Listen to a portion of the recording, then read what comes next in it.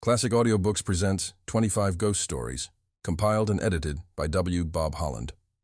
Before we continue, don't forget to like and subscribe. Your support is very important to us. Preface. This collection of ghost stories owes its publication to an interest that I have long felt in the supernatural and in works of the imagination. As a child, I was deeply concerned in tales of spooks, haunted houses, wraiths and specters, and stories of weird experiences, clanking chains, ghostly sights, and gruesome sounds, always held me spellbound and breathless. Experiences in editorial offices taught me that I was not alone in liking stories of mystery. The desire to know something of that existence that is veiled by death is equally potent in old age and in youth, and men, women, and children like to be thrilled and to have a creepy feeling along the spinal column as the result of reading of a visitor from beyond the grave. This volume contains the most famous of the weird stories of Edgar Allan Poe, that master of this form of literature. The Black Cat contains all the needed element of mystery and supernatural, and yet the feline acts in a natural manner all of the time, and the story is quite possibly true. It is only in the manner of its telling that the tale becomes one that fittingly finds its place in this collection. Guy de Maupassant, the clever Frenchman, is also represented by two effective bits of work, and other less widely known writers have also contributed stories that are worth reading, and when once read, will be remembered. There is not a story among the 25 that is not worthy of close reading. There has recently been a revival in interest in ghost stories. Many of the high-class magazines have, within a few months, printed stories with supernatural incidents, and writers whose names are known to all who read have turned their attention to this form of literature. Whether or not the reader believe in ghosts, he cannot fail to be interested in this little book. Without venturing to express a positive opinion either way, I will only say with Hamlet, "There are more things in heaven and earth, Horatio, than are dreamt of in your philosophy." W. Bob Holland. The Black Cat, by Edgar Allan Poe. For the most wild yet most homely narrative which I am about to pen, I neither expect nor solicit belief. Mad indeed would I be to expect it, in a case where my very senses reject their own evidence. Yet mad am I not, and very surely do I not dream. But tomorrow I die, and today I would unburden my soul. My immediate purpose is to place before the world, plainly, succinctly, and without comment, a series of mere household events. In their consequences, these events have terrified, have tortured, have destroyed me. Yet I will not attempt to expound them. To me they have presented little but horror. To many they will seem less terrible than baroques. Hereafter, perhaps some intellect may be found which will reduce my phantasm to the commonplace. Some intellect more calm, more logical, and far less excitable than my own, which will perceive in the circumstances I detail with awe nothing more than an ordinary succession of very natural causes and effects. From my infancy, I was noted for the docility and humanity of my disposition. My tenderness of heart was even so conspicuous as to make me the jest of my companions. I was especially fond of animals, and was indulged by my parents with a great variety of pets. With these I spent most of my time, and never was so happy as when feeding and caressing them. This peculiarity of character grew with my growth, and in my manhood I derived from it one of my principal sources of pleasure. To those who have cherished an affection for a faithful and sagacious dog, I need hardly be at the trouble of explaining the nature or the intensity of the gratification thus derivable. There is something in the unselfish and self-sacrificing love of a brute which goes directly to the heart of him who has had frequent occasion to test the paltry friendship and gossamer fidelity of mere man. I married early and was happy to find in my wife a disposition not uncongenial with my own. Observing my partiality for domestic pets, she lost no opportunity of procuring those of the most agreeable kind. We had birds, goldfish, a fine dog, rabbits, a small monkey, and a cat. This latter was a remarkably large and beautiful animal, entirely black, and sagacious to an astonishing degree. In speaking of his intelligence, my wife, who at heart was not a little tinctured with superstition, made frequent allusion to the ancient popular notion which regarded all black cats as witches in disguise. Not that she was ever serious upon this point, and I mention the matter at all for no better reason than that it happens just now to be remembered. Pluto, this was the cat's name, was my favorite pet and playmate. I alone fed him, and he attended me wherever I went about the house. It was even with difficulty that I could prevent him from following me through the streets. Our friendship lasted in this manner for several years, during which my general temperament and character, through the instrumentality of the fiend intemperance, had, I blush to confess it, experienced a radical alteration for the worse. I grew day by day more moody, more irritable, more regardless of the feelings of others. I suffered myself to use intemperate language to my wife. At length I even offered her personal violence. My pets, of course, were made to feel the change in my disposition. I not only neglected them, but ill-used them. For Pluto, however, I still retained sufficient regard to restrain me from maltreating him, as I made no scruple of maltreating the rabbits, the monkey, or even the dog, when by accident or through affection they came in my way. But my disease grew upon me, for what disease is like alcohol? And at length even Pluto, who was now becoming old, and consequently somewhat peevish, even Pluto began to experience the effects of my ill temper. One night, returning home much intoxicated from one of my haunts about town, I fancied that the cat avoided my presence. I seized him when, in his fright at my violence, he inflicted a slight wound upon my hand with his teeth. The fury of a demon instantly possessed me. I knew myself no longer. My original soul seemed at once to take its flight from my body, and a more than fiendish malevolence, gin-nurtured, thrilled every fiber of my frame. I took from my waistcoat pocket a penknife, opened it, grasped the poor beast by the throat, and deliberately cut one of its eyes from the socket. I blush, I burn, I shudder while I pen the damnable atrocity. When reason returned with the morning, when I had slept off the fumes of the night's debauch, I experienced a sentiment half of horror, half of remorse for the crime of which I had been guilty. But it was, at best, a feeble and equivocal feeling, and the soul remained untouched. I again plunged into excess, and soon drowned in wine all memory of the deed. In the meantime, the cat slowly recovered. The socket of the lost eye presented, it is true, a frightful appearance, but he no longer appeared to suffer any pain. He went about the house as usual, but, as might be expected, fled in extreme terror at my approach. I had so much of my old heart left, as to be at first grieved by this evident dislike on the part of a creature which had once so loved me. But this feeling soon gave place to irritation. And then came, as if to my final and irrevocable overthrow, the spirit of perverseness. Of this spirit philosophy takes no account. Yet I am not more sure that my soul lives than I am that perverseness is one of the primitive impulses of the human heart, one of the indivisible primary faculties or sentiments which give direction to the character of man. Who has not, hundreds of times, found himself committing a vile or silly action, for no other reason than because he knows he should not? Have we not a perpetual inclination in the teeth of our best judgment to violate that which is law, merely because we understand it to be such? This spirit of perverseness, I say, came to my final overthrow.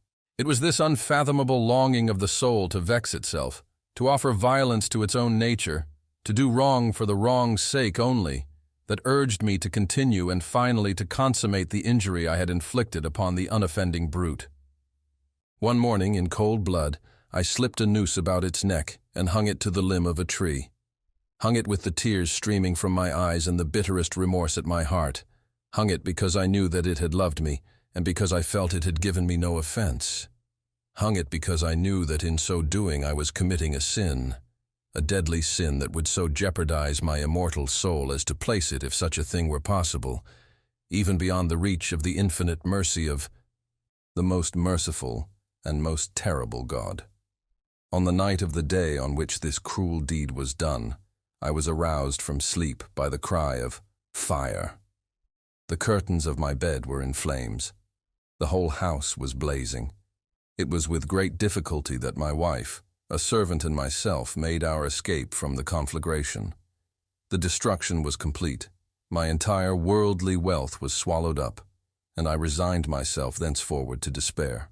I am above the weakness of seeking to establish a sequence of cause and effect between the disaster and the atrocity, but I am detailing a chain of facts and wish not to leave even a possible link imperfect. On the day succeeding the fire, I visited the ruins. The walls, with one exception, had fallen in. This exception was found in a compartment wall, not very thick, which stood about the middle of the house, and against which had rested the head of my bed. The plastering had here, in great measure, resisted the action of the fire, a fact which I attributed to its having been recently spread. About this wall, a dense crowd were collected, and many persons seemed to be examining a particular portion of it with very minute and eager attention. The words strange, singular, and other similar expressions excited my curiosity. I approached and saw, as if graven in bas-relief upon the white surface, the figure of a gigantic cat. The impression was given with an accuracy truly marvelous. There was a rope about the animal's neck. When I first beheld this apparition, for I could scarcely regard it as less, my wonder and my terror were extreme. But at length reflection came to my aid. The cat, I remembered, had been hung in a garden adjacent to the house. Upon the alarm of fire, this garden had been immediately filled by the crowd, by someone of whom the animal must have been cut from the tree and thrown through an open window into my chamber. This had probably been done with the view of arousing me from sleep. The falling of other walls had compressed the victim of my cruelty into the substance of the freshly spread plaster, the lime of which, with the flames and the ammonia from the carcass, had then accomplished the portraiture as I saw it. Although I thus readily accounted to my reason, if not altogether to my conscience, for the startling fact just detailed, it did not the less fail to make a deep impression upon my fancy. For months, I could not rid myself of the phantasm of the cat, and during this period, there came back into my spirit a half-sentiment that seemed, but was not, remorse. I went so far as to regret the loss of the animal, and to look about me, among the vile haunts which I now habitually frequented, for another pet of the same species, and of somewhat similar appearance, with which to supply its place.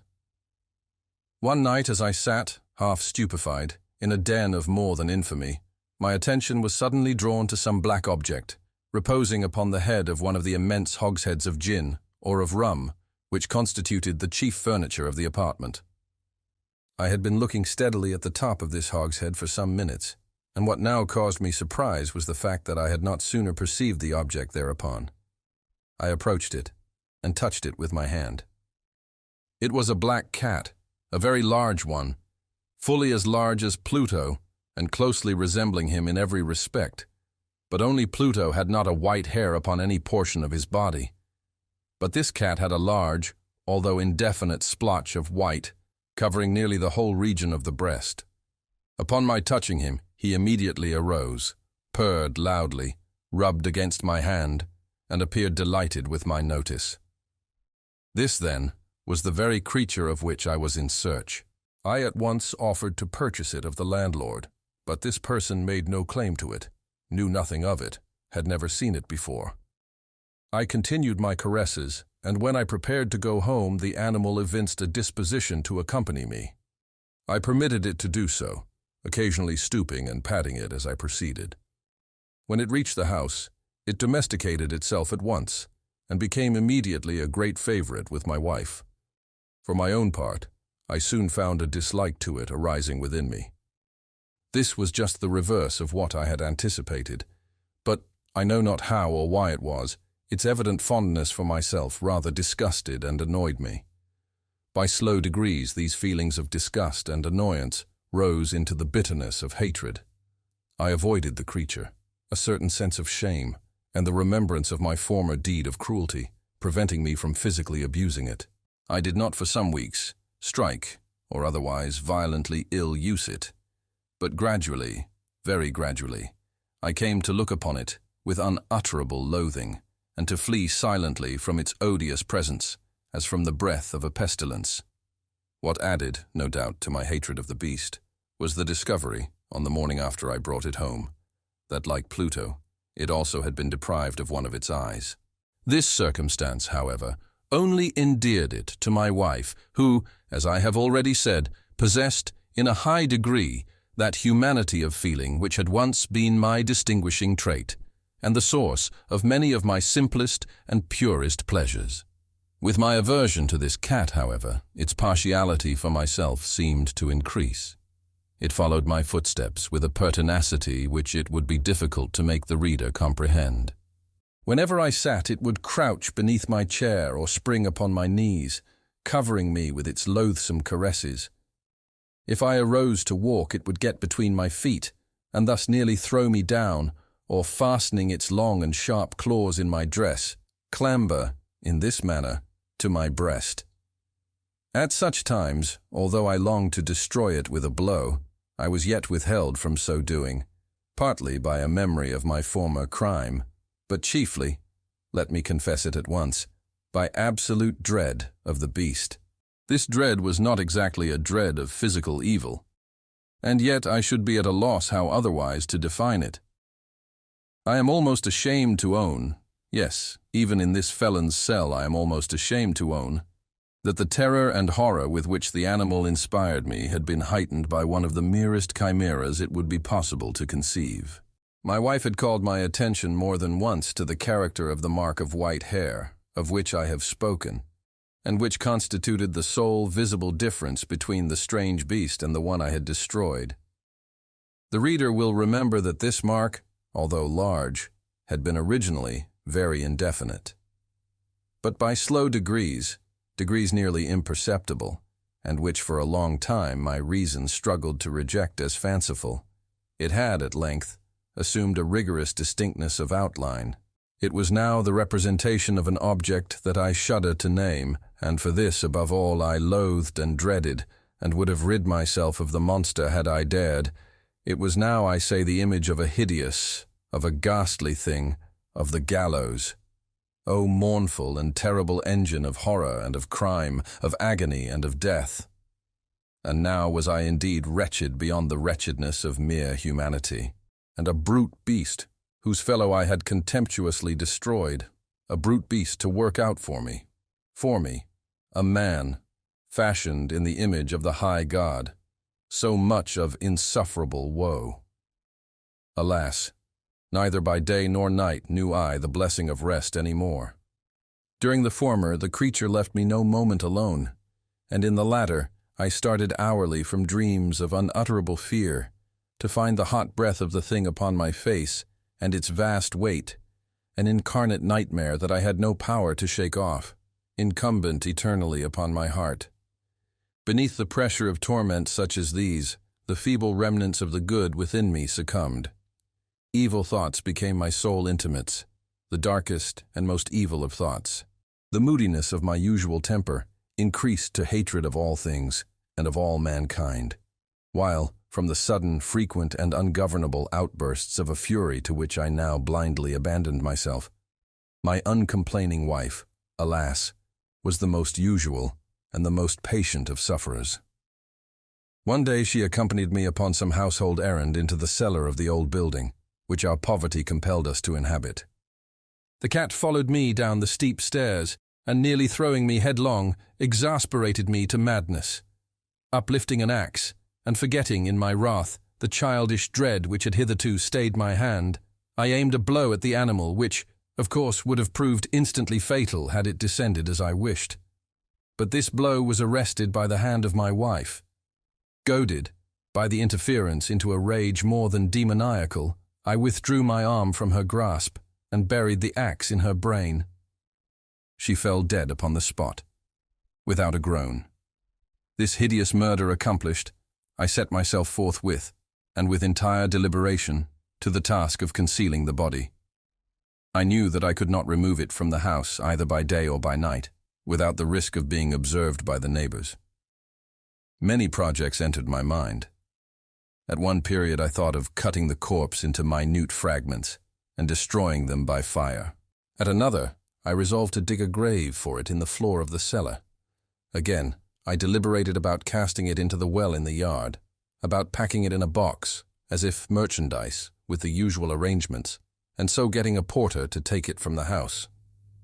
Finally, I hit upon what I considered a far better expedient than either of these. I determined to wall it up in the cellar, as the monks of the Middle Ages are recorded to have walled up their victims. For a purpose such as this, the cellar was well adapted. Its walls were loosely constructed, and had lately been plastered throughout with a rough plaster, which the dampness of the atmosphere had prevented from hardening. Moreover, in one of the walls was a projection, caused by a false chimney or fireplace that had been filled up and made to resemble the rest of the cellar. I made no doubt that I could readily displace the bricks at this point, insert the corpse, and wall the whole up as before, so that no eye could detect anything suspicious. And in this calculation, I was not deceived. By means of a crowbar, I easily dislodged the bricks, and having carefully deposited the body against the inner wall, I propped it in that position, while, with little trouble, I relaid the whole structure as it originally stood. Having procured mortar, sand, and hair with every possible precaution, I prepared a plaster which could not be distinguished from the old, and with this I very carefully went over the new brickwork. When I had finished, I felt satisfied that all was right. The wall did not present the slightest appearance of having been disturbed. The rubbish on the floor was picked up with the minutest care. I looked around triumphantly and said to myself, "Here, at least, then, my labor has not been in vain." My next step was to look for the beast which had been the cause of so much wretchedness, for I had at length firmly resolved to put it to death. Had I been able to meet with it at the moment, there could have been no doubt of its fate, but it appeared that the crafty animal had been alarmed at the violence of my previous anger, and forbore to present itself in my present mood. It is impossible to describe or to imagine the blissful sense of relief which the absence of the detested creature occasioned in my bosom. It did not make its appearance during the night, and thus, for one night at least since its introduction into the house, I soundly and tranquilly slept. I slept, even with the burden of murder upon my soul. The second and the third day passed, and still my tormentor came not. Once again I breathed as a free man. The monster, in terror, had fled the premises forever. I should behold it no more. My happiness was supreme. The guilt of my dark deed disturbed me but little. Some few inquiries had been made, but these had been readily answered. Even a search had been instituted, but of course nothing was to be discovered. I looked upon my future felicity as secured. Upon the fourth day of the assassination, a party of the police came very unexpectedly into the house and proceeded again to make a rigorous investigation of the premises. Secure, however, in the inscrutability of my place of concealment, I felt no embarrassment whatever. The officers bade me accompany them in their search. They left no nook or corner unexplored. At length, for the third or fourth time, they descended into the cellar. I quivered not in a muscle. My heart beat as calmly as that of one who slumbers in innocence. I walked the cellar from end to end. I folded my arms upon my bosom and roamed easily to and fro. The police were thoroughly satisfied and prepared to depart. The glee at my heart was too strong to be restrained. I burned to say but one word, by way of triumph, and to render doubly sure their assurance of my guiltlessness. "Gentlemen," I said at last, as the party ascended the steps, "I delight to have allayed your suspicions. I wish you all health and a little more courtesy. By the by, gentlemen, this is a very well-constructed house." In the rabid desire to say something easily, I scarcely knew what I uttered at all. I may say an excellently well-constructed house. These walls, are you going, gentlemen? These walls are solidly put together. And here, through the mere frenzy of bravado, I rapped heavily, with a cane which I held in my hand, upon that very portion of the brickwork behind which stood the corpse of the wife of my bosom. But may God shield and deliver me from the fangs of the arch-fiend. No sooner had the reverberation of my blows sunk into silence than I was answered by a voice from within the tomb.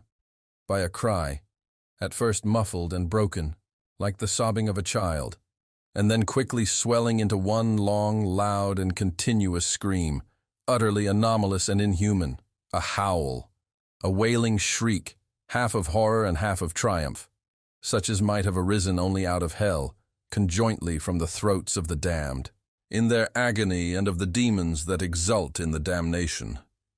Of my own thoughts it is folly to speak. Swooning, I staggered to the opposite wall. For an instant, the party upon the stairs remained motionless, through extremity of terror and of awe. In the next, a dozen stout arms were toiling at the wall. It fell bodily. The corpse, already getting decayed and clotted with gore, stood erect before the eyes of the spectators. Upon its head, with red, extended mouth and solitary eye of fire, sat the hideous beast whose craft had seduced me into murder, and whose informing voice had consigned me to the hangman. I had walled the monster up within the tomb. The Flayed Hand, by Guy de Maupassant. One evening about 8 months ago, I met with some college comrades at the lodgings of our friend Louis R. We drank punch and smoked, talked of literature and art, and made jokes like any other company of young men. Suddenly the door flew open, and one who had been my friend since boyhood burst in like a hurricane. "Guess where I come from?" he cried. "I bet on the Mobile," responded one. "No," said another. "You are too gay. You come from borrowing money, from burying a rich uncle, or from pawning your watch." "You are getting sober," cried a third, "and as you scented the punch in Louis's room, you came up here to get drunk again." "You are all wrong," he replied. "I come from P in Normandy, where I have spent 8 days, and whence I have brought one of my friends, a great criminal, whom I ask permission to present to you." With these words, he drew from his pocket a long, black hand, from which the skin had been stripped. It had been severed at the wrist. Its dry and shriveled shape, and the narrow, yellowed nails still clinging to the fingers, made it frightful to look upon. The muscles, which showed that its first owner had been possessed of great strength, were bound in place by a strip of parchment-like skin. "Just fancy," said my friend. "The other day they sold the effects of an old sorcerer, recently deceased, well known in all the country. Every Saturday night he used to go to witch gatherings on a broomstick. He practiced the white magic and the black, gave blue milk to the cows, and made them wear tails like that of the companion of St. Anthony. The old scoundrel always had a deep affection for this hand, which, he said, was that of a celebrated criminal, executed in 1736 for having thrown his lawful wife head first into a well, for which I do not blame him, and then hanging in the belfry the priest who had married him. After this double exploit he went away, and during his subsequent career, which was brief but exciting, he robbed 12 travelers, smoked a score of monks in their monastery, and made a seraglio of a convent. "But what are you going to do with this horror?" we cried. "Eh, parbleu! I will make it the handle to my doorbell and frighten my creditors." "My friend," said Henry Smith, a big, phlegmatic Englishman, "I believe that this hand is only a kind of Indian meat, preserved by a new process. I advise you to make bouillon of it." "Rail not, messieurs," said with the utmost sang-froid a medical student who was 3/4 drunk. "But if you follow my advice, Pierre, you will give this piece of human debris Christian burial, for fear lest its owner should come to demand it. Then, too, this hand has acquired some bad habits, for you know the proverb, 'Who has killed will kill.'" "And who has drank will drink," replied the host, as he poured out a big glass of punch for the student, who emptied it at a draught and slid dead drunk under the table. His sudden dropping out of the company was greeted with a burst of laughter, and Pierre, raising his glass and saluting the hand, cried, "I drink to the next visit of thy master." Then the conversation turned upon other subjects, and shortly afterward each returned to his lodgings. About 2 o'clock the next day, as I was passing Pierre's door, I entered and found him reading and smoking. "Well, how goes it?" said I. "Very well," he responded. "And your hand?" "My hand?" I demanded who was there, but as no one replied, I went back to bed again and to sleep. At this moment, the door opened, and the landlord, a fat and extremely impertinent person, entered without saluting us. "Sir," said he, "I pray you to take away immediately that carrion which you have hung to your bell-pull. Unless you do this, I shall be compelled to ask you to leave." "Sir," responded Pierre with much gravity, "you insult a hand which does not merit it. Know you that it belonged to a man of high breeding?" The landlord turned on his heel and made his exit, without speaking. Pierre followed him, detached the hand and affixed it to the bell cord hanging in his alcove. "That is better," he said. "This hand, like the brother, all must die, of the Trappists, will give my thoughts a serious turn every night before I sleep." At the end of an hour, I left him and returned to my own apartment. I slept badly the following night, was nervous and agitated, and several times awoke with a start. Once I imagined even that a man had broken into my room, and I sprang up and searched the closets and under the bed. Towards 6 o'clock in the morning, I was commencing to doze at last, when a loud knocking at my door made me jump from my couch. It was my friend Pierre's servant, half-dressed, pale and trembling. "Ah, sir," cried he, sobbing, "my poor master. Someone has murdered him." I dressed myself hastily and ran to Pierre's lodgings.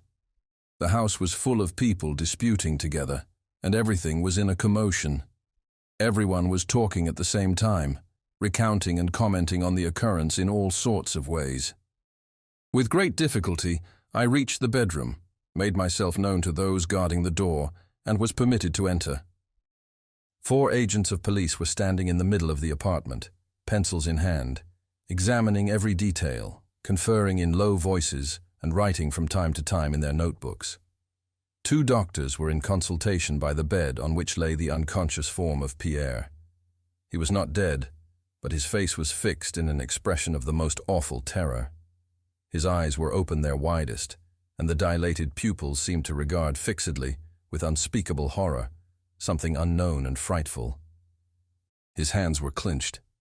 I raised the quilt, which covered his body from the chin downward, and saw on his neck, deeply sunk in the flesh, the marks of fingers. Some drops of blood spotted his shirt. At that moment, one thing struck me. I chanced to notice that the shriveled hand was no longer attached to the bell cord. The doctors had doubtless removed it to avoid the comments of those entering the chamber where the wounded man lay, because the appearance of this hand was indeed frightful. I did not inquire what had become of it. I now clipped from a newspaper of the next day the story of the crime with all the details that the police were able to procure. A frightful attempt was made yesterday on the life of young Monsieur Pierre B., student, who belongs to one of the best families in Normandy. He returned home about 10 o'clock in the evening and excused his valet, Bouvin, from further attendance upon him, saying that he felt fatigued and was going to bed. Towards midnight, Bouvin was suddenly awakened by the furious ringing of his master's bell. He was afraid, and lighted a lamp and waited. The bell was silent about a minute, then rang again with such vehemence that the domestic, mad with fright, flew from his room to awaken the concierge, who ran to summon the police, and, at the end of about 15 minutes, 2 policemen forced open the door. A horrible sight met their eyes. The furniture was overturned, giving evidence of a fearful struggle between the victim and his assailant. In the middle of the room, upon his back, his body rigid, with livid face and frightfully dilated eyes, lay, motionless, young Pierre B., bearing upon his neck the deep imprints of 5 fingers. Dr.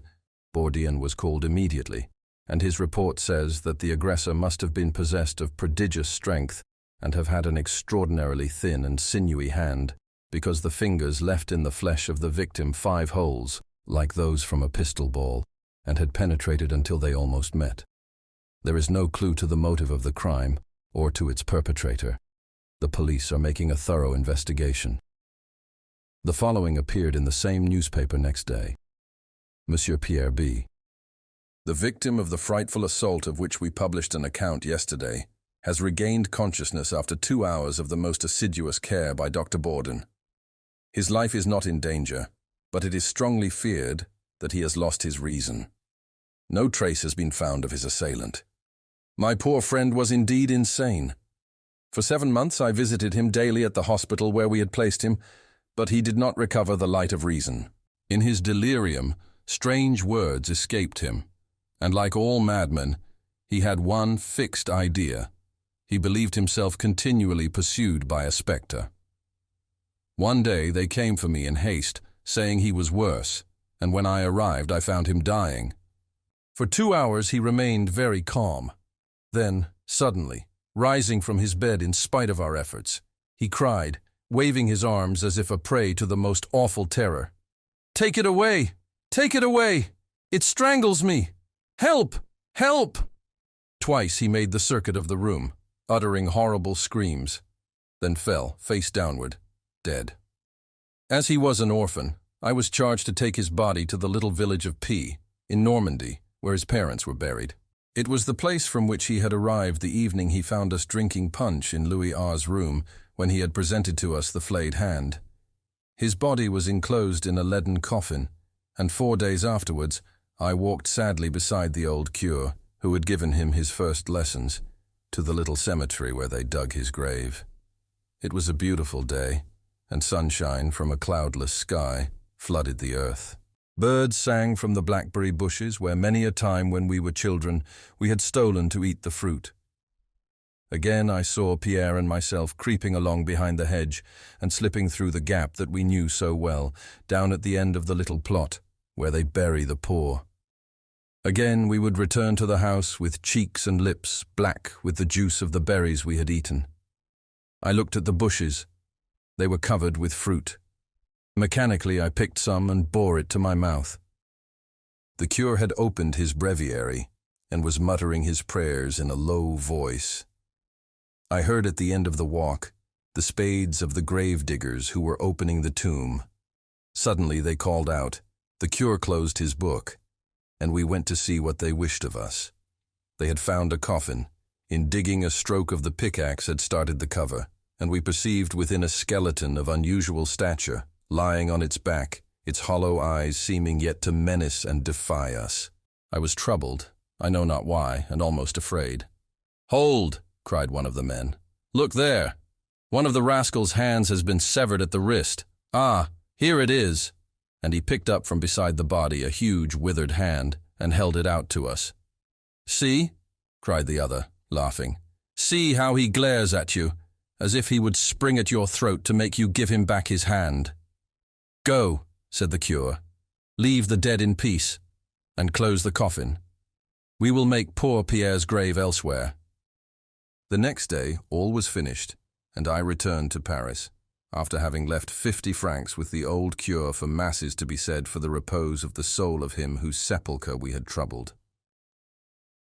The Vengeance of a Tree, by Eleanor F. Lewis.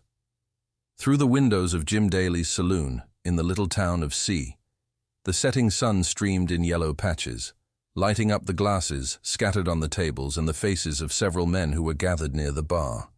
Farmers mostly they were, with a sprinkling of shopkeepers, while prominent among them was the village editor, and all were discussing a startling piece of news that had spread through the town and its surroundings.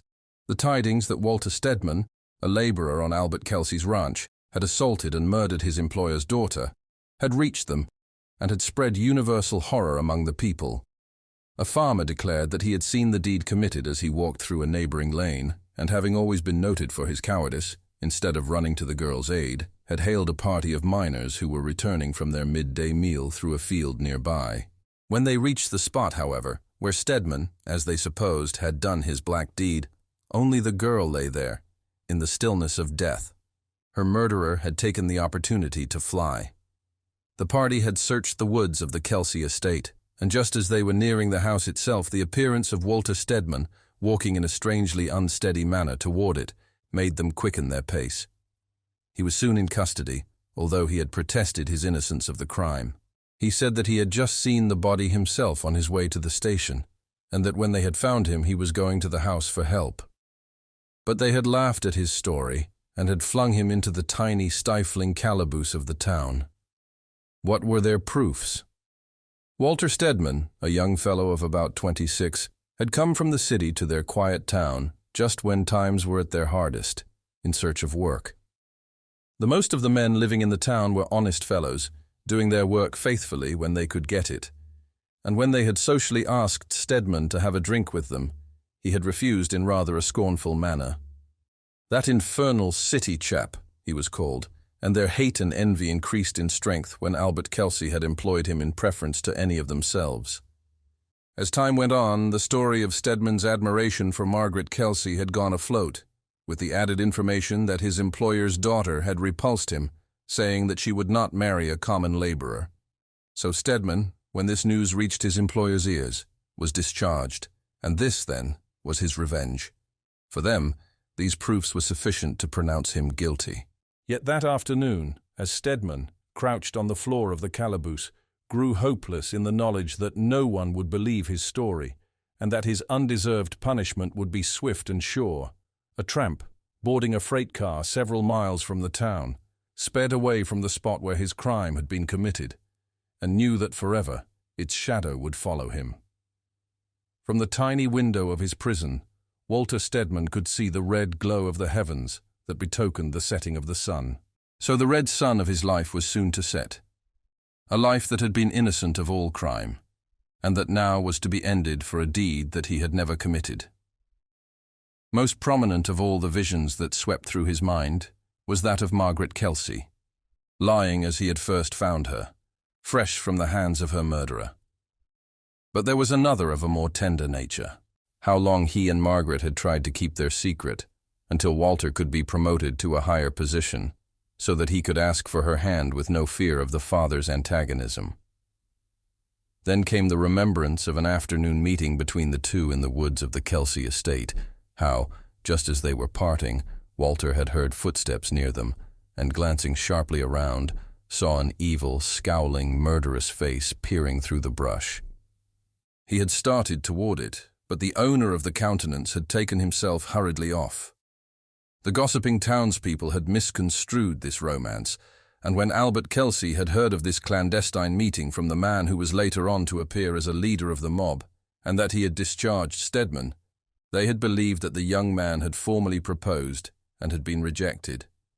But justice had gone wrong, as it had done innumerable times before, and will again.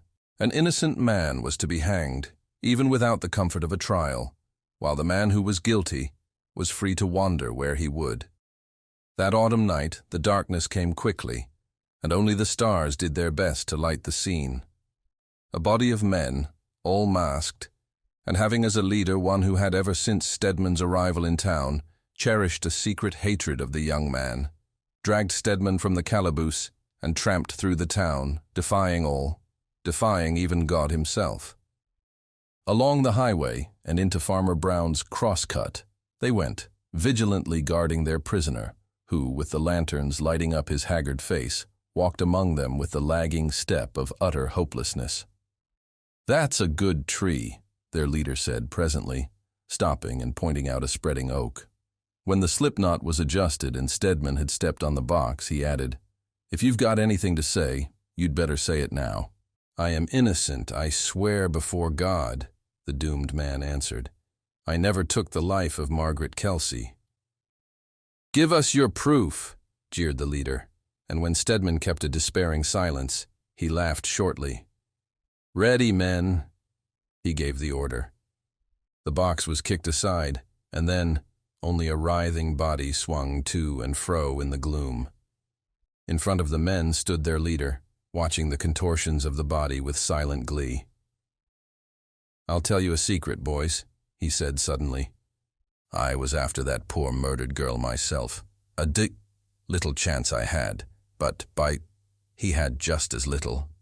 A pause, then, "He's shunted this earth. Cut him down, you fellows." "It's no use, son. I'll give up the blasted thing as a bad job. There's something queer about that there tree. Do you see how its branches balance it? We have cut the trunk nearly in two, but it won't come down. There's plenty of others around. We'll take one of them. If I'd a long rope with me, I'd get that tree down. And yet the way the thing stands, it would be risking a fellow's life to climb it. It's got the devil in it, sure." so old Farmer Brown shouldered his axe and made for another tree, his son following. They had sawed and chopped and chopped and sawed, and yet the tall white oak, with its branches jutting out almost as regularly as if done by the work of a machine, stood straight and firm. Farmer Brown, well known for his weak, cowardly spirit, who in beholding the murder of Albert Kelsey's daughter had in his fright mistaken the criminal, now in his superstition let the oak stand, because its well-balanced position saved it from falling when other trees would have been down, and so this tree, the same one to which an innocent man had been hanged, was left for other work. It was a bleak, rainy night, such a night as can be found only in central California. The wind howled like 1,000 demons and lashed the trees together in wild embraces. Now and then the weird hoot-hoot of an owl came softly from the distance in the lulls of the storm, while the barking of coyotes woke the echoes of the hills into sounds like fiendish laughter. In the wind and rain, a man fought his path through the bush and into Farmer Brown's cross-cut as the shortest way home. Suddenly he stopped, trembling, as if held by some unseen impulse. Before him rose the white oak, wavering and swaying in the storm. "Good God! It's the tree I swung Stedman from," he cried, and a strange fear thrilled him. His eyes were fixed on it, held by some undefinable fascination. Yes, there on one of the longest branches a small piece of rope still dangled. And then, to the murderer's excited vision, this rope seemed to lengthen, to form at the end into a slip knot, a knot that encircled a purple neck, while below it writhed and swayed the body of a man. "Damn him," he muttered, starting toward the hanging form, as if about to help the rope in its work of strangulation. "Will he forever follow me? And yet he deserved it, the black-hearted villain. He took her life." He never finished the sentence. The white oak, towering above him in its strength, seemed to grow like a frenzied living creature. There was a sudden splitting sound, then came a crash, and under the fallen tree lay Stedman's murderer, crushed and mangled. From between the broken trunk and the stump that was left, a gray, dim shape sprang out and sped past the man's still form, away into the wild blackness of the night. The Parlor-Car Ghost, all draped with blue denim, the seaside cottage of my friend, Sarah Pine. She asked me to go there with her when she opened it to have it set in order for the summer. She confessed that she felt a trifle nervous at the idea of entering it alone, and I am always ready for an excursion. So much blue denim rather surprised me, because blue is not complementary to Sarah's complexion. She always wears some shade of red, by preference. She perceived my wonder. She is very nearsighted, and therefore sees everything by some sort of sixth sense. "You do not like my portieres and curtains and table covers," said she. "Neither do I. But I did it to accommodate, and now he rests well in his grave, I hope." "Whose grave, for pity's sake?" "Mr. J. Billington Price's." "And who is he? He doesn't sound interesting." "Then I will tell you about him," said Sarah, taking a seat directly in front of one of those curtains. "Last autumn I was leaving this place for New York, traveling on the fast express train known as the Flying Yankee. Of course I thought of the Flying Dutchman and Wagner's musical setting of the uncanny legend, and how different things are in these days of steam, etc. Then I looked out of the window at the landscape, the horizon that seemed to wheel in a great curve as the train sped on. Every now and then I had an impression at the tail of the eye that a man was sitting in a chair 3 or 4 numbers in front of me on the opposite side of the car. Each time that I saw this shape I looked at the chair and ascertained that it was unoccupied. But it was an odd trick of vision. I raised my lorgnette, and the chair showed emptier than before. There was nobody in it, certainly, but the more I knew that it was vacant, the more plainly I saw the man. Always with the corner of my eye. It made me nervous. When passengers entered the car, I dreaded lest they might take that seat. What would happen if they should? A bag was put in the chair.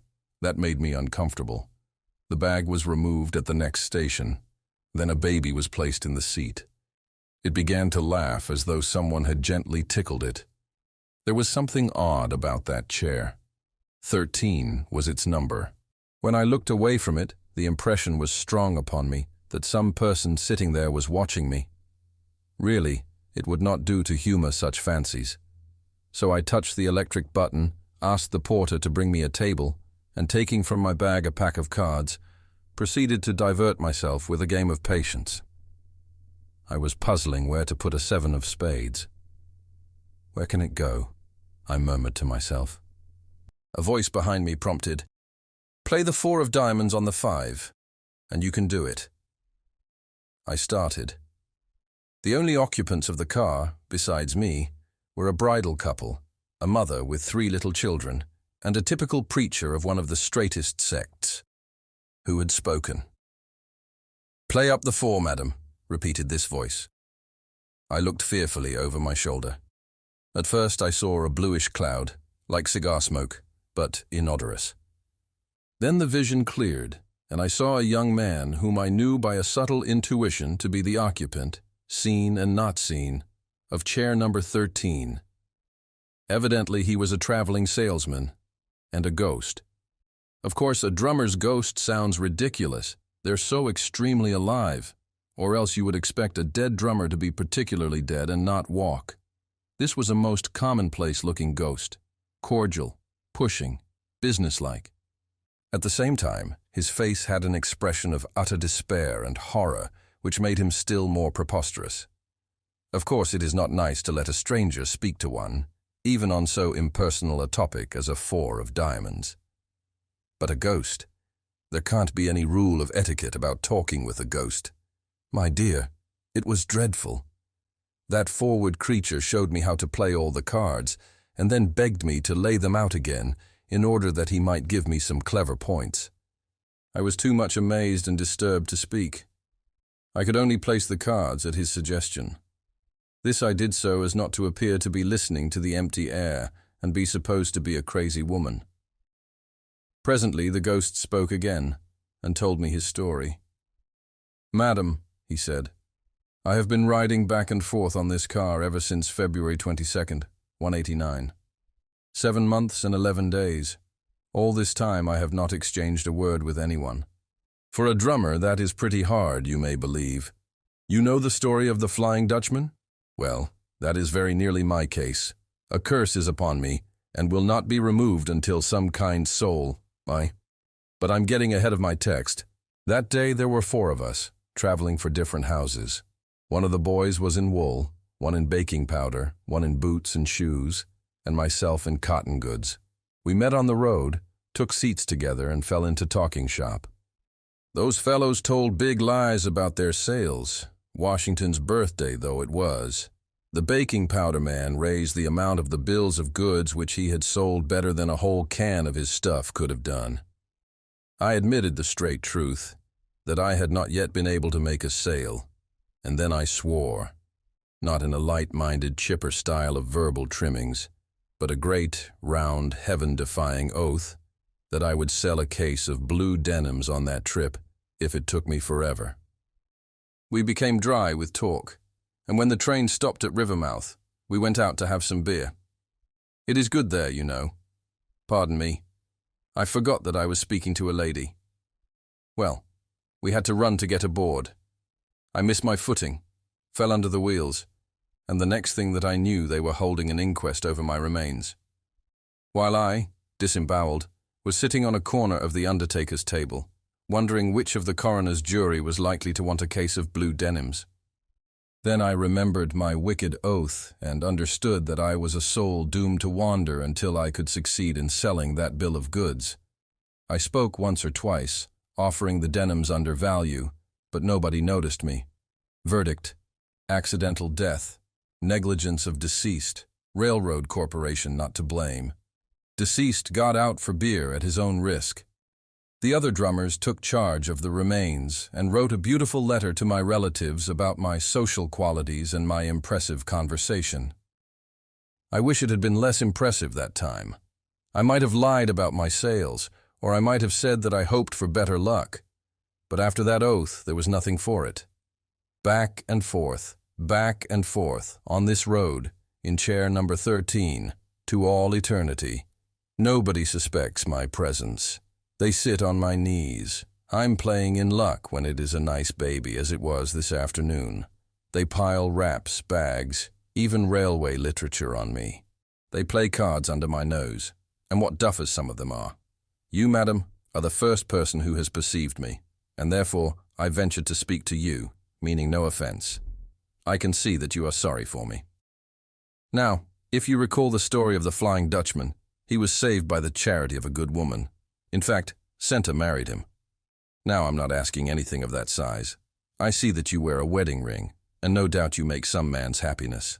I wasn't a marrying man myself, and naturally am not a marrying ghost. And that has nothing to do with the matter anyway. But if you could, I don't suppose you would have any use for them.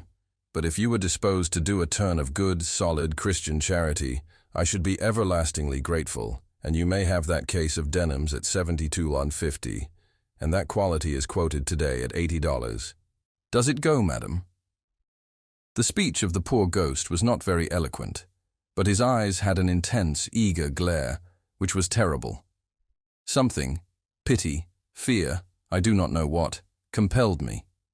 I decided to do without that white and gold evening cloak. Instead, I gave $72.50 to the ghost and took from him a receipt for the sum, signed J. Billington Price.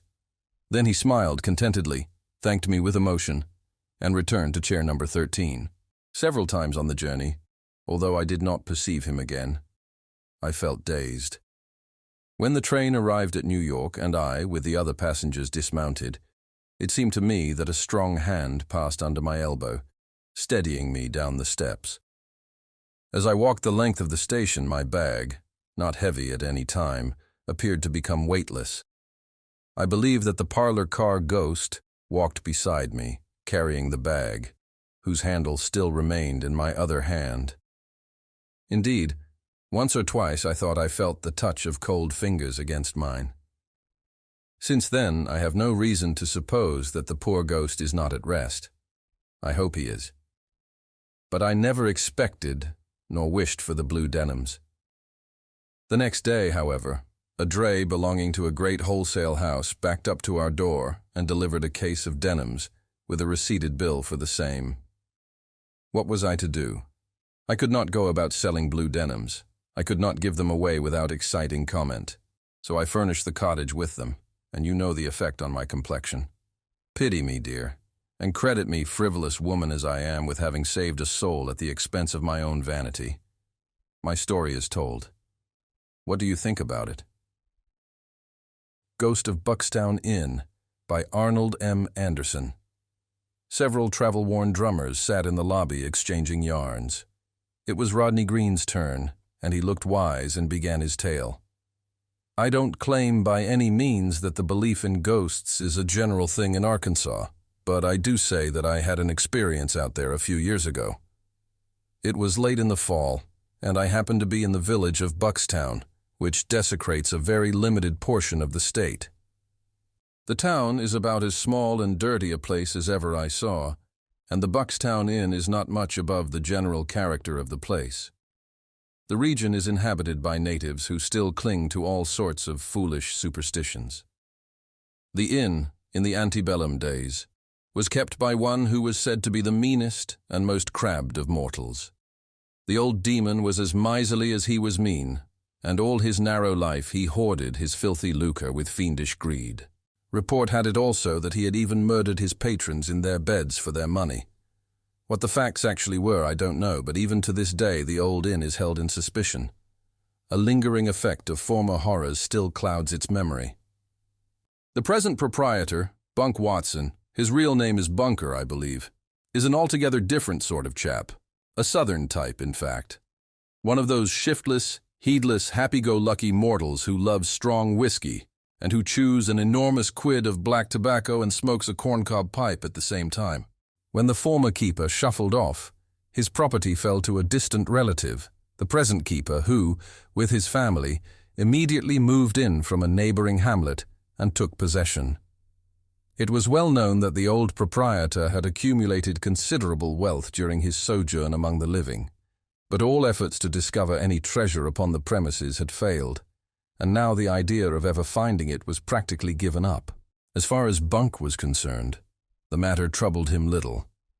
He had a hard-working wife who ran things the best she could under the circumstances and saw that his meals were forthcoming at their respective intervals. What more could he wish? Why should he care if there was a treasure buried upon his place? Indeed, it would have been a sore puzzle for him to know what to do with a fortune unless perhaps his wife came to his aid. Among the stories that hovered in the history of the Buckstown Inn was one which involved a ghost. In the room where the former keeper had died, peculiar noises were heard at unearthly hours, sighing, moaning, and, in fact, all the other indications which point to the existence of ghosts were said to be present. On account of this, the chamber had long since been abandoned. I listened with keen interest to the wonderful tales about the haunted room, and then suddenly resolved to investigate, to sleep in that chamber that very night and see for myself all that was to be seen. I told Buck of my purpose. He shook his head, shrugged his shoulders, but instead of warning me and offering a flood of protests as I expected, he merely took his pipe from his mouth, let fly a quart or so of yellowish juice from between a pair of brown-stained lips, and, opening one corner of his wide mouth, lazily called out, "Jane." His wife appeared, and he intimated that I should settle the matter with the old woman. The prospect of a fee persuaded the wife, and off she went to arrange for my bed in that ill-fated room. At 9 o'clock that evening I bid the family good night, took my candle, ascended the rickety stairs and entered the chamber of horrors. The atmosphere was heavy and had a peculiar odor that was not at all pleasing. However, I latched the door and was soon in bed. Having propped myself up with pillows, I was prepared to await the coming of the ghost. Overhead, the dusty rafters, which once had experienced the sensation of being whitewashed, but which were now a dirty yellowish color, were hung with a fantastic array of cobwebs. The flickering light of the candle reflected upon the walls and against the ceiling a pyramid of grotesque shapes, and with this effect being continually disturbed by the swaying cobwebs, the whole caused the room to appear rather ghostly after all, and especially so to an imaginative mind. I waited and waited for hours, it seemed, but still no ghost. Perhaps it was afraid of my candlelight, so I blew it out. No sooner had I done this and settled back in bed again than a white hand appeared through the door, then a whole figure. At last, the ghost had come, a white and sheeted ghost. It had come right through the door, although it was locked, and now it advanced toward the bed.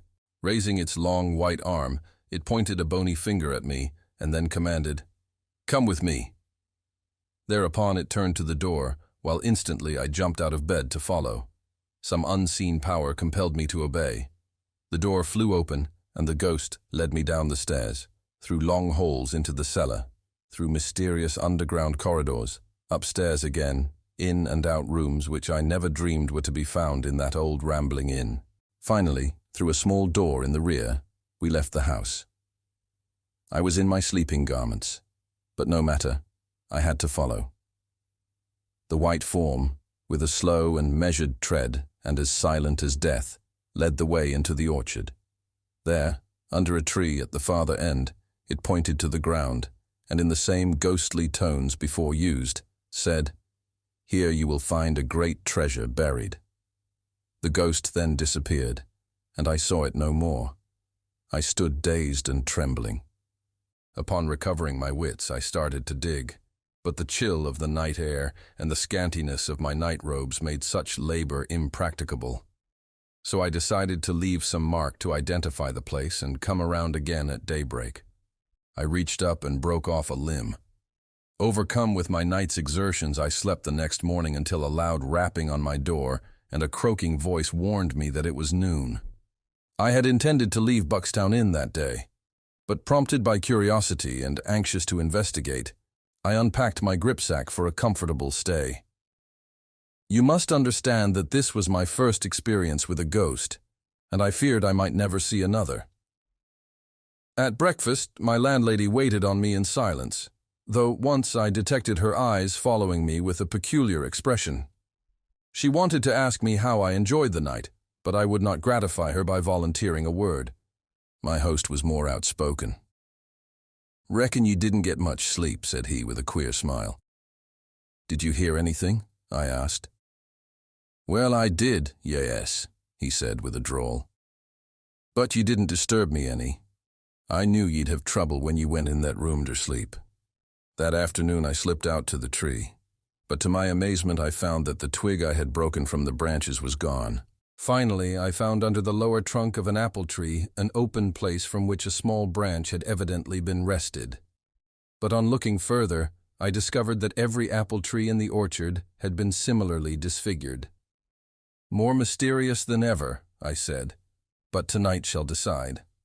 That night I pleaded weariness, which no one seemed inclined to question, and sought my couch earlier. Going to try it again? Asked my host. Yes, and I'll stay all winter, but what I'll get even with that ghost, I said. That night I kept the candle burning until midnight when I blew it out. Instantly the room was flooded with a soft light, and at the foot of the bed stood my ghost, the identical ghost of last night. Again the bony finger beckoned, and a sepulchral voice whispered, "Follow me." I sprang from the bed, but the figure darted ahead of me. It flew through the doorway and down the stairs, and I after it. At the foot of the staircase, an unseen hand reached forward and caught my foot, and I fell sprawling headlong. But in a second I was on my feet and pursuing the ghost. It had gained on me a few yards, but I was quicker, and just as we reached the outside door, I nearly touched its robes. They sent a chill through my frame, and I nearly gave up the pursuit. As it passed through the doorway, it turned and gave me one look, and I caught the same malignant light in its eyes that I remembered from the night before. In the open orchard, I felt sure I could catch it. But my ghost had no intention of allowing me any such opportunity. To my disgust, it darted backward and into the house, slamming the door in my face. In my frenzy of fear and chagrin, I threw myself against the oaken door with such force that its rusty old hinges yielded, and I landed in the big front room of the inn just in time to see the white skirts of the ghost flit up the stairs. Upstairs I flew after it, and into an old chamber. There, huddled in a corner, I saw it. In the minute's delay, it had secured a lighted candle, and as I entered, it advanced to daunt me with bony arm upraised to a great height. "Caught!" I cried, throwing my arms around the figure, and I had made the acquaintance of a real live ghost. The white robes fell, and I saw revealed my hostess of Buckstown Inn.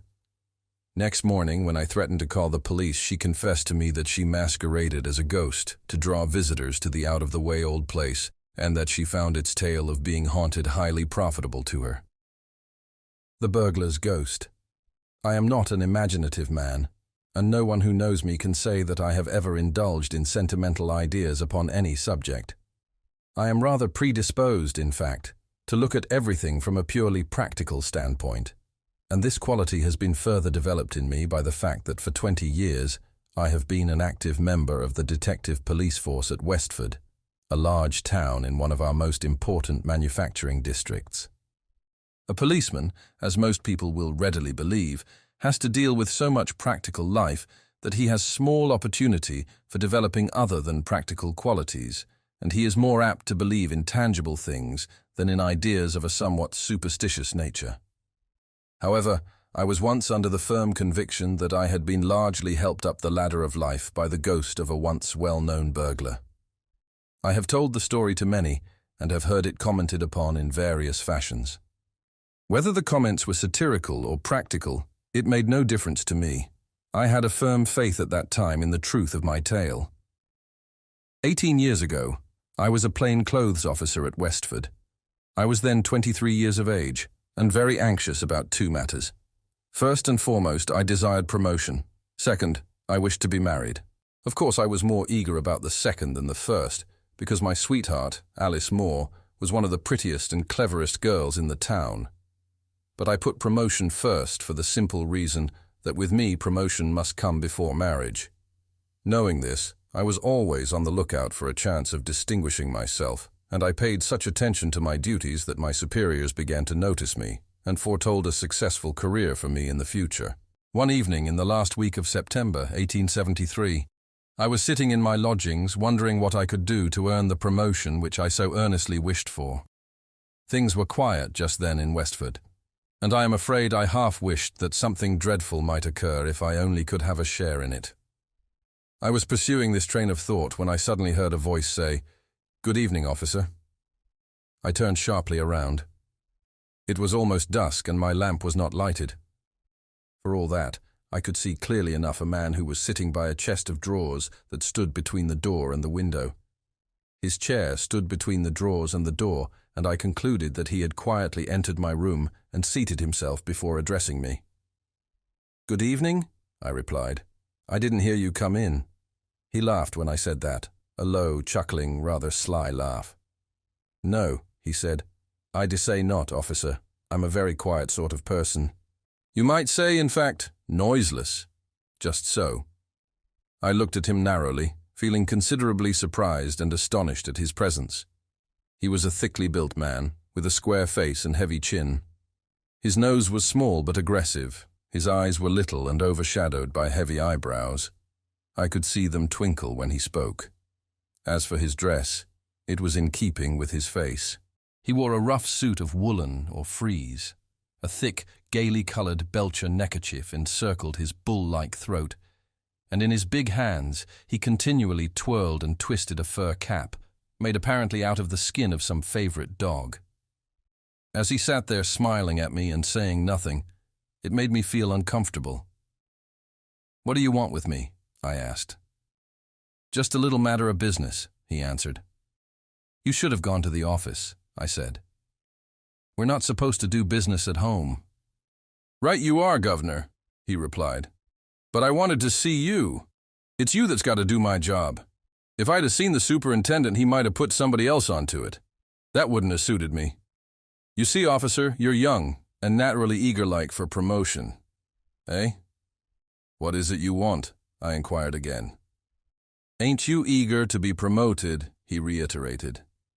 "Ain't you now, officer?" I saw no reason why I should conceal the fact, even from this strange visitor. I admitted that I was eager for promotion. "Ah," he said, with a satisfied smile. "I'm glad of that. It'll make you all the keener. Now, officer, you listen to me. I'm a-going to put you onto a nice little job. Ah, I dessay you'll be a sergeant before long, you will. You'll be complimented and praised for your clever conduct in this here affair. Mark my words if you ain't." "Out with it," I said, fancying I saw through the man's meaning. "You're going to split on some of your pals, I suppose, and you'll want a reward." He shook his head. "A reward," he said, "wouldn't be no use to me at all. No, not if it was £1,000. No, it ain't nothing to do with reward. But now, officer, did you ever hear of Light-Toed Jim?" Light-Toed Jim.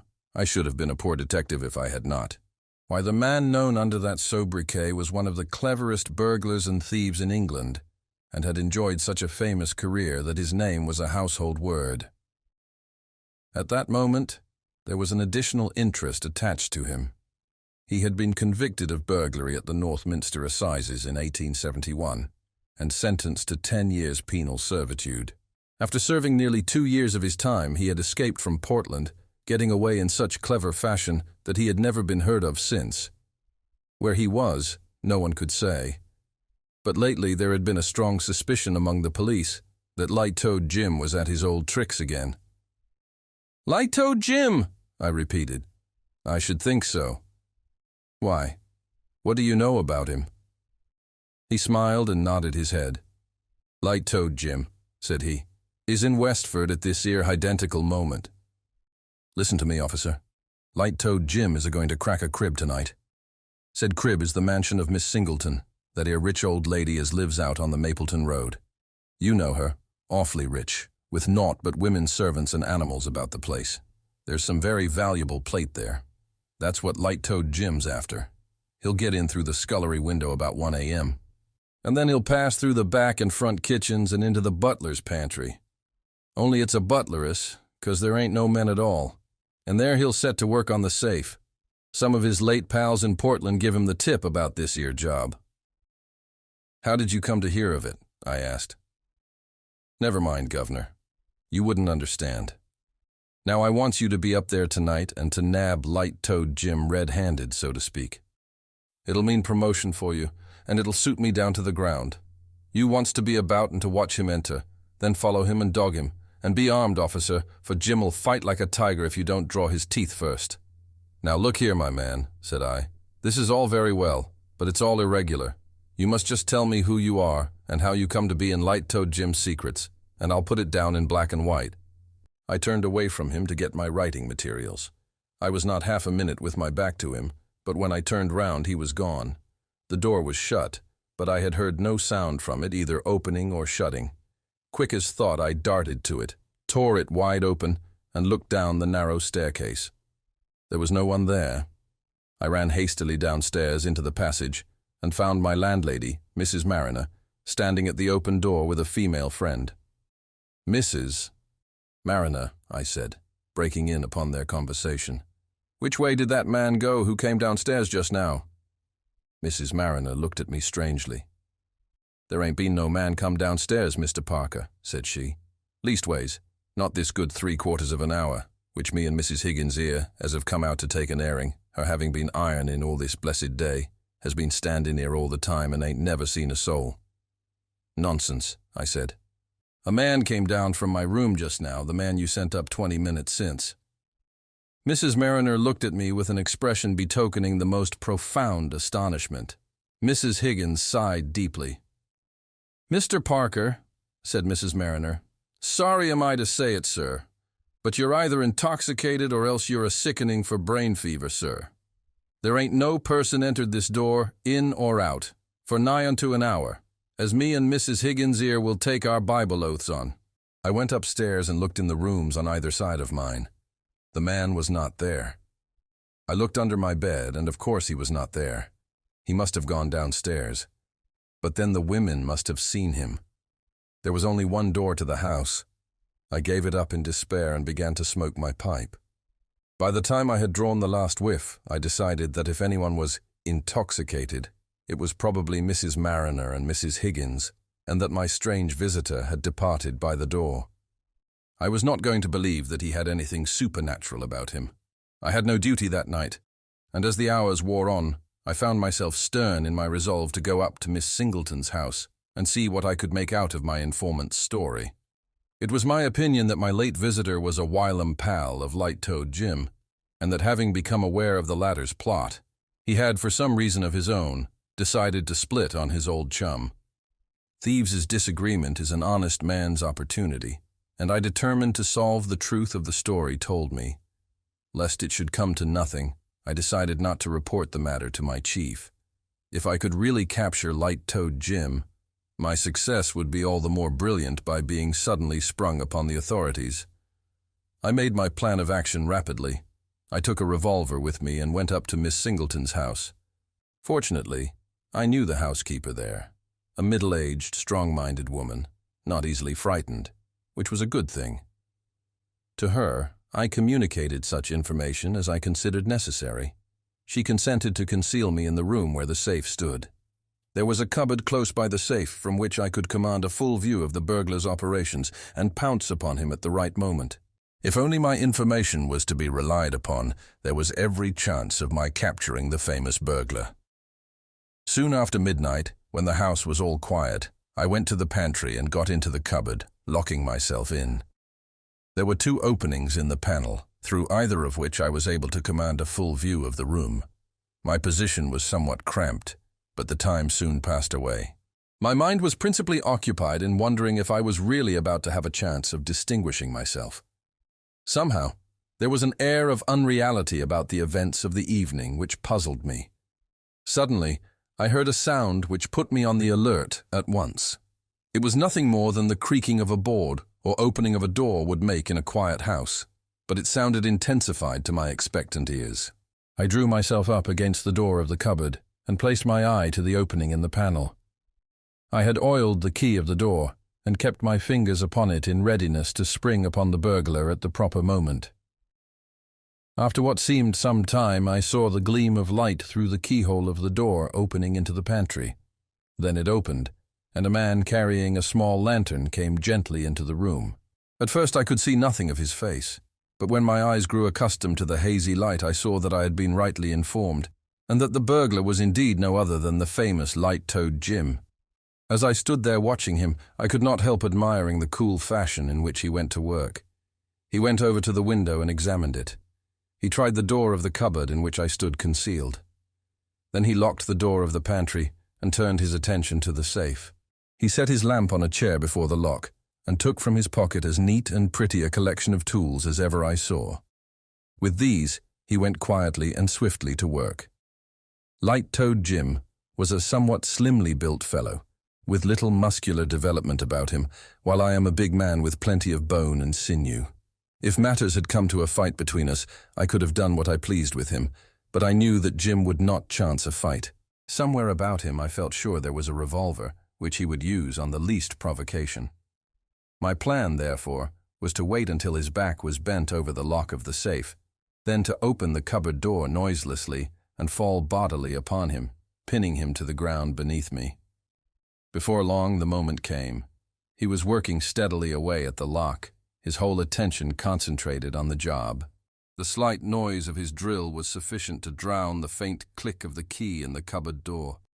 I turned it quickly and tumbled right upon him, driving the tool out of his hands and tumbling him into a heap at the foot of the safe. He uttered an exclamation of rage and astonishment as he went down, and immediately began to wriggle under me like an eel. As I kept him down with one hand, I tried to pull out the handcuffs with the other. This somewhat embarrassed me, and the burglar profited by it to pull out a sharp knife. He had worked himself round on his back, and before I realized what he was after, he was hacking furiously at me with his keen, dagger-like blade. Then I realized that we were going to have a fight for it, and prepared myself. He tried to run the knife into my side. I warded it off, but the blade caught the fleshy part of my left arm, and I felt a warm stream of blood spurt out. That maddened me, and I seized one of the steel drills lying near at hand and hit my man such a blow over the temple that he collapsed at once and lay as if dead. I put the handcuffs on him instantly, and to make matters still more certain, I secured his ankles. Then I rose and looked at my arm. Dead. The knife had made a nasty gash and the blood was flowing freely, but it was not serious, and when the housekeeper, who had just then appeared on the scene, had bandaged it, I went out and secured the help of the first policeman I met in conveying Light-Toed Jim to the office. I felt a proud man when I made my report to the inspector. "Light-Toed Jim," said he. "What, James Bland? Nonsense, Parker." But I took him to the cells where Jim was being attended to by the doctor. "You're right, Parker," he said. "That's the man. Well, this will be a fine thing for you." After a time, feeling a little exhausted, I went home to try and get some sleep. The surgeon had attended to my arm and told me it was but a superficial wound. It felt sore enough in spite of that. I had no sooner reached my lodgings than I saw sitting in my easy chair the strange man who had called upon me earlier in the evening. He rose to his feet when I entered. I stared at him in utter astonishment. "Well, Governor," said he, "I see you've done it. You've got him square and fair, I reckon." "Yes," I said. "Ah," he said with a sigh of complete satisfaction. "Then I'm satisfied. Yes, I don't know as how there's aught more I could say. I reckon as how Light-Toed Jim and me is quits." I was determined to find out who this man was this time.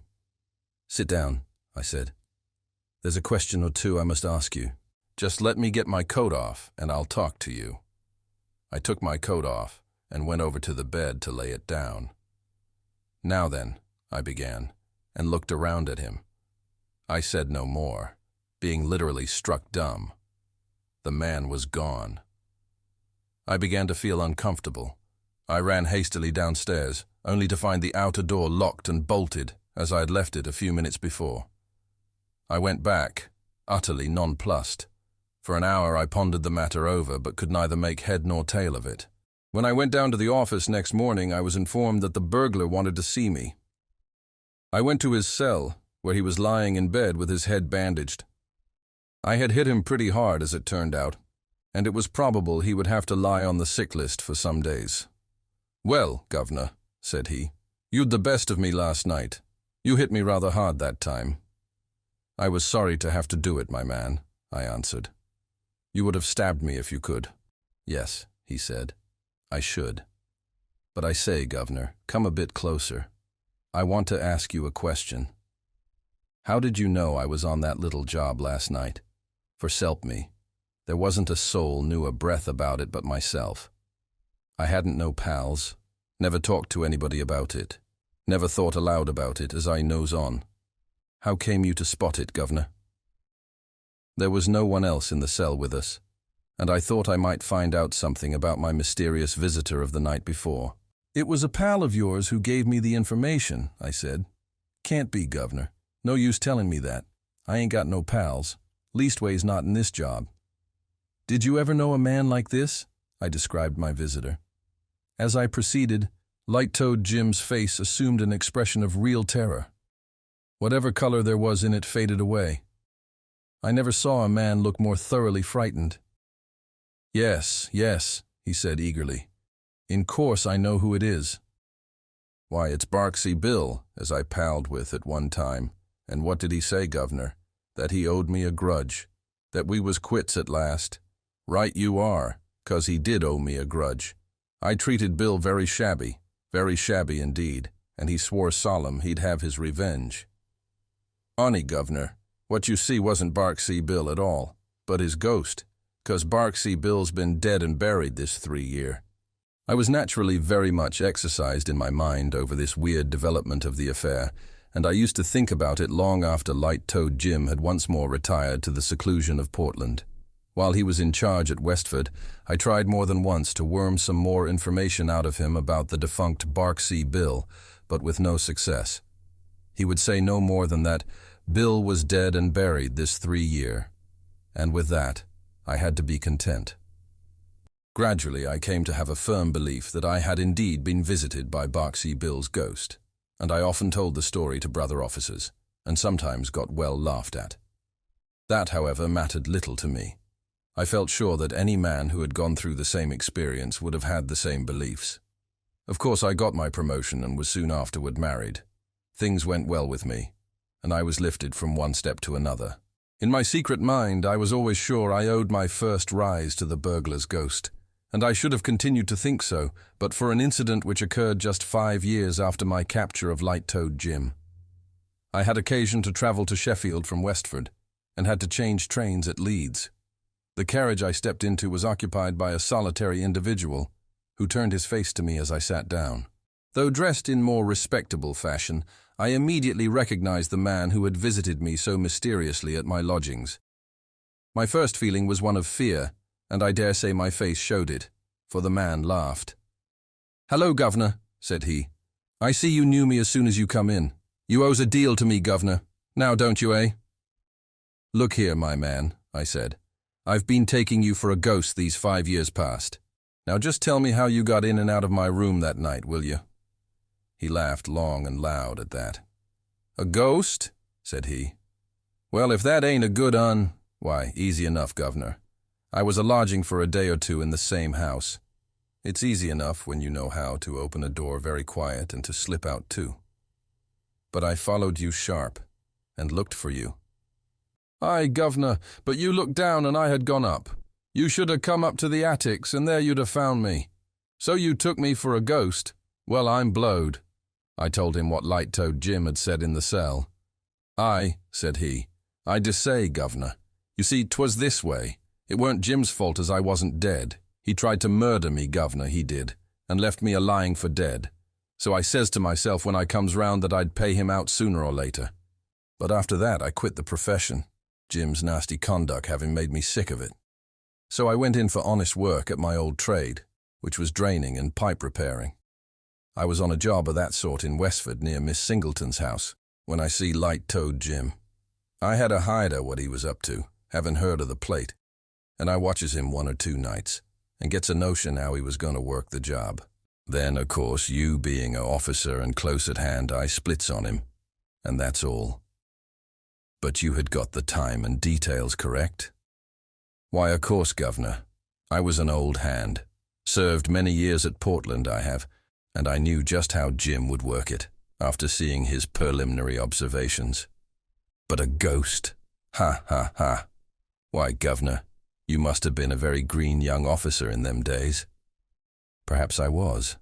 At any rate, I learned a lesson from the Sedevant Barksea Bill, namely that in searching a house it is always advisable to look up as well as down.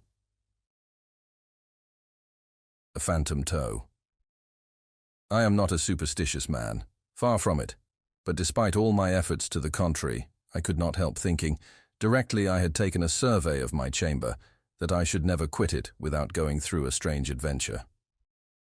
There was something in its immense size, heaviness and gloom that seemed to annihilate at one blow all my resolute skepticism as regards supernatural visitations. It appeared to me totally impossible to go into that room and disbelieve in ghosts. The fact is, I had incautiously partaken at supper of that favorite Dutch dish, sauerkraut, and I suppose it had disagreed with me and put strange fancies into my head. Be this as it may, I only know that after parting with my friend for the night, I gradually worked myself up into such a state of fidgetiness that at last I wasn't sure whether I hadn't become a ghost myself. Supposing, ruminated I, supposing the landlord himself should be a practical robber, and should have taken the lock and bolt from off this door for the purpose of entering here in the dead of the night, abstracting all my property, and perhaps murdering me. I thought the dog had a very cutthroat air about him. Now, I had never had any such idea until that moment, for my host was a fat, all Dutchmen are fat, stupid-looking fellow who I don't believe had sense enough to understand what a robbery or murder meant. But somehow or other, whenever we have anything really to annoy us, and it certainly was not pleasant to go to bed in a strange place without being able to fasten one's door, we are sure to aggravate it by myriads of chimeras of our own brain. So, on the present occasion, in the midst of 1,000 disagreeable reveries, some of the most wild absurdity, I jumped very gloomily into bed, having first put out my candle, for total darkness was far preferable to its flickering, ghostly light, which transformed rather than revealed objects, and soon fell asleep, perfectly tired out with my day's riding. How long I lay asleep I don't know, but I suddenly awoke from a disagreeable dream of cutthroats, ghosts, and long, winding passages in a haunted inn. An indescribable feeling, such as I never before experienced, hung upon me. It seemed as if every nerve in my body had 100 spirits tickling it, and this was accompanied by so great a heat that, inwardly cursing mine host's sauerkraut and wondering how the Dutchman could endure such poison, I was forced to sit up in bed to cool myself. The whole of the room was profoundly dark, excepting at one place, where the moonlight, falling through a crevice in the shutters, threw a straight line of about an inch or so thick upon the floor, clear, sharp, and intensely brilliant against the darkness. I leave you to conceive my horror when, upon looking at this said line of light, I saw there a naked human toe. Nothing more. For the first instant I thought the vision must be some effect of moonlight, then that I was only half awake and could not see distinctly. So I rubbed my eyes 2 or 3 times and looked again. Still there was the accursed thing, plain, distinct, immovable, marble-like in its fixedness and rigidity, but in everything else horribly human. I am not an easily frightened man. No one who has traveled so much and seen so much and been exposed to so many dangers as I can be, but there was something so mysterious and unusual in the appearance of this single toe that for a short time I could not think what to be at, so I did nothing but stare at it in a state of utter bewilderment. At length, however, as the toe did not vanish under my steady gaze, I thought I might as well change my tactics, and remembering that all midnight invaders, be they thieves, ghosts, or devils, dislike nothing so much as a good noise, I shouted out in a loud voice, "Who's there?" The toe immediately disappeared in the darkness. Almost simultaneously with my words, I leaped out of bed and rushed toward the place where I had beheld the strange appearance. The next instant I ran against something and felt an iron grip round my body. After this, I have no distinct recollection of what occurred, excepting that a fearful struggle ensued between me and my unseen opponent, that every now and then we were violently hurled to the floor, from which we always rose again in an instant, locked in a deadly embrace, that we tugged and strained and pulled and pushed, I in the convulsive and frantic energy of a fight for life, he, for by this time I had discovered that the intruder was a human being, actuated by some passion of which I was ignorant, that we whirled round and round, cheek to cheek and arm to arm, in fierce contest, until the room appeared to whiz round with us, and that at least a dozen people, my fellow traveller among them, roused, I suppose, by our repeated falls, came pouring into the room with lights and showed me struggling with a man having nothing on but a shirt, whose long, tangled hair and wild, unsettled eyes told me he was insane. And then, for the first time, I became aware that I had received in the conflict several gashes from a knife, which my opponent still held in his hand. To conclude my story in a few words, for I dare say all of you by this time are getting very tired, it turned out that my midnight visitor was a madman who was being conveyed to a lunatic asylum at The Hague, and that he and his keeper had been obliged to stop at Delft on their way.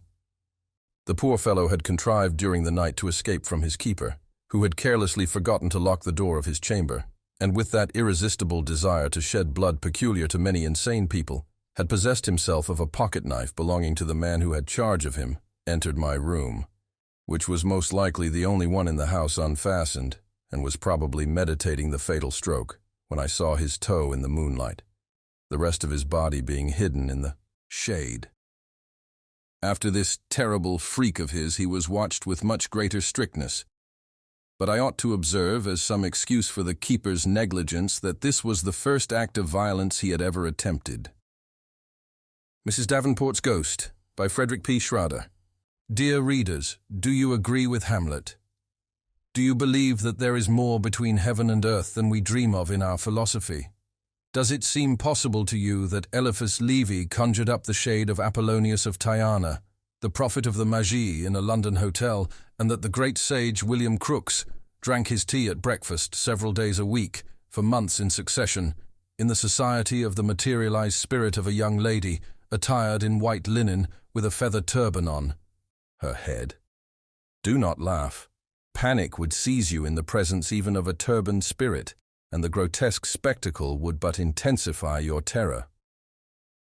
As for me, I did not laugh last night on reading an account in a New York newspaper of a criminal trial that will probably terminate in the death penalty of the accused.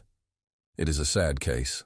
I shudder as I transcribe the records of the trial from the testimony of the hotel waiter, who heard the conversation of the two confederates through a keyhole, and of 40 thoroughly credible witnesses who testified to the same facts. What would be my feelings if I had seen the beautiful victim with the gaping wound in her breast, into which she dipped her finger to mark the brow of her murderer? About 3 o'clock on the afternoon of February 3rd, Professor Davenport and Miss Ida Souchot, a very pale and delicate young girl, who had submitted to the tests of Professor Davenport for a number of years, were finishing their dinner in their room in the second story of a New York hotel. Professor Benjamin Davenport was a celebrity, but it was said that he owed his fame to somewhat questionable means. The leading spiritualists did not repose the confidence in him that manifestly marked their regard for William Crookes or Daniel Douglas Home. Greedy and unscrupulous mediums, the author of Spiritualism in America thinks, are to blame for the most bitter attacks to which our cause has been exposed. When the materializations do not take place as quickly as circumstances require, they resort to trickery and fraud to extricate themselves from a dilemma. Professor Benjamin Davenport belonged to these versatile mediums. Aside from this, queer stories were afloat about him. He was secretly accused of highway robbery in South America, cheating at cards in the gambling houses of San Francisco, and the over-hasty use of firearms toward persons who had never offended him. It was said almost openly that the professor's wife had died from abuse and grief at his infidelity. But in spite of these annoying rumors, Mr. Davenport, by virtue of his skill as a fraud and fakir, continued to exercise a great deal of influence upon certain plain and simple-minded folks, whom it was impossible to convince that they had not touched the materialized spirits of their brothers, mothers, or sisters through the agency of his wonderful power. His professional success received material accession from his swarthy, Mephisto-like countenance, his deep, fiery eyes, his large curved nose, the cynical expression of his mouth, and the lofty, almost prophetic tone of his words. When the waiter had made his last visit, he did not go far. The following conversation took place in the room. "There is to be a séance this evening at the residence of Mrs. Harding," began the medium. "Quite a number of influential people will be there, and 2 or 3 millionaires. Conceal under your skirt the blonde woman's wig and the white material in which the spirits usually make their appearance." "Very well," replied Ida Suchota in a resigned tone. The waiter heard her pace the room. After a pause, she asked, "Whose spirit are you going to control this evening, Benjamin?" The waiter heard a loud, brutal laugh, and the chair groaning beneath the weight of the demonstrative professor. "Guess." "How should I know?" she asked. "I'm going to conjure up the spirit of my dead wife." And another burst of laughter issued from the room, full of sinister levity. A cry of terror burst from Ida's lips. A muffled sound indicated to the eavesdropper at the door that she was dragging herself to the feet of the professor. "Benjamin, Benjamin, don't do it," she sobbed. "Why not? They say I broke Mrs. Davenport's heart. The story is damaging my reputation, but it will be forgotten if her spirit should address me in terms of endearment from the other shore in the presence of numerous witnesses. For you will speak to me tenderly, will you not, Ida? No, no, you shall not do it. You shall not think of it. Listen to me, for God's sake. During the 4 years that I have been with you, I have obeyed you faithfully and suffered patiently. I have lied and deceived like you. I learned to imitate the sleep and symptoms of clairvoyance. Tell me, did I ever refuse to serve you or utter a word of complaint, even when my shoulders bent with the weight of my burden, when you pierced the flesh of my arms with knitting needles? Worse than all this, I imitated distant voices behind curtains and made mothers and wives believe that their sons and husbands had come from a better world to communicate with them. How often have I performed the most dangerous feats in parlors with the lamps turned low? Clothed in a shroud or white muslin, I essayed to represent supernatural forms, whom tear-dimmed eyes recognized as those of departed dear ones. You do not know what I suffered at this unhallowed work. You scoff at the mysteries of eternity. I suffer the torments of an impending retribution. My God, if sometime the dead whom I counterfeit should rise up before me with uplifted arms and dreadful imprecations. This constant terror has injured my heart. It will kill me. I am consumed by fever. Look how emaciated, how worn out and downcast I am. But I am under your control. Do as you like with me. I am in your power, and I want it to be so. Have I ever complained? But do not force me to do this thing, Benjamin. Have pity on me for what I have done for you in the past, for what I am suffering. Do not attempt this mummery. Do not compel me to play the role of your dead wife, who was so tender and beautiful. Oh, what put that thought into your mind? Spare me, Benjamin, I implore you. The professor did not laugh again. Amid the confusion of upturned articles of furniture, the eavesdropper distinguished the sound of a skull striking the floor. He concluded that Professor Davenport had knocked Miss Ida down with a blow of his fist, or had kicked her as she approached him. But the waiter did not enter the room, as no one rang for him. That evening, 40 persons were assembled in Mrs. Joanne Harding's parlor, staring at the curtain where a spirit form was in process of materializing. One dark lantern in a corner of the room contributed the light that emphasized the darkness rather than relieved it. The room was pervaded by profound silence, save the quickened, suppressed breathing of the spectators. The fire in the grate cast mysterious rays of light, resembling fugitive spirits, upon the objects around, almost indistinguishable in the semi-gloom. Professor Davenport was at his best this evening. The spirit world obeyed him without hesitation, like their lawful master. He was the mighty Prince of Souls. Hands that had no arms were seen picking flowers from the vases. The touch of an invisible spirit conjured sweet melodies from the keys of the piano. The furniture responded by intelligent rappings to the most unanticipated questions. The professor himself elevated his form in symbolical distortions from the floor to an altitude of 3 feet, indicated by Mrs. Harding, and remained suspended in the air for a quarter of an hour, holding live coals in his hands. But the most interesting, as well as the most conclusive test, was to be the materialization of the spirit of Mrs. Arabella Davenport, which the professor had promised at the beginning of the séance. "The hour has come," exclaimed the medium, and while the hearts of all throbbed with anxious suspense, and their eyes distended with painful expectancy of the promised materialization, Benjamin Davenport stood before the curtain. In the twilight, the tall man with the disheveled hair and demon look was really terrible and handsome. "Appear, Arabella," he exclaimed in a commanding voice, with gestures of the Nazarene at the sepulchre of Lazarus. "All are waiting." Suddenly a cry burst from behind the curtain, a piercing, shuddering, horrible shriek, the shriek of an expiring soul. The spectators trembled. Mrs. Harding almost fainted. The medium himself appeared surprised. But Benjamin recovered his composure on seeing the curtain move and admit the spirit. The apparition was that of a young woman with long blonde tresses. She was beautiful and pale, clad in some light whitish material. Her breast was bare, and on the left side appeared a bleeding wound, in which trembled a knife.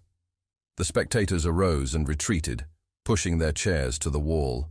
Those who chanced to look at the medium noticed that a deathly pallor had overspread his face, and that he was cowering and trembling.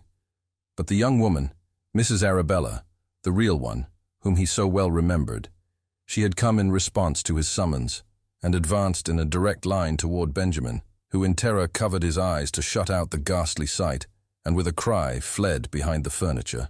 But she dipped the finger of her thin hand into the blood from her wound, and traced it across the brow of the unconscious medium, the while repeating in a slow, monotonous tone that sounded like the echo of a wail, again and again, "You are my murderer, you are my murderer."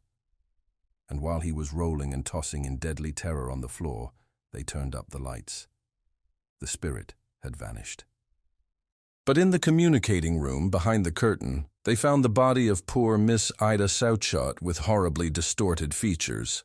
A physician who was present pronounced it heart-stroke, and that is the reason that Professor Benjamin Davenport appeared alone in a New York courtroom to answer to the charge of having murdered his wife 4 years ago in San Francisco. The Phantom Woman. He took an all-possessing, burning fancy to her from the first. She was neither young nor pretty, so far as he could see, but she was wrapped round with mystery. That was the key of it all. She was noticeable in spite of herself. Her face at the window, sunset after sunset, her eyes gazing out mournfully through the dusty panes, hypnotized the lawyer. He saw her through the twilight night after night, and he grew at length to wait through the days in a feverish waiting for dusk, and that one look at an unknown woman. She was always at the same window on the ground floor, sitting doing nothing. She looked beyond, so the infatuated solicitor fancied, at him. Once he even thought that he detected the ghost of a friendly smile on her lips. Their eyes always met with a mute desire to make acquaintance. This romance went on for a couple of months. Gilbert Dent assured himself that nothing in this life can possibly remain stationary, and he cudgelled his brain for a respectable manner of introducing himself to his idol. He had hardly arrived at this point when he received a shock. There came an evening when she was not at the window. Next morning he walked down Wood Lane on his way to the office. He always went by train, but he felt a strong disinclination to go through another day without a sight of her. His heart began to beat like a schoolgirl's as he drew near the house. If she should be at the window, he was almost disposed to take his courage in his hand and call on her and, yes, even, tell her in a quick burst that she had mysteriously become all the world to him. He could see nothing ridiculous in this course. The possibility of her being married or having family ties of any sort had simply never occurred to him. However, she was not at the window. What was more, there was a sinister silence, a sort of breathlessness about the whole place. It was a very hot morning in late August. He looked a long time, but no face came, and no movement stirred the house. He went his way, walking like a man who has been heavily knocked on the brow and sees stars still. That afternoon, he left the office early, and in less than an hour stood at the gate again. The window was blank. He pushed the gate back, it hung on one hinge, and walked up the drive to the door. There were 5 steps, 5 steps leading up to it. At the foot, he wheeled aside sharply to the window. He had a sick dread of looking through the small panes, why he could not have told.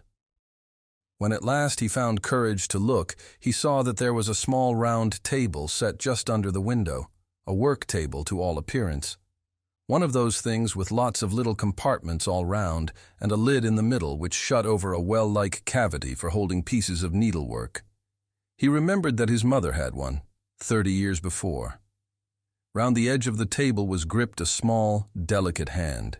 Gilbert Dent's eyes ran from this bloodless hand and slim wrist to a shoulder under a coarse stuff bodice, to a rather wasted throat, which was bare and flung back. So this was the end, before the beginning. He saw her. She was dead, twisted on the floor with a ghastly face turned up toward the ceiling, and stiff fingers caught in desperation round the work table. He stumbled away along the path and into the lane. For a long time he could not realize the horror of this thing. The influence of the decayed house hung over him. Nothing seemed real. It was quite dark when he moved away from the gate and went in the direction of the nearest police station. That she was dead, this woman whose very name he did not know although she influenced him so powerfully, he was certain. One look at the face would have told anyone that. That she was murdered he more than suspected. He had seen no blood about.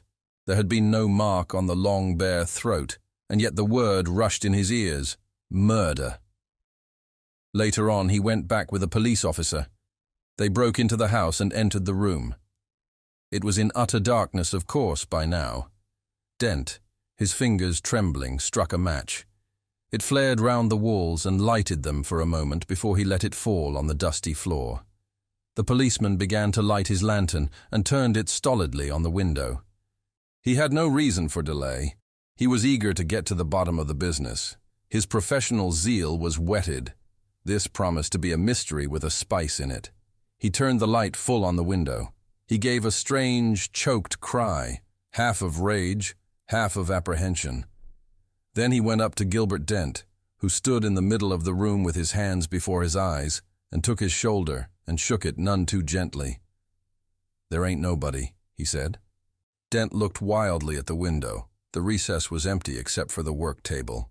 The woman was gone. They searched the house. They minutely inspected the garden. Everything was normal.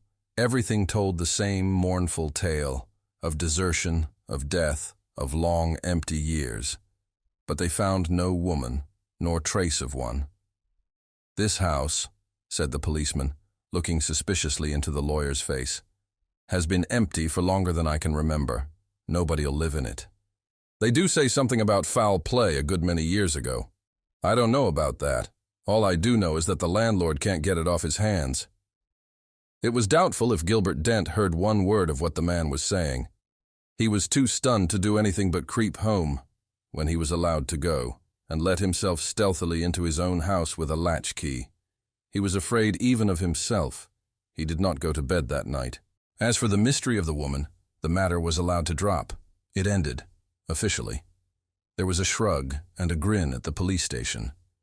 The impression there was that the lawyer had been drinking, that the dead woman in the empty room was a gruesome freak of his tipsy brain. A week or so later, Dent called on his brother Ned, the one near relation he had. Ned was a doctor. Perhaps he was a shade more matter-of-fact than Gilbert. At all events, when the latter told his story of the house and the woman, he attributed the affair solely to liver. "You are overworked." The elder brother looked at the younger's yellow face. "An experience of this nature is by no means uncommon. Haven't you heard of people having their pet spooks? But this was a real woman," he declared. Well, I was in love with her. I had made up my mind to marry her, if I could." Ned gave him a keen, swift glance. "We'll go to Brighton tomorrow," he said with quiet decision. "As for your work, everything must be put aside. You've run completely down. You ought to have been taken in hand before." They went to Brighton, and it really seemed as if Ned was right, and that the woman at the window had been merely a nervous creation. It seemed so, that is, for nearly 3 weeks, and then the climax came. It was in the twilight, she had always been part of it, that Gilbert Dent saw her again, the woman that he had found lying dead. They were walking, the two brothers, along the cliffs. The wind was blowing in their faces, the sea was booming beneath the cliff. Ned had just said it was about time they turned back to the hotel and had some dinner, when Gilbert, with a cry, leapt forward to the very edge of the flat grass path on which they were strolling. The movement was so sudden that his brother barely caught him in time. They struggled and swayed on the very edge of the cliff for a second. Gilbert, possessed by some sudden frenzy, seemed resolved to go over, but the other at last dragged him backward, and they rolled together on the close, thick turf. At this point, Gilbert opened his eyes and tried to get on his feet. "Better?" asked his brother cheerfully, holding out a helping hand. "Strange. The sea has that effect on some people. Didn't think that you were one of them." "What effect?" "Vertigo, my dear fellow." "Ned," said the other solemnly, "I saw her. It is not worth your while to try to account for anything. I have been inclined to think that you were right, that she, the woman at the window, was a fancy, that I had fallen in love with a creation of my own brain. But I saw her again tonight. You must have seen her yourself. She was within a couple of feet of you. Why did you not try and save her? It was nothing short of murder to let her go over like that. I did my best." "You certainly did. To kill us both," said Ned grimly. Gilbert gave him a wild look. After luncheon, Ned persuaded him to rest, watched him fall asleep, and then went out. In the porch of the hotel, he was met by a waiter on his return, who told him that Gilbert had left about a quarter of an hour after he had himself gone out. Directly he heard this, he feared the worst. Having, as is usual in such cases, a very hazy idea of what the worst might be. Of course, he must follow without a moment's delay, but a reference to the timetable told him that there was not another train for an hour, and that was slow. It was already getting dusk when he arrived there. He felt certain that Gilbert would go there. He got to the end of the lane and walked up it slowly, examining every house. There would be no difficulty in recognizing the one he wanted. Gilbert had described it in detail more than once. He stood outside the loosely hanging gate at last, and stared through the darkness at the shabby stucco front and rank garden. He went down a flight of steps to the back door, and finding it unfastened, stepped into a stone passage. It was one of the problems of the place that he should have avoided the main entrance door with a half-admitted dread, and that only half-admitting still, he was afraid to mount the long flight of stone stairs leading from the servants' quarters. However, he pulled himself together and went up to the room. It was quite dark inside. He heard something scuttle across the floor. He felt the grit and dust of years under his feet. He struck a match, just as Gilbert had done, and looked first at the recess in which the window was built. The match flared round the room for a moment and gave him a flash picture of his surroundings. He saw the stripes of gaudy paper moving almost imperceptibly, like tentacles of some sea monster, from the wall. He saw a creature. It looked like a rat, scurry across the floor from the window to the great mantelpiece of hard white marble. If he had seen nothing more than this. He saw in detail all that the first match had flashed at him. He saw his brother lying on the floor. A ghastly coincidence, his hand was caught round the edge of the work table as hers had been. The other hand was clenched across his breast. There was a look of great agony on his face. A dead face, of course. This was the end of the affair. He was lying dead by the window where the woman had sat every night at dusk and smiled at him. The second match went out. The brother of the dead man struck a third. He looked again and closely. Then he staggered to his feet and gave a cry. It rang through the empty rooms and echoed without wearying down the long stone passages in the basement. Gilbert's head was thrown back. His chin peaked to the ceiling. On his throat were livid marks. The doctor saw them distinctly. He saw the grip of small fingers, the distinct impression of a woman's little hand. And the curious thing about the whole story, the most curious thing perhaps, is that no other eye ever saw those murderous marks. So there was no scandal, no chase after the murderer, no undiscovered crime. They faded. When the doctor saw his brother again in the full light and in the presence of others, his throat was clear. and the post-mortem proved that death was due to natural causes. So the matter stands, and will. But where the house and its overgrown garden stood, runs a new road with neat red and white villas. Whatever secret it knew, if any, it kept discreetly. Ned Dent is morbid enough to go down the smart new road in the twilight sometimes and wonder. The Phantom Hag. The other evening in an old castle, the conversation turned upon apparitions, each one of the party telling a story. As the accounts grew more horrible, the young ladies drew closer together. "Have you ever had an adventure with a ghost?" said they to me. "Do you not know a story to make us shiver? Come, tell us something." "I am quite willing to do so," I replied. "I will tell you of an incident that happened to myself. Toward the close of the autumn of 1858, I visited one of my friends, sub-prefect of a little city in the center of France. Albert was an old companion of my youth, and I had been present at his wedding. His charming wife was full of goodness and grace.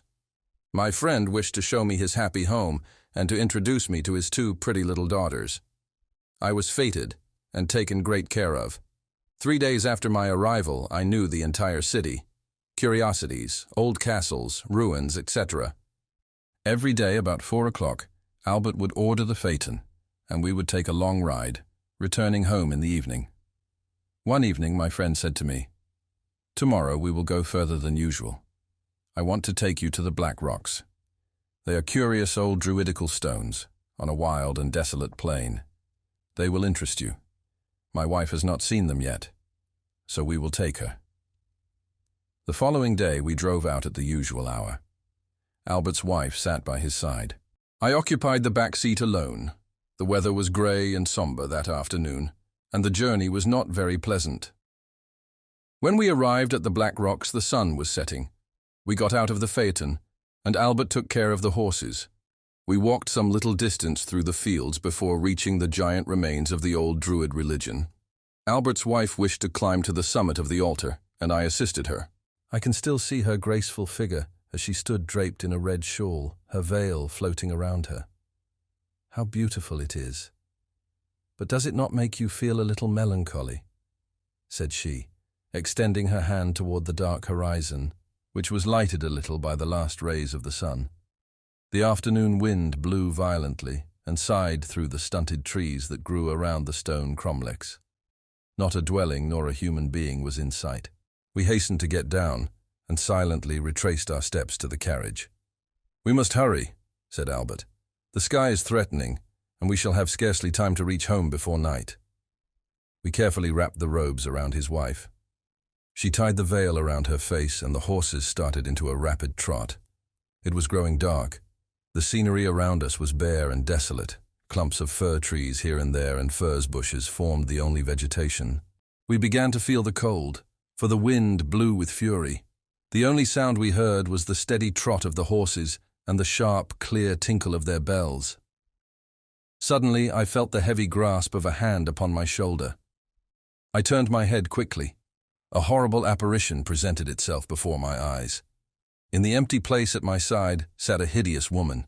I tried to cry out. The phantom placed her fingers upon her lips to impose silence upon me. I could not utter a sound. The woman was clothed in white linen. Her head was cowled. Her face was overspread with a corpse-like pallor, and in place of eyes were ghastly black cavities. I sat motionless, overcome by terror. The ghost suddenly stood up and leaned over the young wife. She encircled her with her arms and lowered her hideous head as if to kiss her forehead. "What a wind!" cried Madame Albert, turning precipitately toward me. "My veil is torn." As she turned, I felt the same infernal pressure on my shoulder, and the place occupied by the phantom was empty. I looked out to the right and left. The road was deserted, not an object in sight. "What a dreadful gale," said Madame Albert. "Did you feel it?" I cannot explain the terror that seized me. My veil was torn by the wind as if by an invisible hand. I am trembling still. "Never mind," said Albert, smiling. "Wrap yourself up, my dear. We will soon be warming ourselves by a good fire at home. I am starving." A cold perspiration covered my forehead. A shiver ran through me. My tongue clove to the roof of my mouth, and I could not articulate a sound. A sharp pain in my shoulder was the only sensible evidence that I was not the victim of an hallucination.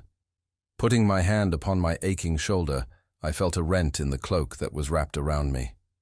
I looked at it. 5 perfectly distinct holes, visible traces of the grip of the horrible phantom. I thought for a moment that I should die, or that my reason should leave me. It was, I think, the most dreadful moment of my life.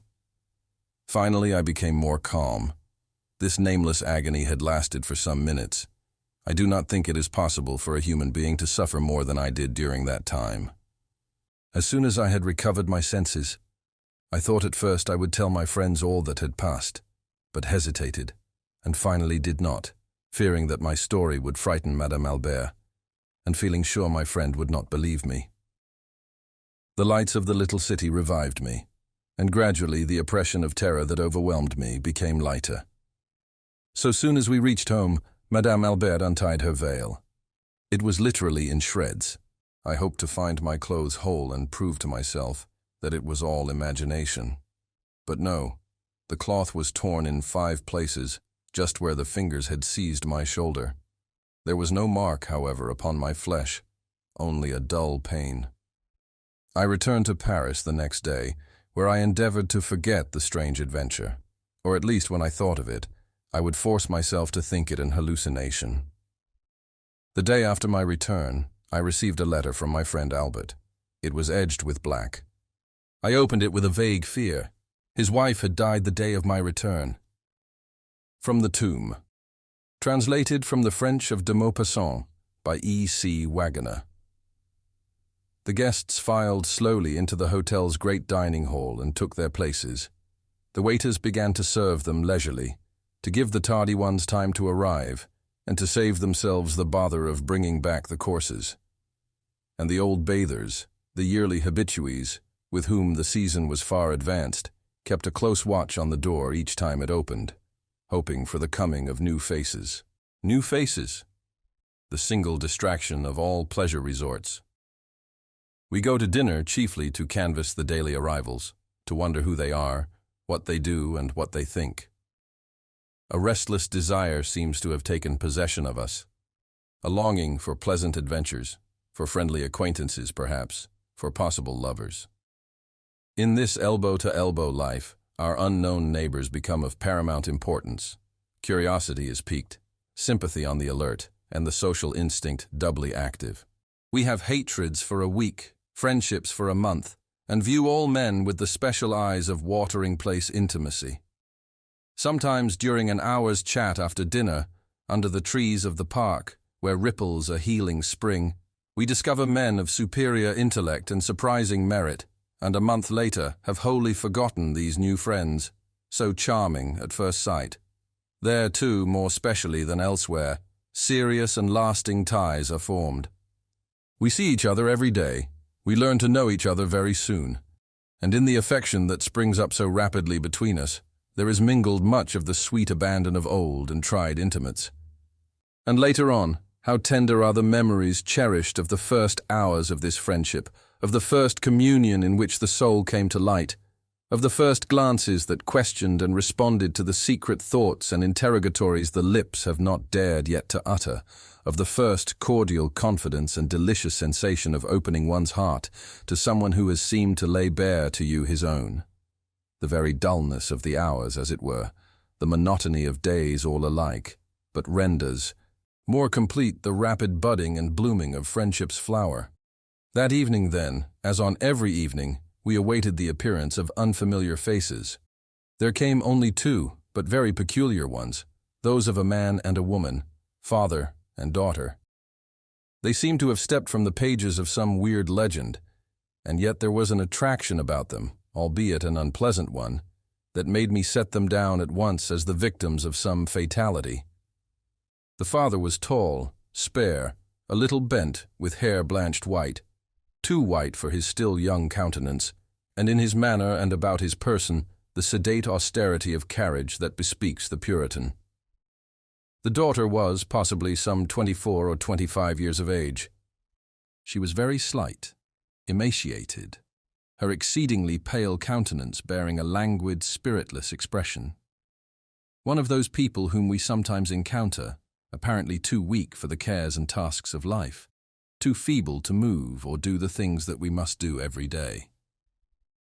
Nevertheless, the girl was pretty, with the ethereal beauty of an apparition. It was she, undoubtedly, who came for the benefit of the waters. They chanced to be placed at table immediately opposite to me, and I was not long in noticing that the father, too, had a strange affection, something wrong about the nerves, it seemed. Whenever he was going to reach for anything, his hand, with a jerky twitch, described a sort of fluttering zigzag before he was able to grasp what he was after. Soon, the motion disturbed me so much I kept my head turned in order not to see it. But not before I had also observed that the young girl kept her glove on her left hand while she ate.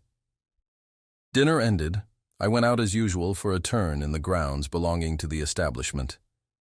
A sort of park, I might say, stretching clear to the little station of Auvergne-Châtel-Guyon, nestling in a gorge at the foot of the high mountain, from which flowed the sparkling, bubbling springs, hot from the furnace of an ancient volcano. Beyond us there, the domes, small extinct craters, of which Châtel-Guyon is the starting point, raised their serrated heads above the long chain, while beyond the domes came two distinct regions, one of them needle-like peaks, the other of bold, precipitous mountains. It was very warm that evening, and I contented myself with pacing to and fro under the rustling trees, gazing at the mountains and listening to the strains of the band, pouring from the casino, situated on a knoll that overlooked the grounds. Presently I perceived the father and daughter coming toward me with slow steps. I bowed to them in that pleasant continental fashion with which one always salutes his hotel companions. The gentleman halted at once. "Pardon me, sir," said he, "but may I ask if you can direct us to a short walk, easy and pretty if possible?" "Certainly," I answered, and offered to lead them myself to the valley through which the swift river flows, a deep, narrow cleft between two great declivities, rocky and wooded. They accepted, and as we walked, we naturally discussed the virtue of the mineral waters. They had, as I had surmised, come there on his daughter's account. "She has a strange malady," said he, "the seat of which her physicians cannot determine. She suffers from the most inexplicable nervous symptoms. Sometimes they declare her ill of a heart disease, sometimes of a liver complaint, again of a spinal trouble. At present they attribute it to the stomach, that great motor and regulator of the body, this protean disease of 1,000 forms, 1,000 modes of attack. It is why we are here. I myself think it is her nerves. In any case, it is sad." This reminded me of his own jerking hand. "It may be hereditary," said I. "Your own nerves are a little disturbed, are they not?" "Mine?" he answered tranquilly. "Not at all. I have always possessed the calmest nerves." Then, suddenly, as if bethinking himself, "For this," touching his hand, "is not nerves, but the result of a shock, a terrible shock that I suffered once. Fancy it, sir, this child of mine has been buried alive." I could find nothing to say. I was dumb with surprise. "Yes," he continued, "buried alive. But hear the story. It is not long. For some time past, Juliet had seemed affected with a disordered action of the heart. We were finally certain that the trouble was organic and feared the worst. One day it came. She was brought in lifeless, dead. She had fallen dead while walking in the garden. Physicians came in haste, but nothing could be done. She was gone. For 2 days and nights I watched beside her myself, and with my own hands placed her in her coffin, which I followed to the cemetery and saw placed in the family vault. This was in the country, in the province of Lorraine. It had been my wish, too, that she should be buried in her jewels, bracelets, necklace, and rings, all presents that I had given her, and in her first ball dress. You can imagine, sir, the state of my heart in returning home. She was all that I had left. My wife had been dead for many years. I returned, in truth half mad, shut myself alone in my room and fell into my chair dazed, unable to move. merely a miserable breathing wreck. Soon my old valet Prosper, who had helped me place Juliet in her coffin and lay her away for her last sleep, came in noiselessly to see if he could not induce me to eat. I shook my head, answering nothing. He persisted. "Monsieur is wrong. This will make him ill." "Will Monsieur allow me, then, to put him to bed?" "No, no," I answered. "Let me alone." He yielded and withdrew. How many hours passed, I do not know. What a night! What a night! It was very cold. My fire of logs had long since burned out in the great fireplace. And the wind, a wintry blast charged with an icy frost, howled and screamed about the house and strained at my windows with a curiously sinister sound. Long hours, I say, rolled by. I sat still where I had fallen, prostrated, overwhelmed, my eyes wide open, but my body strengthless, dead, my soul drowned in despair. Suddenly the great bell gave a loud peal. I gave such a leap that my chair cracked under me. The slow, solemn sound rang through the empty house. I looked at the clock. It was 2 a.m. Who could be coming at such an hour? Twice again the bell pulled sharply. The servants would never answer, perhaps never hear it. I took up a candle and made my way to the door. I was about to demand, "Who is there?" But, ashamed of the weakness, nerved myself and drew back the bolts. My heart throbbed, my pulse beat. I threw back the panel brusquely, and there, in the darkness, saw a shape like a phantom, dressed in white. I recoiled, speechless with anguish, stammering, "Who? Who are you?" A voice answered, "It is I, Father." It was my child, Juliet. Truly, I thought myself mad. I shuddered, shrinking backward before the spectre as it advanced, gesticulating with my hand to ward off the apparition. It is that gesture which has never left me. Again the phantom spoke. "Father, Father, see, I am not dead. Someone came to rob me of my jewels. They cut off my finger. The flowing blood revived me." And I saw then that she was covered with blood. I fell to my knees, panting, sobbing, laughing, all in one.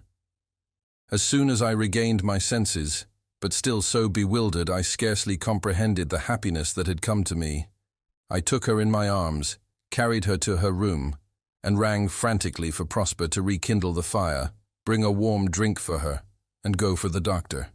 He came running, entered, gazed a moment at my daughter in the chair, gave a gasp of fright and horror, and fell back, dead.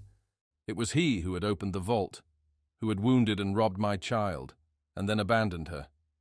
For he could not efface all trace of his deed, and he had not even taken the trouble to return the coffin to its niche. Sure, besides, of not being suspected by me, who trusted him so fully, we are truly very unfortunate people, monsieur. He was silent. Meanwhile the night had come on, enveloping in the gloom the still and solitary little valley. A sort of mysterious dread seemed to fall upon me in presence of these strange beings. This corpse come to life, and this father with his painful gestures. "Let us return," said I. "The night has grown chill." And still in silence, we retraced our steps back to the hotel, and I shortly afterward returned to the city. I lost all further knowledge of the 2 peculiar visitors to my favorite summer resort. Sandy's ghost. "Accommodations for the night, stranger? Well, yes, I reckon we can fix a place for you. Have a cheer and set you down." "Thank you. Don't you find this rather a lonely place? No neighbors, no nothing that I can see? How came you to settle here, so far removed from other habitations?" "Well, perhaps it's best not to ask too many questions to once." "Beg your pardon. No offense was intended, I assure you. Simply idle curiosity." "Don't say 'nother word, stranger, but come in and we'll have a snack for supper. Polly, bring on the victuals. You're just in time." Polly at once obeyed. She was a typical Western girl, tall, lithe, graceful, and limpid-eyed. She was clear-skinned and high-spirited, too, and in this case ignorant through no fault of her own. John Barr's eyes scanned her intently, and a flush came to her cheeks. For the first time in her life, she was unpleasantly conscious of her bare feet. It may have been this that made her stumble and spill some of the contents of an earthen bowl over the guest's knees as she placed it on the table. Her eyes flashed, and a tear of anger twinkled on the lashes. She stopped, half meaning to apologize, but an oath from her father caused her to set the bowl down heavily and to hurry from the cabin. A moment later, Bar saw a flutter of pink calico from behind a pile of rocks. Old Kit Robinson saw it too. "Don't wonder at your saying 'tain't right. She's a smart gal and a good looker too, as should have been sent away from here to school to be edicated. But she won't leave her no count, Dad. I oughter be shot for cussin' her. But I ain't what I used to be. Settin' here and keepin' guard makes me narvous." Bar's eyes asked the question his lips refused to speak. Supper eaten, the men went outside and sat with their chairs tilted back against the cabin. Something in the younger man's frank face had softened old Kit into a reminiscent mood and made him strangely inclined to gratify an idle curiosity. The soft evening winds sighed through the branches of the tall spruce pines, and the declining rays of the setting sun caused the shadow of the rude home to stretch out longer across the greensward. From its shelter where he sat, John Barr looked out on the grand ranges of the Rockies and wondered where in their vastness he would find the man he sought, the finding of whom had brought him out into this wild and almost forsaken mining camp. "Stranger, I've took a liking to you. You've a something about you that reminds me of someone I know, and you look like an honest chap. Say, do you believe in ghosts?" He put the question very suddenly, and a look of disappointment crossed his face when Barr told him that he did not believe in spooks. "Wall, I've seen 'em." A thought connecting the pink calico with something in the past came to Barr's mind. "Can't you tell me about it?" he asked. "I'd like to if you'll swar on your derringer, never to blab." "Will you swar?" The solitary guest started to smile, but the smile faded at the thought of unshed tears in Polly's eyes. It might make it easier for her if he humored the old man. "I'll swear," he said, and he did.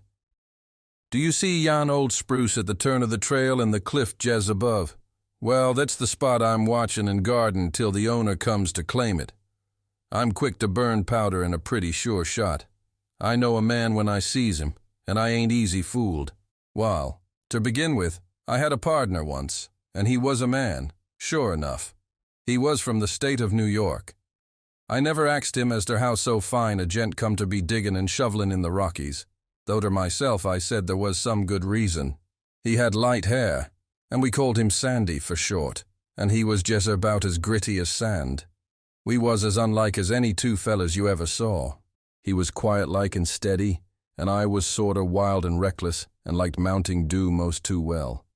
Wall, when we had a little dust scraped together, we would divvy, and I tuck my share way down to the station on the other side of the cliffs and sent it off to the bank in Helena.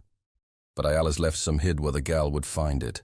Old Sandy had a bank of his own that no one knew about, 'cepting hisself, and every time we divided, he'd carry part of it to his hiding place, and then give the rest to me to send to his boy, that he said was being edicated in some college way up in Boston.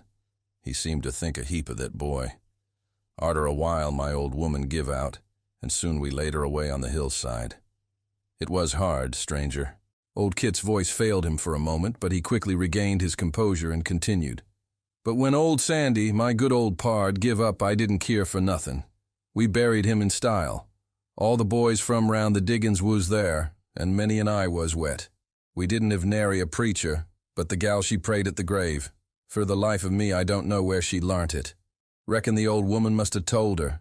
Next morning the gal showed me a letter that Sandy give her just afore he died. It was to his boy, and she was to give it to him if he ever come out this way, and she's got it yet.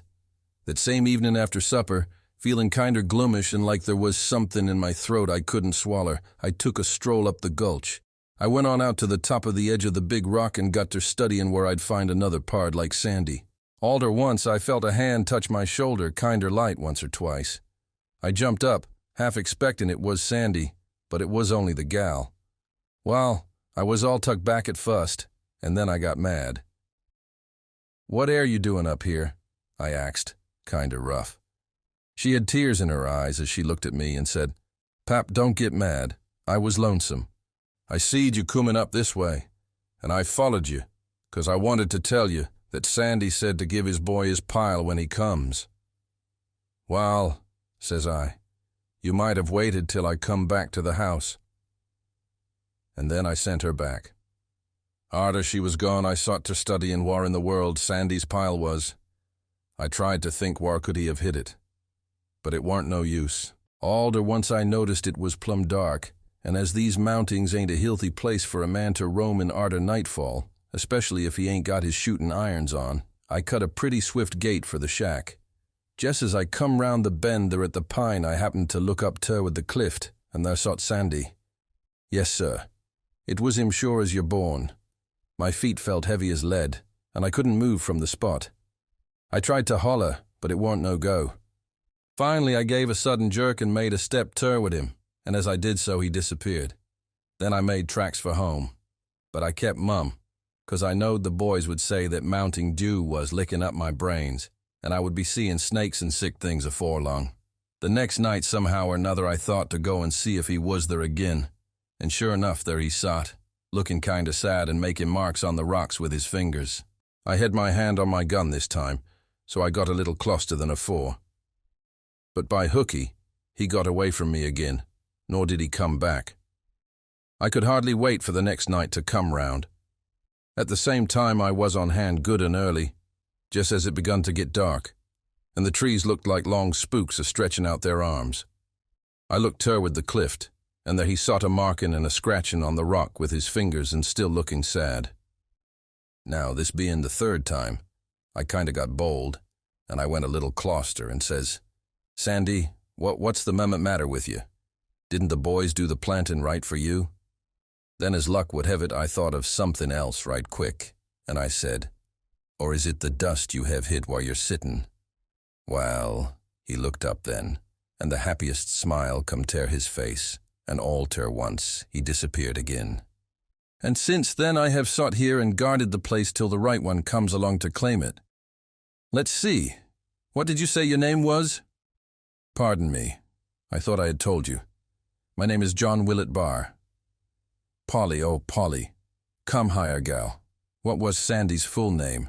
I plumb forgot. What you want to know fur? She asked. I ain't a-goin' to tell you now. That's my own secret.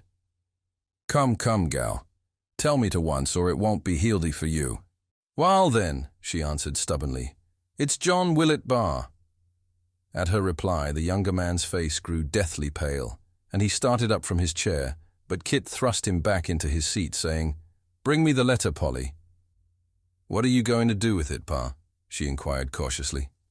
I promised old Sandy on my oath to keep it till the right one comes along to claim it, and I mean to keep my word.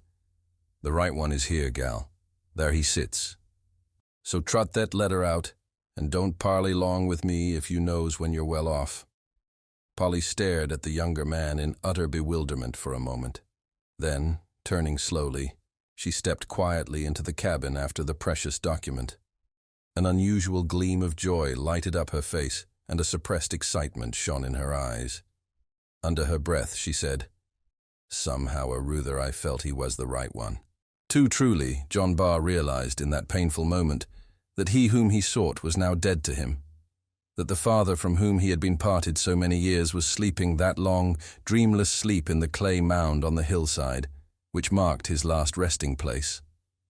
As he turned to look at the face of old, honest Kit, who had been his father's friend during those long years of forced exile, a happy smile lit up the old miner's rugged features as he pointed with his finger to the rock cliff near the old spruce vine, and said, in an exultant, trembling voice, There he be, stranger, just as I have seen him many a night.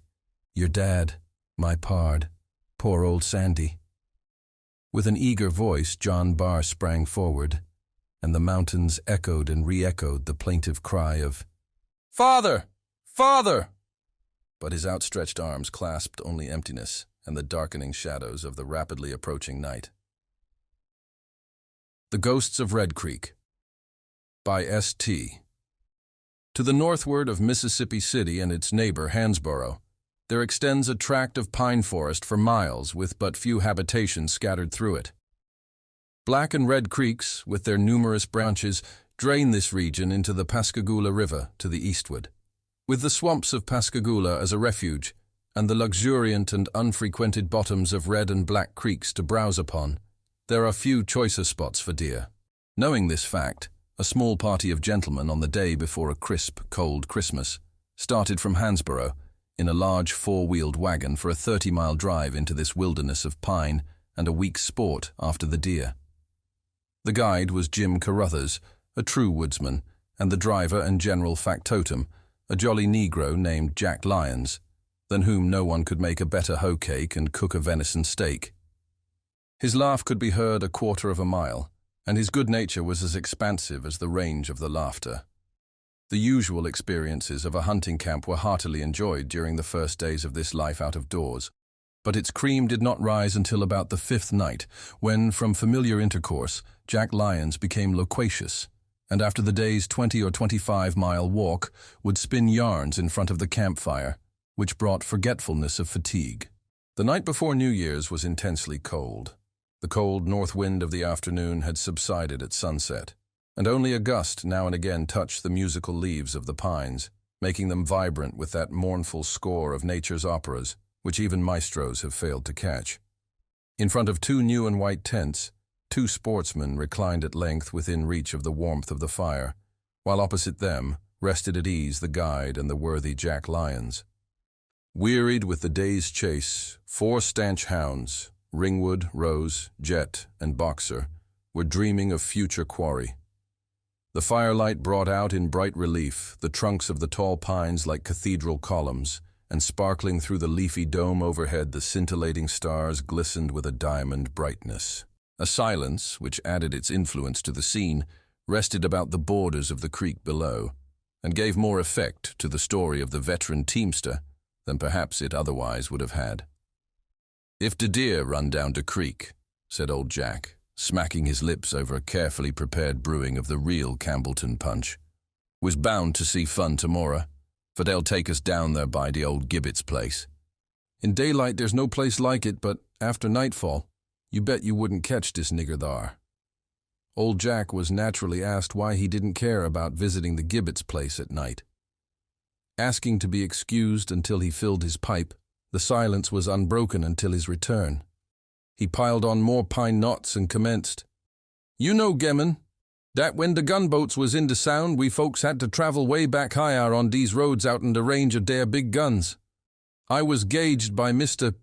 Harrison in hauling salt from the factory at Mississippi City, on the beach over to Mobile, and I had been making a trip every week or so. This back-country road was never thought of by the Federals, and we had good times long the way, no shells and no shooting. The nite, Gemmen, as a speaking of was a Friday, that yous all knows is unlucky.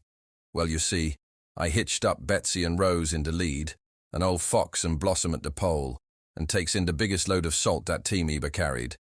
I starts out and crosses the Biloxi River at Hansborough Jess as the moon was going down. Yes, boss, these roads weren't no better than now, and the rain had made 'em mighty rough when you come to the holes. I sat in the seat whistling "The Cows is in the Pea Patch" and a-thinking of Sarah Jameson, what was afterwards my wife, when I felt the off for We'll Go Cursish in a hole up to the hub. I'd made 17 miles out of Hansborough.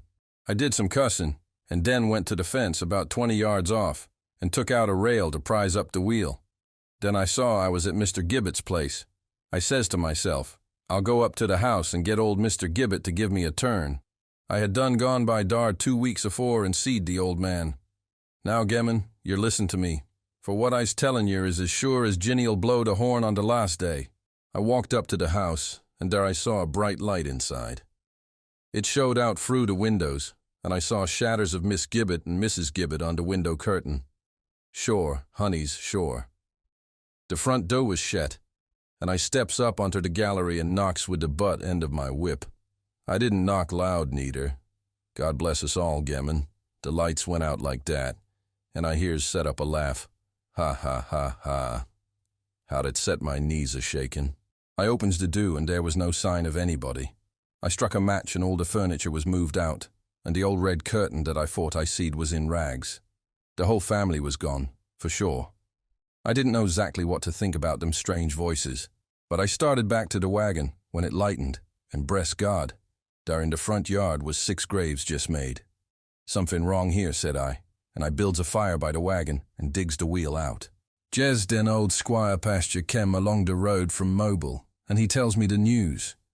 Old man Gibbet cut the throats of his wife and 4 chillens and shoot hisself in the head out in jealousy of his wife. They was all buried in the front yard, and the house was deserted 10 days before. Gemmen, when I hear that, them mules make the quickest time to Mobile Eberseed, and yous can tell me dar's no ghosts, but you don't catch me round that log house of Gibbet's 'cept sun's an hour high. Jack looked suspiciously over his shoulder into the darkness and crawled into his blanket, muttering, "It scares this nigger Eben now to tell about that night." Sleep soon fell upon the camp, but the impression of old Jack's story survived the night, and the next day he still asserted its truth. The Spectre Bride.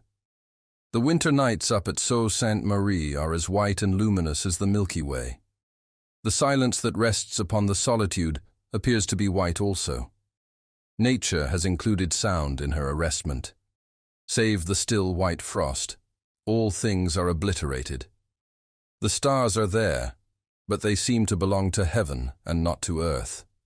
They are at an immeasurable height, and so black is the night that the opaque ether rolls between them and the observer in great liquid billows. In such a place, it is difficult to believe that the world is peopled to any great extent. One fancies that Cain has just killed Abel, and that there is need for the greatest economy in the matter of human life.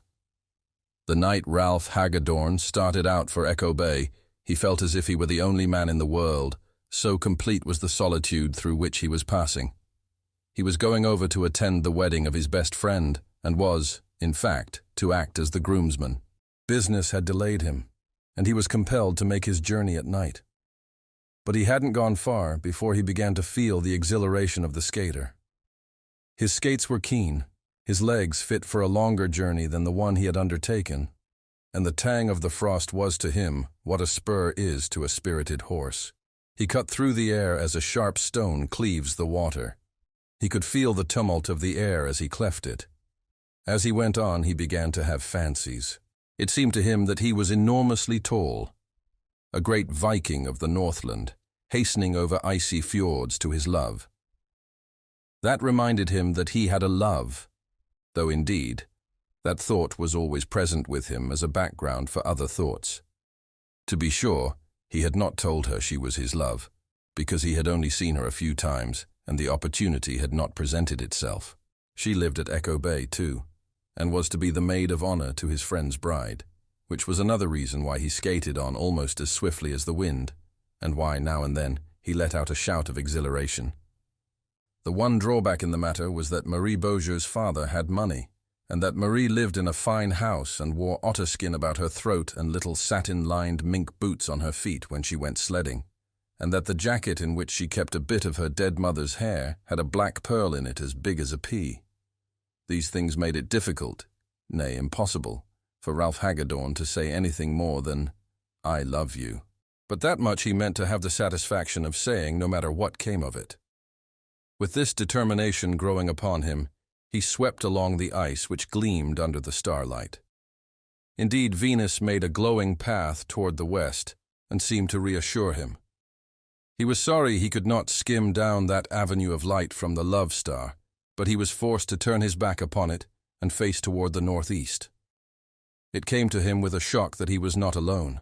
His eyelashes were a good deal frosted, and his eyeballs blurred with the cold, and at first he thought it an illusion. But he rubbed his eyes hard, and at length made sure that not very far in front of him was a long white skater in fluttering garments who sped over the snows fast as ever werewolf went. He called aloud, but there was no answer, and then he gave chase, setting his teeth hard and putting a tension on his firm young muscles. But however fast he might go, the white skater went faster. After a time he became convinced, as he chanced to glance for a second at the North Star, that the white skater was leading him out of his direct path. For a moment he hesitated, wondering if he should not keep to his road, but the strange companion seemed to draw him on irresistibly, and so he followed. Of course, it came to him more than once that this might be no earthly guide. Up in those latitudes, men see strange things when the hoarfrost is on the earth. Hagedorn's father, who lived up there with the Lake Superior Indians and worked in the copper mines, had once welcomed a woman at his hut on a bitter night, who was gone by morning, and who left wolf tracks in the snow. Yes, it was so, and John Fontenelle, the half-breed, could tell you about it any day, if he were alive.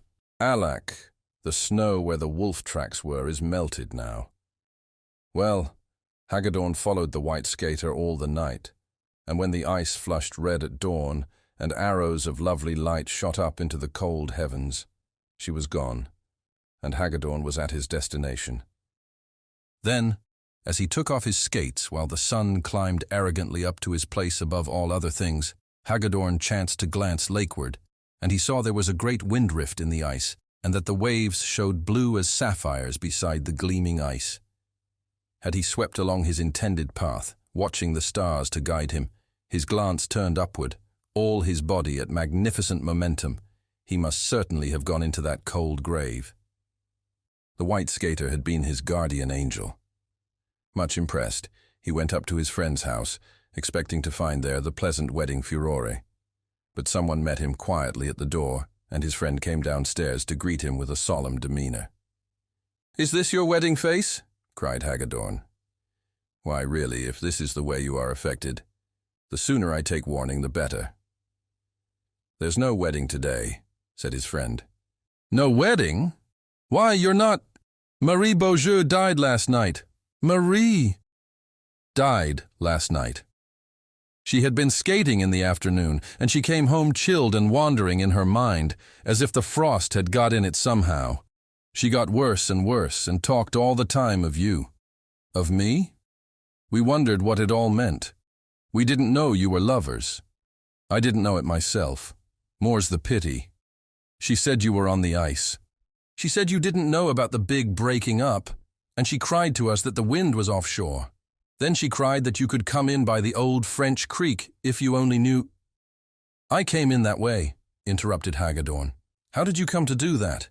It's out of your way." So Hagedorn told him how it came to pass. And that day they watched beside the maiden, who had tapers at her head and feet. And over in the little church, the bride, who might have been at her wedding, said prayers for her friend.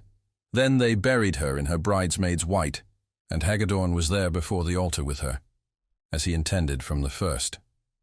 At midnight, the day of the burial, her friends were married in the gloom of the cold church, and they walked together through the snow to lay their bridal wreaths on her grave. 3 nights later, Hagedorn started back again to his home. They wanted him to go by sunlight, but he had his way and went when Venus made her bright path on the ice.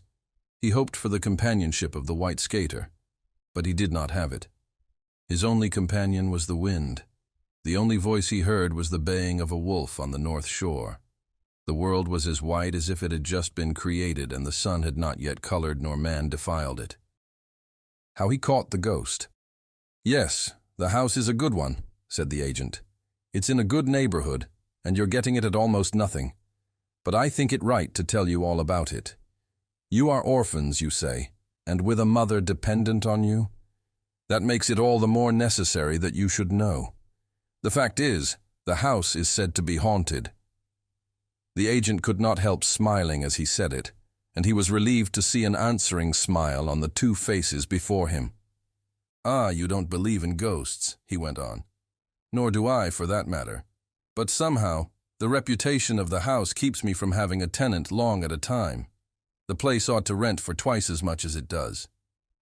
"If we succeed in driving out the ghost, you will not raise the rent?" asked the boy with a merry twinkle in his eyes. "Well, no, not this year at any rate," laughed the agent. And so the house was rented, and the slip of a girl and the tall lad, her brother, went their way. Within a week the family had moved into the house and were delighted with it. It was large and cool, with wide halls and fine stairways, and with more room than they needed. But that did not matter in the least, for they had always been cramped in small houses, suffering many discomforts, and they never could have afforded such a place as this if it had not been haunted. "Blessings on the ghost!" cried Margaret gaily, as she ran about as merry as a child. "Who would be without a ghost in the house when it brings one like this?" "And it is so near your school," said the mother, "and I used to worry so over the long walk, and David can come home to lunch now, and you don't know what a pleasure that will be." "It seems to me," David gravely explained, "that if I should meet the ghost, I would treat him with the greatest politeness and encourage him to stay. We shall not miss the room he takes, shall we? I think it would be well to set aside that room over yours, Maggie, for his ghost ship's own, for we shall not need that, you know. Besides, the door doesn't shut, and he can go in and out without breaking the lock." And then they all laughed and had a great deal of fun over the ghost, which was a great joke to them. They were very tired that night, and slept soundly all night long. When they met the next morning, there was more laughter about the ghost, which was shy about meeting strangers, probably, and had made no effort to introduce himself. For the next 3 days, they were all hard at work, trying to bring chaos into something like order. And then it was time for the school to open, and Margaret was to begin teaching, and David inserted an advertisement in the city papers for a maid-of-all-work, who might help their mother in their absence. For one whole day, prospective coloured servants presented themselves and announced, "Is dis de house whar dey wants a work lady? No, ma'am, I ain't gwine to work in dis house. Catch me working in no haunted house." After which they each and all departed, and others came in their stead. One was secured after a while, but no sooner had she talked across the fence with a neighbour's servant than she, too, departed. "Never mind, children," said Mrs. Craig wearily. "I would much rather do the work than be troubled in this way." So the maid-of-all-work was dismissed, and the Craig family locked the doors and went to their rooms, worn out with the day's anxieties. They had been in the house 4 days, and there had been neither sight nor sound of the ghost. The very mention of it was enough to start them all to laughing, for they were thoroughly practical people, with a fondness for inquiring into anything that seemed mysterious to them, and for understanding it thoroughly before they let it go. David was soon sleeping the sound sleep of healthy boyhood, and all was silent in the house, when Margaret stole softly into his room and laid her hand on his arm. He was not easy to waken, and several minutes had passed before he sat up in bed with an articulate murmur of surprise. "Hush," said Margaret in a whisper, with her hand on his lips. "I want you to come into my room and listen to a sound that I have been hearing for some time." "Doors creaking," suggested David, as he began to dress. "Nothing of the kind," was all she said. They walked up the stairway, and along the upper hall to the door of the unused room. Something was wrong with the lock, and the door would not stay fastened, as I have said.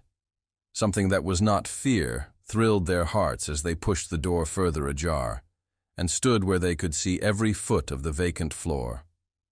One of their own boxes stood in the middle of the room, but aside from that, nothing was to be seen, and they looked at one another in silence. "Hold the lamp a minute, Maggie," David said at last, and then he went all over the room and looked more particularly at its emptiness and even felt the walls. "Secret panels, you know," he said with a smile, but it was a very puzzled smile indeed. "I can't see what it could have been," Margaret said as they went down the stairs. "No, I can't see either, but I'm going to see," said David. "That was a chain, and chains don't drag around by themselves, you know." "A ghost could not drag a chain if he were to try." "The conventional ghost very often drags chains," said Margaret, as she closed the door of her room. And then she lay awake all night and listened for the conventional ghost that dragged a chain. But it seemed that the weight of the chain must have wearied him, for he was not heard again. The mother had slept through it all, and next morning they gave her a vivid account of the night's adventure. "Perhaps it was someone in the house," she said in alarm. There were no ghosts within the bounds of possibility, so far as she was concerned, but burglars were very possible indeed. Then Margaret and David both laughed more than ever. "What fun it would be," said David, "for a burglar to get into this house and try to find something worth carrying away." So they went on to the next night, all three fully determined to spend the night in listening for the ghost and running him to earth if possible. But it was Margaret that heard the ghost after all. She had been sleeping and was suddenly startled wide awake. And there, overhead, was the sound of the chain dragging. And just as she was on the point of springing out of bed to call her brother, the chain seemed to go out of the upper room. She lay still and listened, and in a moment she heard it again. It was coming down the stairs. There was no carpet on the stairs, and she could hear the chain drop from step to step until it had come the whole way down. There it was, almost at the door of her room, and something that was strangely like fear kept her lying still, listening in horrified silence. Then it went along the hall, dragging close to the door, and then further away, and back and forth for a while, and then it began dragging back up the stairs again. Step by step, she could hear it drawn over the edge of every step, and by the time it had reached the top, she remembered herself and called David. Again did the brother and sister make a tour of the upper room with the lamp. Not only that, but they looked into every nook and corner of the upper part of the house, and at last came back, baffled. They had seen nothing extraordinary, and they had not heard a sound. "I'm going to see that ghost tonight," David said to his sister the next evening. "How?" "I'm going to sit up all night at the head of the stairs. Don't say anything about it to Mother. It might make her uneasy." So, after the household were all quiet, David slipped into his place at the head of the stairs and sat down to his vigil. He had placed a screen at the head of the stairway so that it hid him from view, as if a ghost cared for a screen, and he established himself behind it and prepared to be as patient as he could. It seemed to him that hours so long had never been devised as those the town clocks told off that night. He bore it until midnight moderately well, because he argued with himself if there were any ghosts about they would surely walk then. But they were not in a humor for walking, and still the hours rolled on without any developments. He took the fidgets and had nervous twitches all over him, and at last he could endure it no longer and had leaned his head back against the wall and was going blissfully to sleep when he heard a chain dragging just beyond the open door of that unused room. In spite of himself, a shiver ran down his back. There was no mistaking it. It was a real chain, if he had ever heard one. More than that, it had left the room and was coming straight towards the stairs. The hall was dark, and it was impossible for him to see anything, although he strained his eyes in the direction of the sound. And even while he looked, it had passed behind the screen and was going down the stairs, dropping from step to step with a clank. Halfway down, a narrow strip of moonlight from a stair window lay directly across the steps. Whatever the thing was, it must pass through that patch of light, and David leaned forward and watched. Down it went from step to step, and presently it had slipped through the light and was down. And a little later, it came back again, through the light and up the stairs and back into that unused room. And then David slapped his knees jubilantly and ran down to his room and slept all the rest of the night. Next morning he was very mysterious about his discoveries of the night before. "Oh, yes, I saw the ghost," he said to Maggie. "There, don't ask so many questions. I'll tell you more about it tomorrow, maybe." And that was all the information she could get from him. It was very provoking. That day David made a purchase downtown and brought home a bulky bundle, which he hid in his own room and would not let his sister even peep at. "I'm going to try to catch a ghost tonight," he said, "and you know how it is. If I brag too much beforehand, I shall be sure to fail." He was working with something in the hall after the others had retired, but he did not sit up this time. He went to bed, and Margaret listened at his door and found that he was soon asleep. But away in the night, they were all awakened by a squealing that brought them all into the hall in a great hurry, and there, at the head of the stairs, they found the huge rat trap that David had set a few hours before, and in the midst of the toils was a rat. "Why, David!" exclaimed the mother. "I didn't know that there was a rat in the house." And then, all at once, she saw that there was a long chain hanging from a little iron collar around the creature's neck, and she and Margaret cried together. And this was the ghost. Such a funny ghost when they came to think of it. This poor rat, with a nest in some hole of the broken chimney. He had been someone's pet once, perhaps. And now, the households he had broken up, the nights he had disturbed, the wild sensations he had created. It made his captors laugh to think that this innocent creature had been the cause of the whole trouble. "I'll get a cage for him, and take care of him for the rest of his life," said David. "We owe him so much that we can't afford to be ungrateful." The next morning he took the ghost in a cage and showed it to the agent, and gave him a vivid account of the capture. "So you have a good house for about half price, all on account of that rat," exclaimed the agent grimly. "Young man, but never mind, you deserve it. What are you working for now? $6 a week? If you ever want to change your place, suppose you come around here. I think you need a business that will give you a chance to grow." And the agent and David shook hands warmly over the cage of the ghost. Grandam's Ghost Story by C.D. I don't know whether you ever tell your children ghost stories or not. Some mothers don't. But our mother, though of German descent, was strong-minded on the ghost subject, and early taught all of her children to be fearless mentally as well as physically. And though dearly fond of hearing ghost stories, especially if they were real, true ghosts, we were sadly skeptical as to there being anything of the kind that could harm. We were quite learned in ghostly lore, knew all about doppelgangers, will-o'-the-wisp, blue lights, etc. And we could not have a greater treat for good behavior than for our mother to draw on her store of supernatural tales for our entertainment. The story I'm about to relate she told us one stormy night, when, gathered round her chair in her own cozy sanctum, before a cheerful fire, we ate nuts and apples, and listened while she recited an true tale, told her by her grandmother, who herself witnessed the vision. It was a fearful night. The wind sobbed and wailed round the house like lost spirits mourning their doom. The rain beat upon the casements, and the trees, writhing in the torture of the fierce blast, groaned and swayed until their tops almost swept the earth. Bright flashes of lightning pierced even through the closed shutters and heavy curtains, and the thunder had a sullen, threatening roar that made your blood creep. It was a night to make one seek to shut out all sound, draw the curtains close, stir the fire and nestle deep in the armchair before it, with feet upon the fender, and have something cheerful to think or talk about.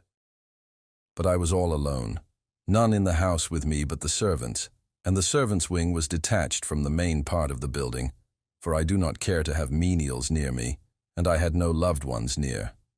It was just such a night that Nancy Black died. What a fearful night for the soul to leave its earthly home and go out into the vast, unknown future. I spoke aloud as, rousing from a train of thought, I drew my heavy mantle closer round me, wheeled my armchair nearer the fire, and cuddled down in it, burying my feet in the foot cushion to warm them, for I felt strangely cold. I was in the library. It was my usual sitting room, for I seldom used the parlors. What was the use? My books were my friends, and I loved best to be with them. My children dead, or married and away, the cold grand parlors always seemed gloomy and sad. The ghosts of departed pleasures haunted them, and I cared not to enter them. It was a long, wide room across the hall from the parlors, running the whole length of the house, and was lined with shelves from floor to ceiling. My husband's father had been a bibliomaniac, and my husband had had a leaning that way also, and the shelves held many an old rare work that was worth its weight in gold. The fire, though burning brightly, did not illume one half the room of which, sitting in the chimney corner, I commanded a full view, and had been looking at the shadows playing on the furniture and shelves, as the flame shot up, and after flickering a moment, would die out, leaving a gloom which would break away into fantastic shadows as the firelight would again shoot up. While watching the gleams of light and darkling shades, unconsciously the wailing of the storm outside attracted my attention. There seemed to be odd noises of tapping on the windows, and sobs and sighs, as though someone was entreating entrance from the fierce tumult. And as I sat there again, I thought of Nancy Black, the old schoolgirl friend who had loved me so dearly, and the night when she went forth to meet the doom appointed her. Resting my head upon my hand, I sat gazing in the fire, thinking over her strange life, and still stranger death, and wondering what could have become of the money and jewels that I knew she had once possessed. While sitting thus, a queer sensation crept over me. It was not fear, but a feeling as though if I'd look up, I'd see something frightful. A shiver, not like that of cold, ran from my head to my feet, and a sensation as though someone was breathing icy cold breath upon my forehead, the same feeling you would cause by holding a piece of ice to your cheek. It fluttered over my face and finally settled round my lips, as though the unseen one was caressing me, thrilling me with horror. But I am not fearful, nervous, nor imaginative, and resolutely throwing off the dread that fell upon me, I turned round and looked up, and there, so close by my side that my hand, involuntarily thrown out, passed through her seeming form, stood Nancy Black. It was Nancy Black, and yet not Nancy Black. Her whole body had a semi-transparent appearance, just as your hand looks when you hold it between yourself and a strong light. Her clothing, apparently the same as worn in life, had a wavy, seething, flickering look, like flames have, and yet did not seem to burn. "In the name of God, Nancy Black, what brought you here, and whence came you?" I exclaimed. A hollow whisper followed. "Thank you, my old friend, for speaking to me, and oh, how deeply I thank you for thinking of me tonight. I shall have rest." "Rest," I heard echoed, and a jeering laugh rang through the room that made her quiver at its sound. "I have been near you often, but always failed to find you in a condition when you would be en rapport before tonight. What I came for I will tell you. Whence I come you need not know. Suffice it to say that were I happy I would not be here on such an errand, nor on such a night. It is only when the elements are in a tumult, and the winds wail and moan that we come forth. When you hear these sounds, it is souls of the lost you hear mourning their doom. 'Tis then they wander up and down, to and fro, their only release from their fearful home of torture and undying pain. I have come to tell you that you must go over to the old house, and in the back room I always kept locked. Have the carpet taken up from toward the fireplace. You will see a plank with a knothole in it. Remove that, and you will find what caused me to lose my soul. Have prayers said for me, for 'tis well to pray for the dead. The money and jewels give in charity. Bury in holy ground the others you find, and pray for them and me." "Ah, Jeanette, you thought your old friend, though strange and odd, pure and innocent. It is a bitter part of my punishment that I must change your thought of me. Farewell. Do not fail me, and I shall trouble you no more. But whenever you hear that wind howl and sweep round the house as it does tonight, know that the lost are near. It is their swift flight through space, fleeing before the scourge of memory and conscience, that causes that sound. That tomorrow you may not think you are dreaming. Here is a token." And she touched the palm of my hand with her fingertips. "And as you see, my child, to this day, there are 3 crimson spots in the palm of my hand that nothing will eradicate. Do not fail me and pray for us, Jeanette, pray." And with a longing, wistful gaze and a deep, sobbing sigh, Nancy Black faded from my sight. "Am I dreaming?" I exclaimed, as I rose from my chair and rang the bell. When the servant entered, I bade him attend to the fire and light the lamps, and I went through the room to see if any unusual arrangement of the furniture could have caused the appearance, but nothing was apparent, and I bade him send my maid to attend me in my chamber, for I could not help feeling unwilling to remain in the library any longer that evening. While making my toilet for the night, my maid said, "Have you burned your hand, madam?" Glancing hastily down, I saw 3 dark crimson spots upon the palm of my left hand. They had an odd look, seared as though touched by a red-hot iron, yet the flesh was soft, not burned, and not painful. Making some excuse for it, I did not allude to it again, and dismissed her speedily, that I might reflect undisturbed over the singular occurrence. There were the marks upon my hand. I could not remove them, and they did not fade. In fact, their deep red made the rest of the palm lose its pinkish hue and look pale from the strong contrast. Could I have been asleep and dreamed it all, and by any means have done this to myself? I thought, but finally concluded that on the morrow I'd go over to Nancy Black's old residence and settle the question, and with that conclusion had to content myself until the morrow came. Nancy Black was an old friend from my girlhood, who had owned large property in the town and lived all alone in a spacious stone house directly opposite my home, and who, when dying, had left me the sole legatee of her property. When morning came, I took the keys, and with my maid, went over to Nancy's house.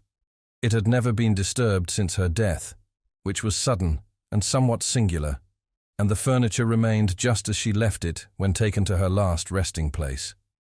We went to the room Nancy had directed. I bade Sarah take up the carpet, and sure enough, there was a plank with a knothole in it. So I sent her from the room, and lifted the plank myself, and there, between the two joints, rested a long box, the lid not fastened. Opening it, I was horrified to see two skeletons, those of an infant and of a woman, small in stature and delicate frame.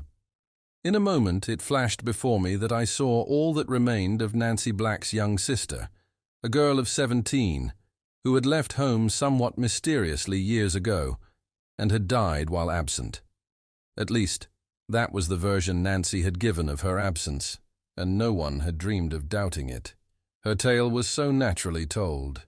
Left orphans when Lucy was only 2 years and Nancy 18, she had devoted her life to the care of this young girl, and when she found her sister had fallen, she, in her pride of name and position, had destroyed mother and child, that her shame might not be known, and had lived all those dreary years in that house with her fearful secret. Round the box, heaped up on every side, were money and jewels, and a parchment scroll among them had written on it, "Lucy's share of our father's estate." I carried out Nancy's wishes to the letter, for I now firmly believed that she had come to me herself that night. To avoid scandal resting on the dead, I took our clergyman into my confidence, and with his assistance had the remains buried quietly in consecrated ground. The money and jewels were given to the poor, and the old building I turned into a home for destitute females, and morning and night as I kneel in prayer, I pray forgiveness to rest upon Nancy Black and peace to her troubled soul. A Fight with a Ghost by Q.E.D. "No, I never believed much in ghosts," said the doctor, "but I was always rather afraid of them." "Have you ever seen one?" asked one of the other men. The doctor took his cigar out of his mouth and contemplated the ash for a moment or two before replying. "I have had some rather startling experiences," he said after a pause during which the rest of us exchanged glances, for the doctor has seen many things and is not averse to talking about them in congenial company. "Would you care about hearing one of them? It gives me the cold shivers now to speak of it." We nodded, and the doctor, taking a sip as an antidote to the shivers, began. "You remember George Carson, who played for the varsity some years ago? Big chap with a light moustache. Well, I saw a good deal of him before he married while he was reading for the bar in town. It was just after he became engaged to Miss Stoner, who is now Mrs. Carson, that he asked me to go down to a place which his people had taken in the country. Miss Stoner was to be there and he wanted me to meet her. I could not go down for Christmas Day, as I had promised to be with my people. But as I had been working a bit too hard and wanted a few days' rest, I decided to run down for a few days about the New Year. Woodcote was a pleasant enough place to look at. There were 2 packs of hounds within easy distance, and it was not far enough from a station to cut you off completely from the morning papers. The Carsons had been lucky, I thought, in coming across such a good house at such a moderate figure. For, as George told me, the owner had been obliged to go abroad for his health, and was anxious not to leave the place empty all the winter. It was an old house, with big gables and preposterous corners all over the place, and you couldn't walk 10 paces along any of the passages without tumbling up or down stairs. But it had been patched from time to time, and, among other improvements, a big billiard room had been built out at the back. A country house in the winter without a billiard room, when the frost stops hunting, is just, well, not even a gilded prison. The party was a small one. Besides George and his father and mother, there were only a couple of Mrs. Carson, who, being somewhere in the early teens, didn't count, and Miss Stoner, who, of course, counted a good deal, and, lastly, myself. Miss Stoner ought to have been happy, for George Carson, besides being an excellent fellow all around, was by no means a bad match, being an only son with considerable expectations. But somehow or other, she did not strike me as looking either very well or very happy. She gave me the impression of having something on her mind, which made her alternately nervous and listless. George, I fancied, noticed it, and was puzzled by it, for I caught him several times watching her with an anxious and inquiring look. But, as I was not there as a doctor, of course it was no business of mine, though I discovered the reason before I left Woodcote. The second night after my arrival, we had been playing, I remember, a family pool. The rest had gone upstairs to bed. George and I adjourned to a sort of study, which he had arranged upstairs for a final smoke and a chat before turning in. The study was next to his bedroom and parted off from it by curtains. As we were settling down, I missed my pipe and remembered that I had laid it down in the billiard room. On principle, I never smoke another man's pipe, so I lit a candle, the house being in darkness, and started away in search of my own. The house looked awfully weird by the flickering light of a solitary candle, and the stairs creaked in a particularly gruesome way behind me, just for all the world, as though someone were following at my heels. I found my pipe, where I had expected in the billiard room, and came back in perhaps a little more hurry than was absolutely necessary. Which, perhaps, explains why I stumbled in the uncertain light over a couple of unforeseen stairs and dropped my candle. Of course it went out, but after a little groping I found it.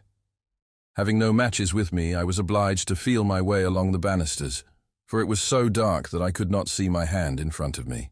And as I slowly advanced, sliding my hand along the broad balustrade at my side, it suddenly slid over something cold and clammy, which was not balustrade at all.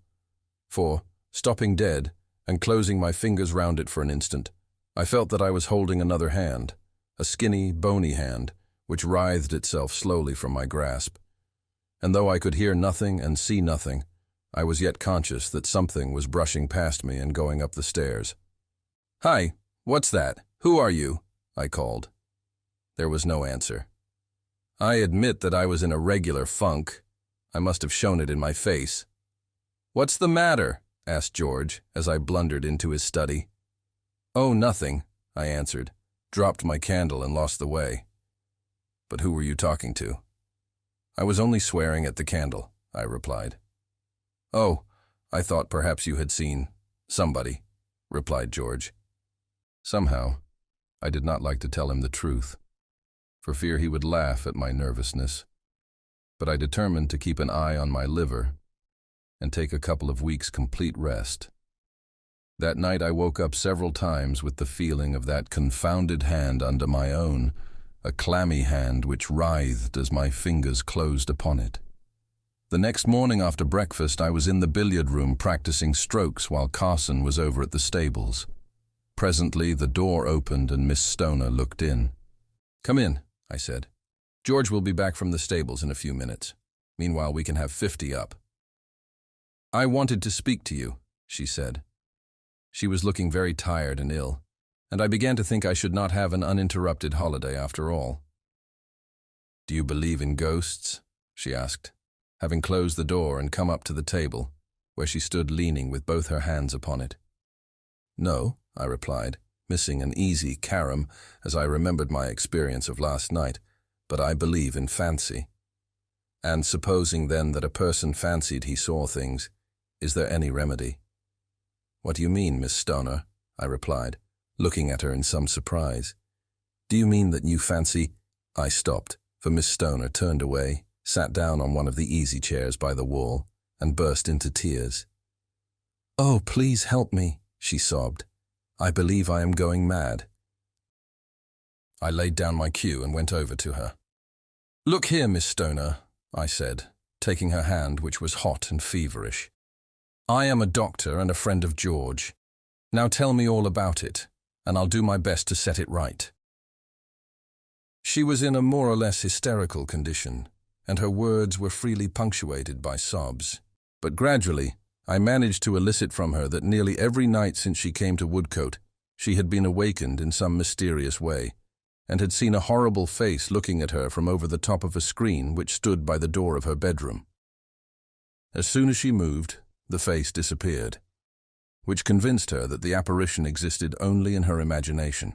That seemed to distress her even more than if she had believed it to be a genuine ghost, for she thought her brain was giving way.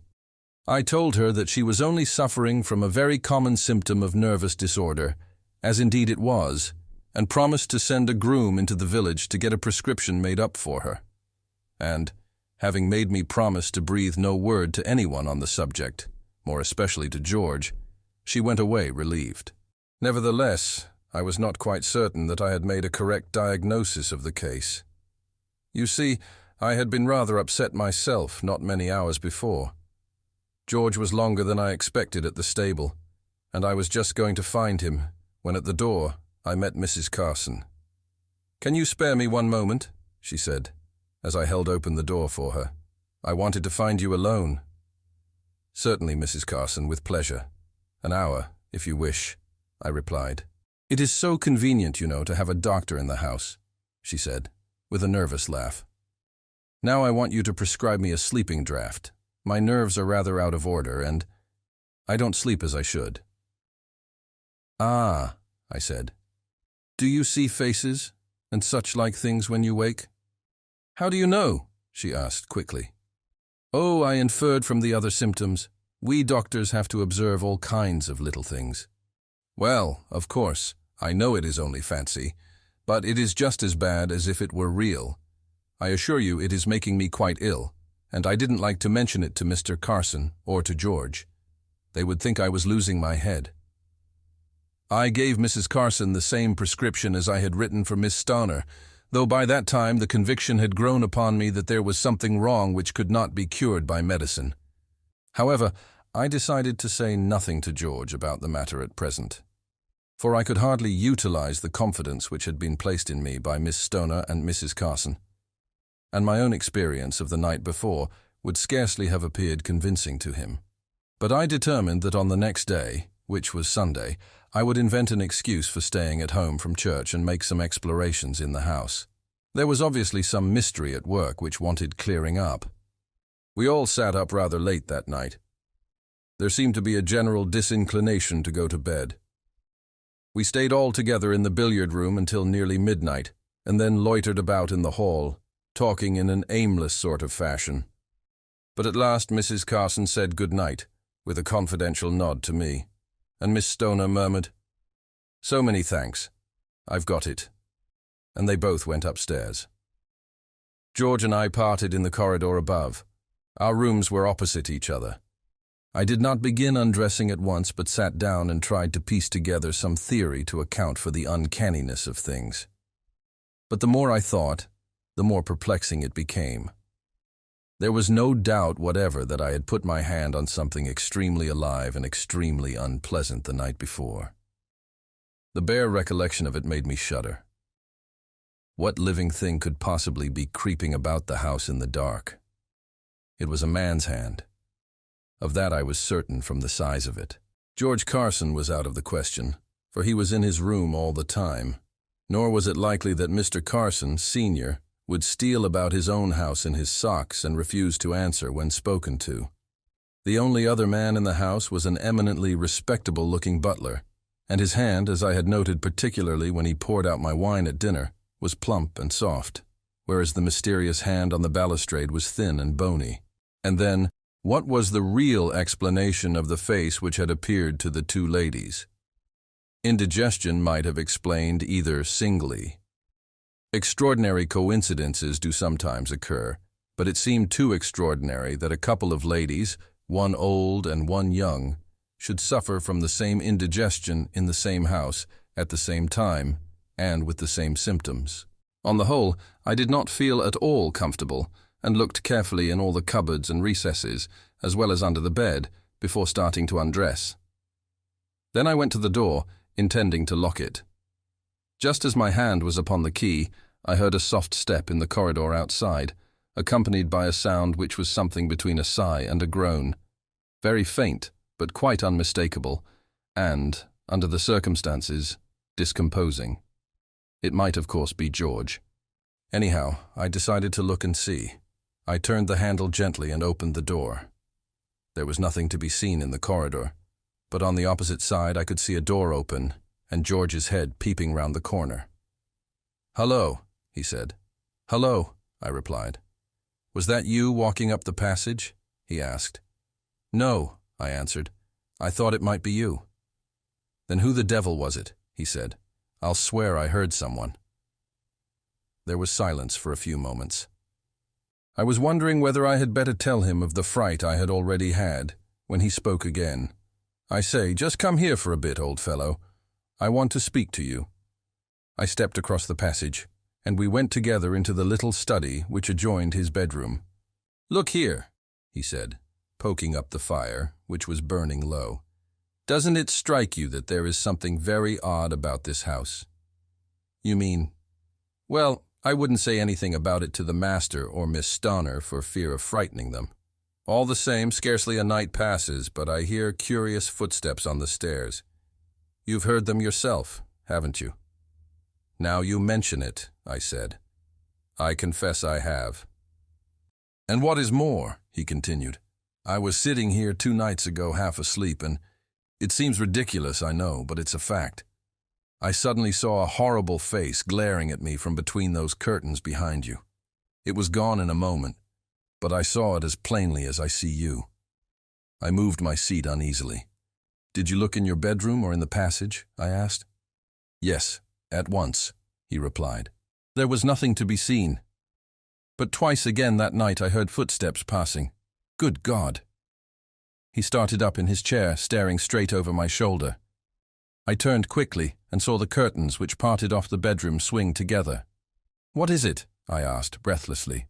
I saw it again, the same face, between the curtains. I tore the hangings aside and rushed into the next room. It was empty. The lamp was burning upon a side table, and the door was open just as George had left it. In the passage outside, all was quiet. I came back into the study and found George running his fingers through his hair in perplexity. "There is clearly one person too many in the house," I said. "I think we ought to draw the place and find out who it is." "All right," said he, picking up the poker from the fireplace. "If it's anything made of flesh and blood, this will be useful, and if not—" He stopped short, for at that instant the most awful shriek of horror rang through the house, a shriek of wild, uncontrollable terror, such as I had never heard before, and I never hoped to hear again. One moment we stood staring at each other, dumbfounded. The next, George Carson had dashed out of the room and down the corridor to the stairs. I followed close behind him, for we both knew that none but a woman in mortal fear would shriek like that, and that that woman was Miss Stoner. Down the stairs we tumbled pell-mell in the darkness, but before I reached the landing below, where Miss Stoner's room was, I felt, as I had felt the evening before, something brush swiftly past me. As I ran, I turned and caught at it in the dark. But my hand gripped only empty air. I was just about to turn back and follow it, when a cry from George arrested me, and looking down, I saw him standing over the prostrate form of Miss Stoner. The door of her room was open, and by the moonlight which streamed into the room I could see her lying in her white nightdress across the threshold. What followed in the next few minutes I can scarcely recall with accuracy. The whole house was aroused by the poor girl's awful shriek. She was quite unconscious when we came upon her, but she revived more or less as soon as Mrs. Carson and one of the terrified servants had lifted her into bed again. Nothing intelligible could be gathered from her, however, as to the cause of her fright. She only repeated hysterically, again and again, "Oh, the face, the face." When I saw I could do her no further good for the present, I took George by the arm and led him out of the room. "Look here, George," I said. "We must find out the reason of this at once. I am certain I felt something go by me as I came downstairs. Now, does that staircase lead anywhere but to our rooms?" George considered for a moment. "Yes," he replied. "There is a door at the end of the passage which leads up into a sort of lumber room." "Then we'll explore it," I said. "For my part, I can't go to sleep until I've got to the bottom of this. Get the man to bring a lantern along." The butler looked as though he didn't half like the enterprise, and to tell the truth, no more did I. It was the uncanniest job I ever undertook. However, we started, the 3 of us. First of all, we searched the rooms on the floor above where George and I slept. Everything was just as we had left it. Then I pushed open the door at the end of the corridor. A crazy-looking staircase led up into darkness. We went cautiously up, I first with a candle, then George, and last of all the butler with a lantern. At the top we stepped into a big, rather low room, with beams across the ceiling, and a rough, uneven floor. Our lights threw strange shadows into the corners, and more than once I started at what looked like a crouching human figure. We searched every corner. There was nothing to be seen but a few old boxes, a roll or two of matting, and some broken chairs. But in the far corner, George pointed out to me a rickety ladder which ended at a closed trap-door. Just then, I distinctly heard the curious, half-groaning, half-sighing sound which had already puzzled me in the corridor below. We stood still and looked at one another. We all heard the sound. "Whatever it is, it's up there," I said. "The question is, who is going up?" George put his candle down upon the floor and stepped upon the ladder. It cracked beneath his weight. He stopped. "Come down, it won't bear you," I said. "I shall have to go." I don't know that I was ever in such a queer funk as I was while I slowly mounted that ladder and pushed open the trapdoor. I had formed no clear idea of what I expected to find there. Certainly I was not prepared for what happened. For no sooner was the trapdoor fully open than there literally fell upon me from the darkness above a thing in human shape, which kicked and spat and tore at me as I stood clinging to the ladder. It lasted but a moment or so, but in that moment I lived a lifetime of terror. The ladder swayed and cracked beneath me, and I fell to the floor with the thing gripping my throat like a vice. The next instant George had stunned it with a blow from the poker and dragged it off me. It lay upon its back on the floor, a ragged, hideous, loathsome shape, and the mystery was solved. "But you haven't told us what it really was," said one of the listeners. The doctor smiled. "It was the owner of the house," he replied. "He had not gone abroad. He had gone to a private lunatic asylum with homicidal mania upon him. About a fortnight before this, he had managed to escape, and having made his way to his former home, had concealed himself, with a cunning often shown by lunatics, in the loft. I suppose he had found enough to eat in his nightly rambles about the house.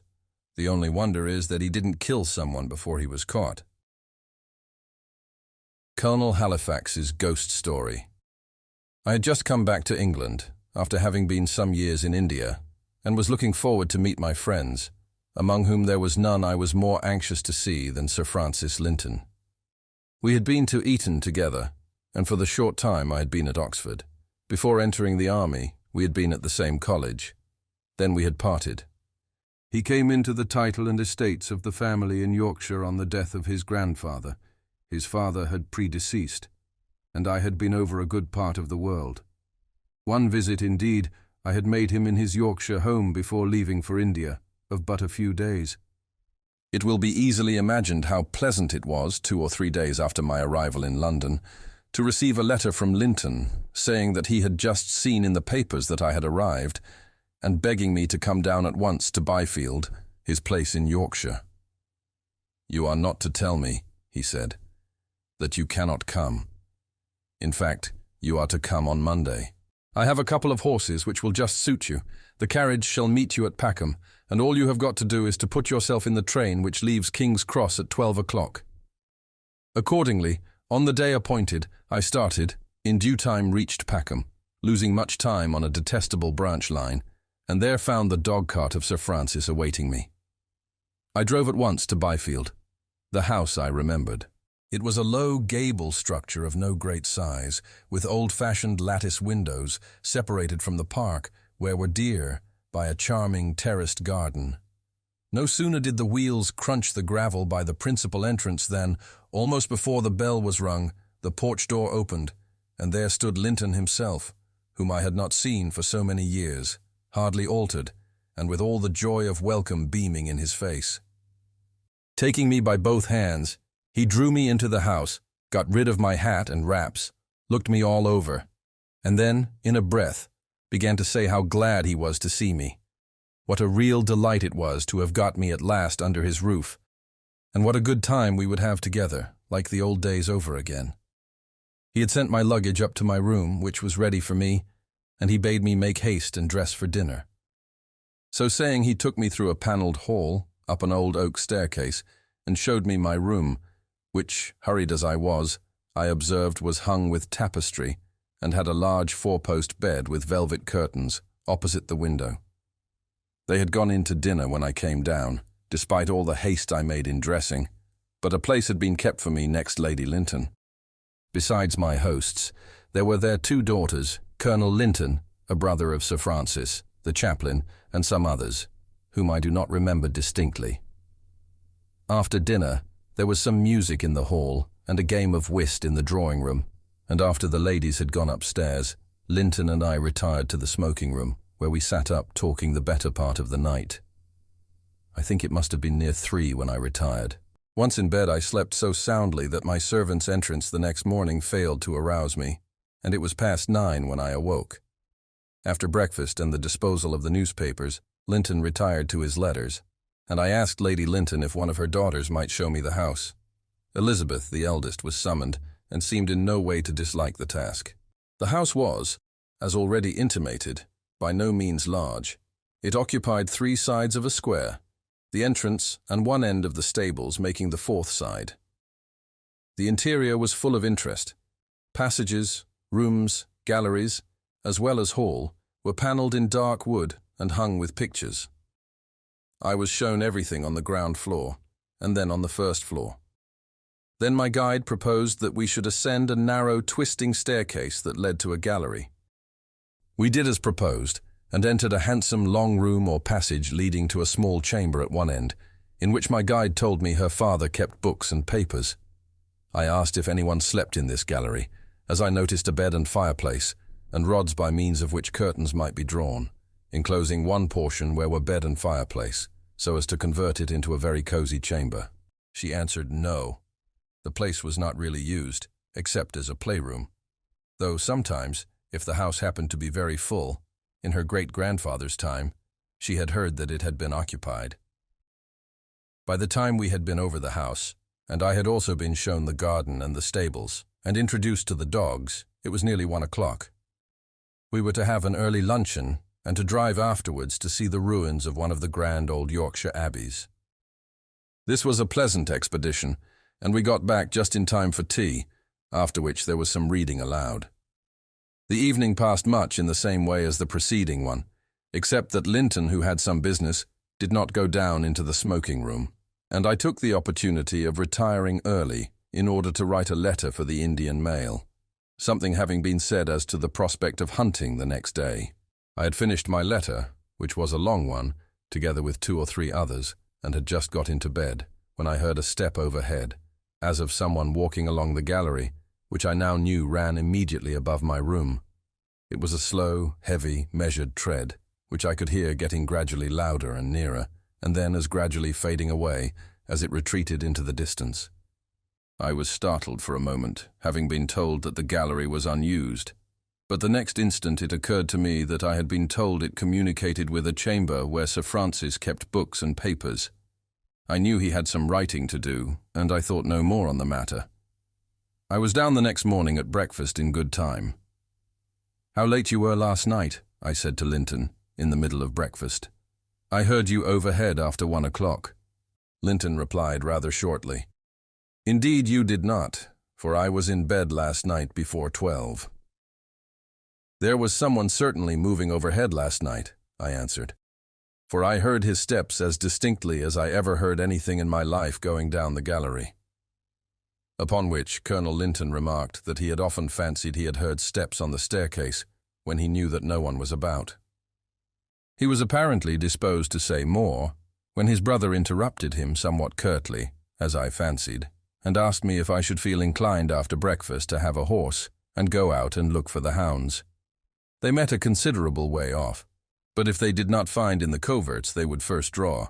A thing not improbable, they would come our way, and we might fall in with them about 1 o'clock and have a run. I said there was nothing I should like better. Linton mounted me on a very nice chestnut, and the rest of the party having gone out shooting, and the young ladies being otherwise engaged, He and I started about 11 o'clock for our ride. It was a beautiful day, soft, with a bright sun, one of those beautiful days which so frequently occur in the early part of November. On reaching the hilltop where Linton had expected to meet the hounds, no trace of them was to be discovered. They must have found it once and run in a different direction. At 3 o'clock, after we had eaten our sandwiches, Linton reluctantly abandoned all hopes of falling in with the hounds and said we would return home by a slightly different route. We had not descended the hill before we came on an old chalk quarry and the remains of a disused kiln. I recollected the spot at once. I had been here with Sir Francis on my former visit many years ago. "Why, bless me," said I. "Do you remember, Linton, what happened here when I was with you before? There had been men engaged removing chalk, and they came on a skeleton under some depth of rubble. We went together to see it removed, and you said you would have it preserved till it could be examined by some ethnologist or anthropologist, any one of those dry as dusts, to decide whether the remains were dolichocephalous or brachycephalous, whether British, Danish, or modern." "What was the result?" Sir Francis hesitated a moment, and then answered, "It is true I had the remains removed." "Was there an inquest?" "No, I had been opening some of the tumuli on the walls. I had sent a crouched skeleton and some skulls to the Scarsborough Museum. This I was doubtful about, whether it was a prehistoric interment, in fact, to what date it belonged. No one thought of an inquest. On reaching the house, one of the grooms who took the horses, in answer to a question from Linton, said that Colonel and Mrs. Hampshire had arrived about an hour ago, and that, one of the horses being lame, the carriage in which they had driven over from Castle Frampton was to put up for the night. In the drawing-room, we found Lady Linton pouring out tea for her husband's sister and her husband, who, as we came in, exclaimed, "We have come to beg a night's lodging." It appeared that they had been on a visit in the neighbourhood, and had been obliged to leave at a moment's notice in consequence of a sudden death in the house where they were staying, and that, in the impossibility of getting a fly, their hosts had sent them over to Byfield. "We thought," Mrs. Hampshire went on to say, "that as we were coming here the end of next week, you would not mind having us a little sooner, or that, if the house were quite full, you would be willing to put us up anywhere till Monday, and let us come back later." Lady Linton interposed with the remark that it was all settled, and then, turning to her husband, added, "But I want to speak to you for a moment." They both left the room together. Linton came back almost immediately, and, making an excuse to show me, on a map in the hall, the point to which we had ridden, said, as soon as we were alone, with a look of considerable annoyance, "I am afraid we must ask you to change your room. Shall you mind very much? I think we can make you quite comfortable upstairs in the gallery, which is the only room available. Lady Linton has had a good fire lit. The place is really not cold, and it will be only for a night or two. Your servant has been told to put your things together, but Lady Linton did not like to give orders to have them actually moved before my speaking to you. I assured him that I did not mind in the very least, that I should be quite as comfortable upstairs, but that I did mind very much their making such a fuss about a matter of that sort with an old friend like myself. Certainly nothing could look more comfortable than my new lodging when I went upstairs to dress. There was a bright fire in the large grate. An armchair had been drawn up beside it, and all my books and writing things had been put in, with a reading lamp in the central position, and the heavy tapestry curtains were drawn, converting this part of the gallery into a room to itself. Indeed, I felt somewhat inclined to congratulate myself on the change. The spiral staircase had been one reason against this place having been given to the Hampshires. No lady's long dress trunk could have mounted it. Sir Francis was necessarily a good deal occupied in the evening with his sister and her husband, whom he had not seen for some time. Colonel Hampshire had also just heard that he was likely to be ordered to Egypt, and when Linton and he retired to the smoking room, instead of going there, I went upstairs to my own room to finish a book in which I was interested. I did not, however, sit up long, and very soon went to bed. Before doing so, I drew back the curtains on the rods, partly because I like plenty of air where I sleep, and partly also because I thought I might like to see the play of the moonlight on the floor in the portion of the gallery beyond where I lay, and where the blinds had not been drawn.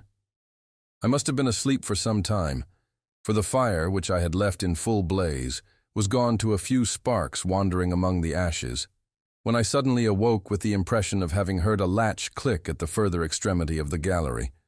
Where was the chamber containing books and papers?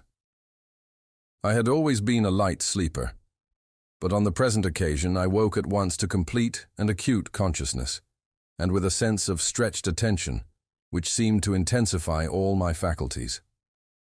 The wind had risen, and was blowing in fitful gusts round the house. A minute or two passed, and I began almost to fancy I must have been mistaken, when I distinctly heard the creak of the door, and then the click of the latch falling back into place. Then I heard a sound on the boards as of one moving in the gallery. I sat up to listen, and as I did so, I distinctly heard steps coming down the gallery. I heard them approach and pass my bed. I could see nothing. All was dark. But I heard the tread proceeding toward where were the uncurtained and unshuttered windows, 2 in number. But the moon shone through only one of these, the nearest. The other was dark, shadowed by the chapel or some other building at right angles. The tread seemed to me to pause now and again, and then continue as before. I now fixed my eyes intently on the one illumined window, and it appeared to me as if some dark body passed across it. But what? I listened intently and heard the step proceed to the end of the gallery and then return. I again watched the lighted window, and immediately that the sound reached that portion of the long passage it ceased momentarily, and I saw, as distinctly as I ever saw anything in my life, by moonlight, a figure of a man with marked features, in what appeared to be a fur cap drawn over the brows. It stood in the embrasure of the window, and the outline of the face was in silhouette. Then it moved on, and as it moved I again heard the tread. I was as certain as I could be that the thing, whatever it was, or the person, whoever he was approaching my bed. I threw myself back in the bed, and as I did see a mass of charred wood on the hearth fell down, and sent up a flash of, I fancy, sparks, that gave out a glare into the darkness, and by that, red as blood, I saw a face near me, with a cry, over which I had as little control as the scream uttered by a sleeper in the agony of a nightmare. I called, "Who are you?" There was an instant during which my hair bristled on my head, as in the horror of the darkness I prepared to grapple with the being at my side, when a board creaked as if someone had moved, and I heard the footsteps retreat, and again the click of the latch. The next instant there was a rush on the stairs, and Linton burst into the room, just as he had sprung out of bed, crying, "For God's sake, what is the matter? Are you ill?" I could not answer. Linton struck a light and leaned over the bed. Then I seized him by the arm and said, without moving, "There has been something in this room, gone in thither." The words were hardly out of my mouth when Linton, following the direction of my eyes, had sprung to the end of the corridor and thrown open the door there. He went into the room beyond, looked round it, returned, and said, "You must have been dreaming." By this time I was out of bed. "Look for yourself," said he, and he led me into the little room. It was bare, with cupboards and boxes, a sort of lumber place. "There is nothing beyond this," said he. "No door, no staircase. It is a blind way." Then he added, "Now pull on your dressing gown and come downstairs to my sanctum." I followed him, and after he had spoken to Lady Linton, who was standing with the door of her room ajar in a state of great agitation, he turned to me and said, "No one can have been in your room. You see, my and my wife's apartments are close below, and no one could come up the spiral staircase without passing my door. You must have had a nightmare. Directly you screamed, I rushed up the steps and met no one descending, and there is no place of concealment in the lumber room at the end of the gallery." Then he took me into his private snuggery, blew up the fire, lighted a lamp, and said, "I shall be really grateful if you will say nothing about this. There are some in the house and neighborhood who are silly enough as it is. You stay here, and if you do not feel inclined to go to bed, read. Here are books." I must go to Lady Linton, who is a good deal frightened and does not like to be left alone. He then went to his bedroom. Sleep, as far as I was concerned, was out of the question, nor do I think Sir Francis and his wife slept much either. I made up the fire, and after a time took up a book and tried to read, but it was useless. I sat absorbed in thoughts and questionings till I heard the servants stirring in the morning. I went to my own room, left the candle burning, and got into bed.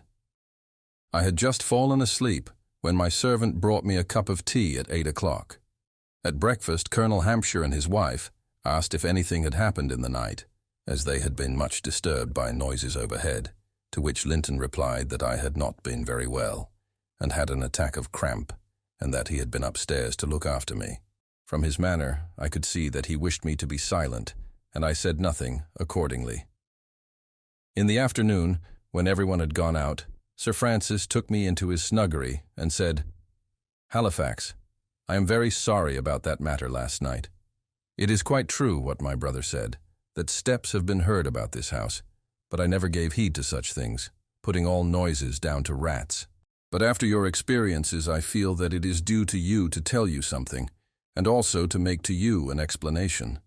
There was, no one in the room at the end of the corridor, except the skeleton that was discovered in the chalk pit when you were here many years ago. I confess I had not paid much heed to it. My archaeological fancies passed. I had no visits from anthropologists. The bones and skull were never shown to experts, but remained packed in a chest in that lumber room. I confess I ought to have buried them, having no more scientific use for them, but I did not. On my word, I forgot all about them, or at least gave no heed to them. However, what you have gone through and have described to me has made me uneasy, and has also given me a suspicion that I can account for that body in a manner that had never occurred to me before."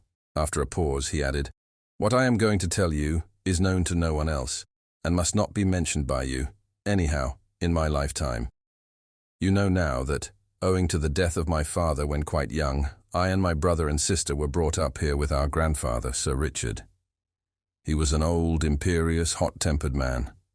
I will tell you what I have made out of a matter that was a mystery for long, and I will tell you afterwards how I came to unravel it. My grandfather was in the habit of going out at night with a young underkeeper, of whom he was very fond, to look after the game and see if any poachers whom he regarded as his natural enemies were about. One night, as I suppose, my grandfather had been out with the young man in question, and returning by the plantations, where the hill is steepest, and not far from the chalk pit you remarked on yesterday, they came upon a man who, though not actually belonging to the country, was well known in it as a sort of travelling tinker of indifferent character and a notorious poacher. Mind this, I am not sure it was at the place I mention. I only now surmise it. On the particular night in question, my grandfather and the keeper must have caught this man setting snares. There must have been a tussle in the course of which, as subsequent circumstances have led me to imagine, the man showed fight and was knocked down by one or the other of the two, my grandfather or the keeper. I believe that after having made various attempts to restore him, they found that the man was actually dead. They were both in great alarm and concern, my grandfather especially. He had been prominent in putting down some factory riots and had given orders to the military to fire, whereby several lives had been lost. There was a vast outcry against him, and a certain political party had denounced him as an assassin. No man was more vituperated. Yet now, in my conscience, I believe he acted with both discretion and pluck, and arrested a mischievous movement that might have led to much bloodshed. Be that as it may, my impression is that he lost his head over this fatal affair with the tinker, and that he and the keeper together buried the body secretly, not far from the place where he was killed. I now think it was in the chalk pit, and that the skeleton found years after there belonged to this man."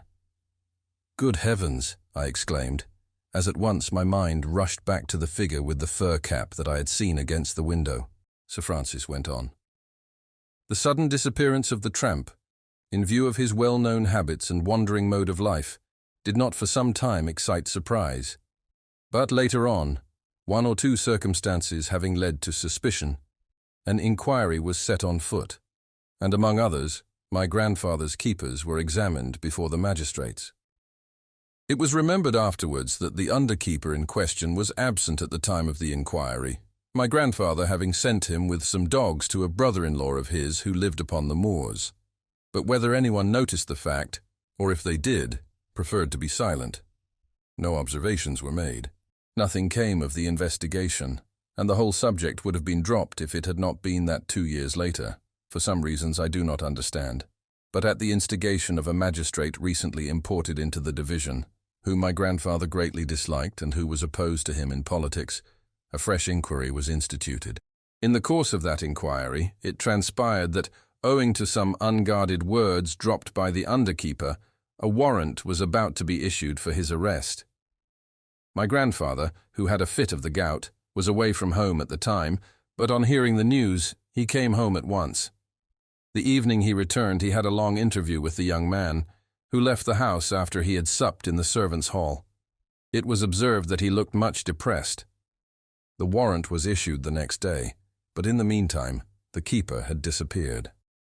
My grandfather gave orders to his people to do everything in their power to assist the authorities in the search that was at once set on foot, but was unable himself to take any share in it. No trace of the keeper was found, although at a subsequent period rumors circulated that he had been heard of in America. But the man having been unmarried, he gradually dropped out of remembrance, and as my grandfather never allowed the subject to be mentioned in his presence, I should probably never have known anything about it, but for the vague tradition which always attaches to such events, and for this fact that after my grandfather's death, a letter came addressed to him from somewhere in the United States from someone, the name different from that of the keeper, but alluding to the past and implying the presence of a common secret, and of course, with it came a request for money. I replied, mentioning the death of Sir Richard, and asking for an explanation. I did get an answer, and it is from that I am able to fill in so much of the story. But I never learned where the man had been killed and buried, and my next letter to the fellow was returned with "deceased" written across it. Somehow, it never occurred to me till I heard your story that possibly the skeleton in the chalk pit might be that of the poaching tinker. I will now most assuredly have it buried in the churchyard. That certainly ought to be done, said I. And, said Sir Francis after a pause, I give you my word, after the burial of the bones, and you are gone, I will sleep for a week in the bed in the gallery, and report to you if I see or hear anything. If all be quiet, then, well, you form your own conclusions. I left a day after. Before long I got a letter from my friend, brief, but to the point. All quiet, old boy, come again. The Ghost of the Count. Not far from the Alameda, in the city of Mexico, there is a great old stone building, in which once lived a very wealthy and wicked Spanish count. The house has about 4 floors, and 90 rooms more or less. The entire 4th floor is rented and occupied by a big American firm, and their bookkeeper, an American girl, has given us the following true account of the ghost that for years haunted the building. The 2nd floor is unoccupied, as no one cares to live there for obvious reasons. And the bottom floor is also unoccupied, save for lumber rooms, empty boxes and crates and barrels. And last of all is the great patio with its tiled floor, where secretly in the night a duel was fought to the death by the wicked count and a famous Austrian prince, who was one of Maximilian's men. The count was killed. No one knows why the duel was fought. Some say it was because of a beautiful Spanish woman. Some say that it was because of treasure that the two jointly conveyed, and which the count refused to divide with his princely socio, and more people, Mexicans, shrug their shoulders if you ask about it and say, "Quien sabe?" "I saw a ghost here last night, Miss James," announces our cashier with much éclat and evident pride. So great is the shock that I gasp, and my pen drops, spattering red ink on my nice fresh cuffs, and, worse luck, on the ledger page that I had just totted up. It is ruined, and I will have to erase it or something. Wretched man. I wish to goodness it had taken you off, I cry wrathfully, as I look at the bespattered work. Now will you just look here and see what you have done? I wish you and your ghosts were in Gehenna, he inquires sweetly. I'll fix that. It won't take half a minute. And don't look so stern, else I won't tell you about the espanto. And you will be sorry if you don't hear about it.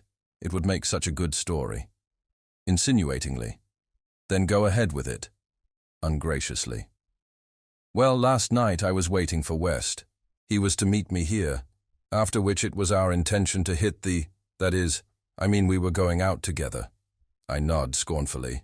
And it seems that while I was patiently waiting here, in my usual sweet-tempered way, the blank idiot had his supper and then lay down to rest himself for a while. You know how delicate he is? Another contemptuous nod. Unfortunately, he forgot the engagement and slept on. He says he never awoke until 3 o'clock, and so didn't come, thinking I wouldn't be there. Meantime, I also went to sleep, and might have snoozed on until 3, likewise. But for the fact that the ghost woke me, well, do go on, I urge. The ghost woke me, as I said, proceeds the simpleton slowly. It was passing its cold fingers over my face and groaning. Really, it was most extraordinary. At first I didn't know what it was. Then, as I felt the icy fingers stroking my face and heard blood-curdling groans issuing from the darkness, I knew what it was. And I remembered the story of the prince and his little duel down in the patio, and knew it was the ghost of the prince's victim. By the way, you don't know what a funny sensation it is to have a ghost pat your face, Miss James. Pat nothing, I retort indignantly. I wonder you are not ashamed to tell me such fibs. Such a taradiddle. And as for the man that the prince killed downstairs, you know as well as I do that he was taken home to Spain and buried there. Why then should he come back here, into our offices and pat your face? Ah, that I can't say, with a supercilious drawl. I can only account for it by thinking that the ghost has good taste, better than that of some people I know, meaningly. But honestly, I swear that I am telling you the truth. Cross my heart, and hope to die if I am not. And you don't know how brave I was. I never screamed. In fact, I never made a sound. Oh, I was brave. Then what did you do? Sternly. I ran. Por Dios, how I ran. You remember with what alacrity we got down the stairs during the November earthquake? I remember only too distinctly. Well, last night's run wasn't a run in comparison. It was a disappearance, a flight, a sprint. I went down the 4 flights of stairs like a streak of blue lightning, and the ghost flew with me. I heard the pattering of its steps and its groans clean down to the patio door, and I assure you I quite thought I had made such an impression that it was actually going on home with me. And the thought made me feel so weak that I felt perforce obliged to strengthen myself with a cocktail. After which I felt stronger and went home quite peacefully. But it was an uncanny experience, wasn't it? Was it before or after taking that cocktail? I ask, incredulously. And did you take one only or 11? I am hard on the man, but he really deserves it. Ghosts. Spirits, perhaps, but not ghosts. Whereat his feelings are quite hurted, so much so that he vows he will never tell me anything again. I had better read about Doubting Thomas. He never has seen such an unbelieving woman in all his life, and if I were only a man, he would be tempted to pray that I might see the ghost. It would serve me right. Then, wrathfully departs, to notice me no more that day. Not believing the least bit in ghosts, I gave the matter no more thought. In fact, when you fall heir to a set of books that haven't been posted for 19 days, and you have to do it all, and get up your trial balance too, or else give up your Christmas holidays, you haven't much time to think about ghosts or anything else except entries. And though I had been working 14 hours per day, the 24th of December, noon hour, found me with a difference of $13.89. The which I, of course, must locate and straighten out before departing next morning on my week's holiday. Por supuesto, it meant night work. Nothing else would do. And besides, our plans had all been made to leave on the 8 o'clock train next morning. So I would just sit up all night, if need be, and find the wretched balance and be done with it. Behold me settled for work that night at 7 o'clock in my own office, with 3 lamps burning to keep it from looking dismal and lonely, and books and ledgers and journals piled up 2 feet high around me. If hard work would locate that nasty, hateful 13 on 89, it would surely be found. I had told the portero downstairs on the ground floor to try and keep awake for a time, but if I didn't soon finish the work, I would come down and call him when I was ready to go home. He lived in a little room, all shut off from the rest of the building, so that it was rather difficult to get at him. Besides, he was the very laziest and sleepiest peon possible, and though he was supposed to take care of the big building at night, patrolling it so as to keep off ladrones, he in reality slept so soundly that the last trumpet, much less Mexican robbers, would not have roused him. And for this very reason, before settling to my work, I was careful to go around and look to locks and bolts myself. Everything was secure, and the doors safely fastened, so that if ladrones did break through, they would have to be in shape to pass through keyholes or possess false keys. With never a thought of spirits or porteros or anything else beyond the $13.89, I worked and added and re-added and footed up. And at 11 o'clock, gracia a Dios, I had the $13 all safe, and would have whooped for joy had I the time. However, I wasn't out of the woods yet, the sum of $89 being often more easy of location than 89 cents. The latter must be found also before I could have the pleasure of shouting in celebration thereof. At it I went again. After brain cudgeling and more adding and prayerful thought, I at last had under my thumb that abominable 80 cents. Eureka! Only 9 cents out. I could get it all straight and have some sleep after all. Inspired by which thought I smothered my yawns and again began to add. I looked at my watch, 10 minutes to 12. Perhaps I could get it fixed before 1. I suppose I had worked at the 9 cents for about 20 minutes. One of the cash entries looked to me to be an error. I compared it with the voucher. Yes, that was just where the trouble lay. 11 cents, 10, 9, st. Out went the lights in the twinkling of an eye. As I sat, gaping in my astonishment, from out of the pitchy darkness of the room came the most dreary, horrible, blood-curdling groan imaginable. As I sat paralyzed, not daring to breathe, doubting my senses for a moment, and then thinking indignantly that it was some trick of that wretched cashier, I felt long, thin, icy fingers passing gently over my face. Malgame Dios, what a sensation! At first I was afraid to move. Then I nervously tried to brush the icy, bony things away. As fast as I brushed, with my heart beating like a steam hammer and gasping with deadly fear, the fingers would come back again. A cold wind was blowing over me. Again came that dreadful groan, and too frightened to move or scream, I tumbled in a heap on the floor, among the books and ledgers. Then I suppose I fainted. When I regained my senses, I was still in a heap with the ledgers. Still it was dark, and still I felt the cold fingers caressing my face, at which I became thoroughly desperate. No ghost should own me. I had laughed at the poor cashier and hinted darkly at cocktails. Pray, what better was I? I scrambled to my feet, the fingers still stroking my face. I must address them. What language? Did they understand English or Spanish, I wondered. Spanish would doubtless be most suitable, if indeed it was the ghost of the murdered count. "Will you do me the favor, Señor Ghost?" I started out bravely, in my best Spanish, but with a very trembling voice. "To inform me what it is that you desire? Is there anything I can do for you? Because, if not, I would like very much to be allowed to finish my work, which I cannot do, if you will pardon my abruptness, if I am not alone."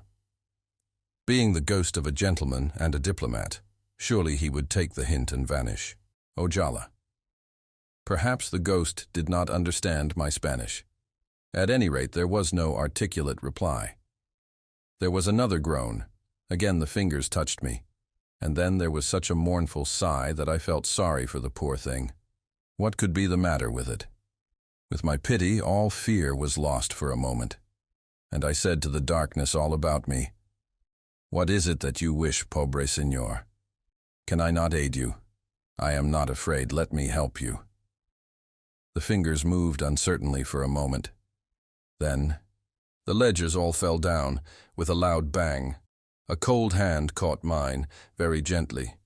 I tried not to feel frightened, but it was difficult, and I was led off blindly, through the offices. I could not see a thing, not a glimmer of light showed, not a sound was heard except my own footsteps, and the faint sound of the invisible something that was leading me along. There were no more groans, thank goodness, else I should have shrieked and fainted without a doubt.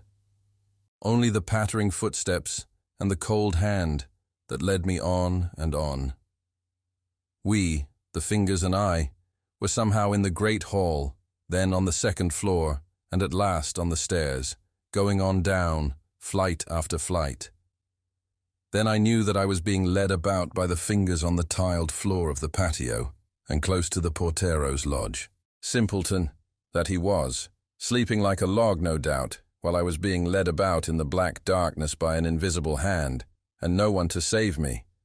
I would have yelled, of course, but for one fact, I found it utterly impossible to speak or move my tongue, being a rare and uncomfortable sensation. But where were we going? Back into the unused lumber rooms, joining onto the patio. Nothing there, except barrels and slabs and empty boxes. What could the ghost mean? He must be utterly demented, surely. In the middle of the first room we paused. I had an idea of rushing out and screaming for the portero, but abandoned it when I found that my feet wouldn't go. I heard steps passing to and fro about the floor, and waited, cold and trembling. They approached me. Again my hand was taken, and I was led over near the corner of the room. Obedient to the unseen will, I bent down and groped about the floor, guided by the cold fingers holding mine, until I felt something like a tiny ring set firmly in the floor. I pulled at it faintly, but it did not move, at which the ghost gave a faint sigh. For a second, the cold fingers pressed mine, quite affectionately, then released me, and I heard steps passing slowly into the patio, then dying away. Where was it going, and what on earth did it all mean? But I was so tired and wrought up I tried to find the door, but couldn't. The cashier would have been revenged could he have seen me stupidly fumbling at a barrel thinking it was the door. And at last, too fatigued and sleepy to stand, I dropped down on the cold stone floor and went to sleep. I must have slept for some hours, for when I awoke, the light of dawn was coming in at the window, and I sat up and wondered if I had taken leave of my senses during the night. What on earth could I be doing here in the lumber room? Then, like a flash, I remembered, and half unconsciously, crept about on the floor seeking the small ring. There it was. I caught it and jerked at it hard. Hey, presto, change. For it seemed to me that the entire floor was giving way. There was a sliding, crashing sound, and I found myself hanging on for dear life to a barrel that, fortunately, retained its equilibrium, and with my feet dangling into space. Down below me was a small, stone-floored room, with big boxes and small ones ranged about the walls. Treasure. Like a flash, the thought struck me, and with one leap I was down in the secret room gazing about at the boxes. But alas, upon investigation, the biggest chests proved empty. The bad, wicked Count. No wonder he couldn't rest in his Spanish grave, but must come back to the scene of his wickedness and deceit to make reparation. But the smaller chests were literally crammed with all sorts of things, big, heavy Spanish coins in gold and silver dinner services with the crest of the unfortunate emperor, magnificent pieces of jeweled armor and weapons, beautiful jewelry, and loose precious stones. I deliberately selected handfuls of the latter, giving my preference to the diamonds and pearls. I had always had a taste for them, which I had never before been able to gratify, and packed them in a wooden box that I found in the lumber room. The gold and dinner services and armor, etc., I left as they were, being rather cumbersome, and carried off, rejoicing, my big box of diamonds and pearls and other jewelry. Needless to say, we didn't go away for the holidays on the 8 o'clock train, but I did come down to the office and proceeded to locate my missing 9 cents.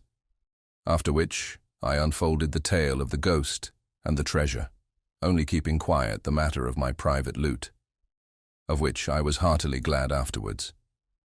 For when the government learned of the find, what do you suppose they offered me for going about with the ghost and discovering the secret room and treasure? $10,000. When I refused, stating that I would take merely as my reward one of the gold dinner services, the greedy things objected at first, but I finally had my way. And to this very day they have no idea that I, even I, have all the beautiful jewels. Wouldn't they be furious if they knew it?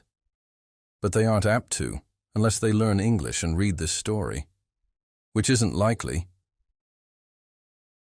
The Old Mansion. Down on Long Beach, that narrow strip of sand which stretches along the New Jersey coast from Barnegat Inlet on the north to Little Egg Harbor Inlet on the south, the summer sojourner at some one of the numerous resorts, which of late years have sprung up every few miles, may, in wandering over the sand dunes just across the bay from the village of Manahawkin, stumble over some charred timbers or vestiges of crumbling chimneys, showing that once, years back, a human habitation has stood there. If the find rouses the jaded curiosity of the visitor sufficiently to impel him to question the weather-beaten old bayman who sails him on his fishing trips, he will learn that these relics mark the site of one of the first summer hotels erected on the New Jersey coast. That's where the old mansion stood, he will be informed by Captain Nate or Captain Sam, or whatever particular captain it may chance to be. And if by good fortune it chances to be Captain Jim, he will hear a story that will pleasantly pass away the long wait for a sheep's head bite. It was my good luck to have secured Captain Jim for a preceptor in the angler's art during my vacation last summer, and his stories and reminiscences of Long Beach were not the least enjoyable features of the 2 weeks' sojourn. Captain Jim was not garrulous. Few of the baymen are. They are a sturdy, self-reliant and self-controlled people, full of strong common sense, but still with that firm belief in the supernatural which seems inherent in dwellers by the sea. The Old Mansion, said Captain Jim, or the Mansion of Health, for that was its full name, was built away back in 1822, so I've heard my father say. There had been a tavern close by years before that was kept by a man named Cranmer, and people used to come from Philadelphia by stage, 60 miles through the pines, to Hawkin, and then cross here by boat. Some would stop at Cranmer's, and others went on down the beach to Homer's, which was clear down at end by the inlet. Finally, some of the wealthy people concluded that they wanted better accommodations than Cranmer gave, so they formed the Great Swamp Long Beach Company and built the Mansion of Health. I've heard that when it was built, it was the biggest hotel on the coast and was considered a wonder. It was 120 feet long, 3 stories high, and had a porch running all the way around it, with a balcony on top. It was certainly a big thing for those days. I've heard Father tell many a time of the stage loads of gay people that used to come rattling into Hawkin, each stage drawn by 4 horses and sometimes 4 or 5 of them a day in the summer. A good many people, too, used to come in their own carriages and leave them over on the mainland until they were ready to go home. There were gay times at the old mansion then, and it made times good for the people along shore, too. How long did the old mansion flourish, Captain? I asked. Well, for 25 or 30 years people came there summer after summer. Then they built a railroad to Cape May, and that, with the ghosts, settled the Mansion of Health. What do you mean by the ghosts? I demanded. Well, you see, said Captain Jim, cutting off a mouthful of navy plug, the story got around that the old house was haunted. Some people said there were queer things seen there, and strange noises were heard that nobody could account for, and pretty soon the place got a bad name and visitors were so few that it didn't pay to keep it open anymore. But how did it get the name of being haunted, Captain Jim? I persisted. Why, it was this way, continued the mariner. Maybe you've heard of the time early in the 50s when the Powhatan was wrecked on the beach here, and every soul on board was lost.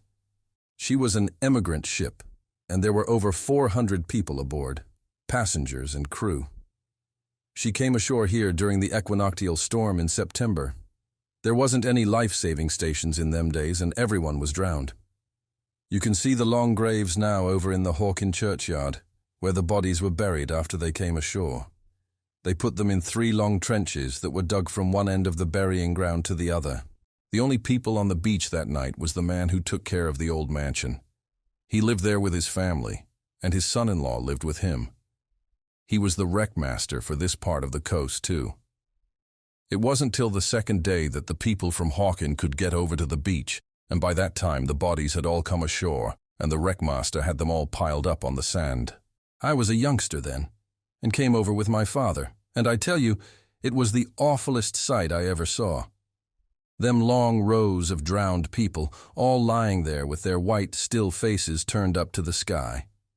Some were women, with their dead babies clasped tight in their arms, and some were husbands and wives, whose bodies came ashore locked together in a death embrace. I'll never forget that sight as long as I live. Well, when the coroner came and took charge, he began to inquire whether any money or valuables had been found. But the wreckmaster declared that not a solitary coin had been washed ashore.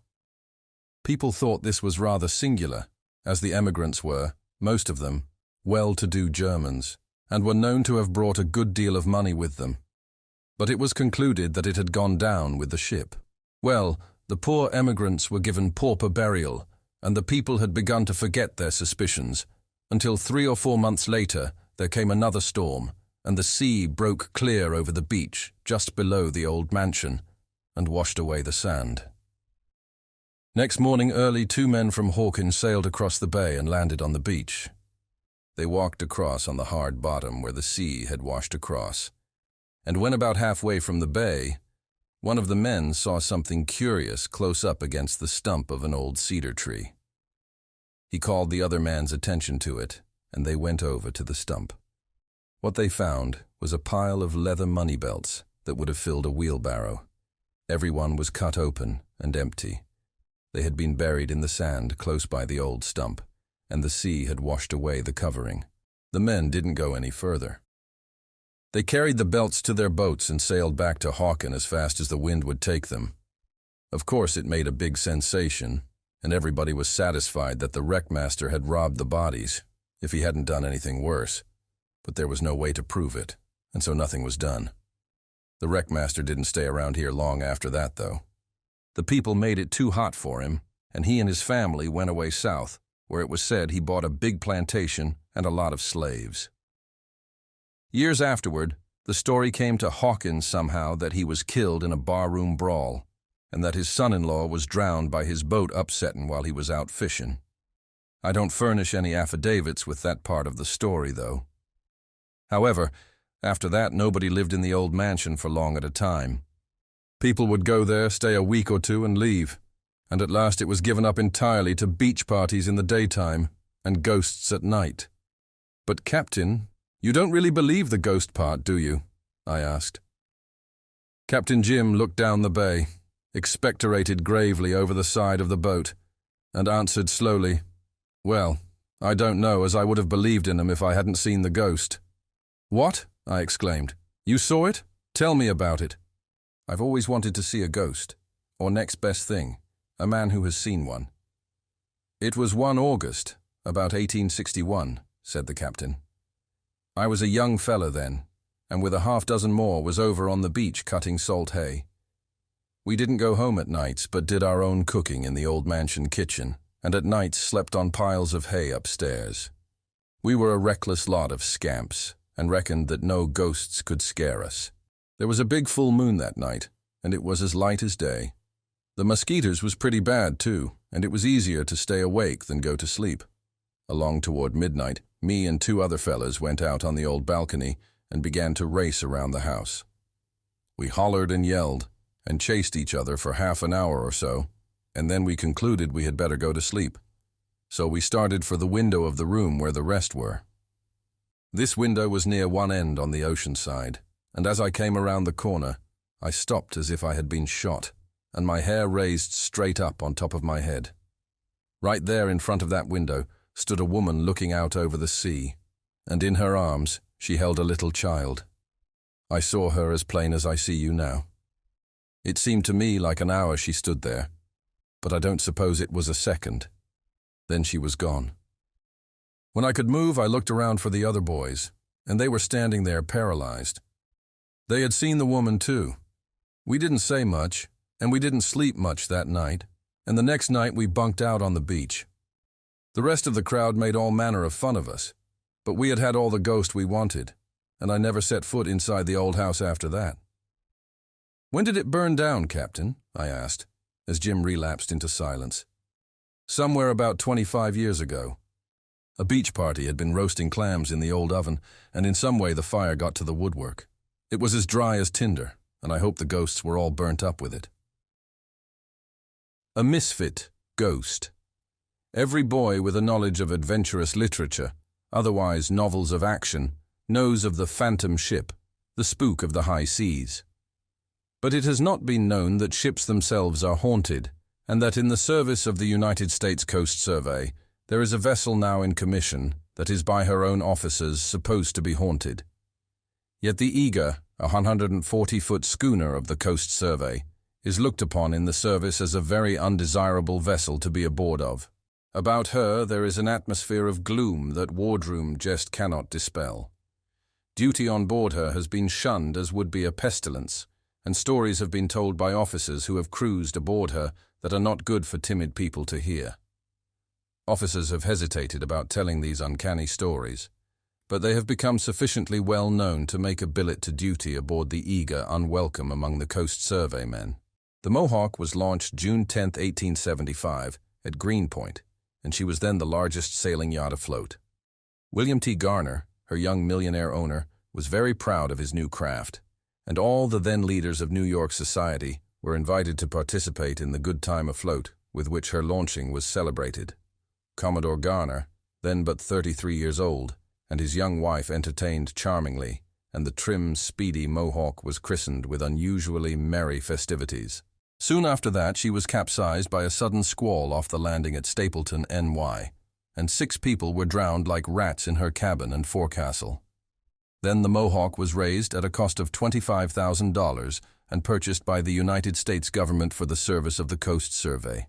Her name was changed to Eager, for Jack Tar is proverbially superstitious, and with the old name, it would have been impossible to ship a crew. Lieutenant Higby King describes his initial experience when he was assigned to duty on the Eager in this way.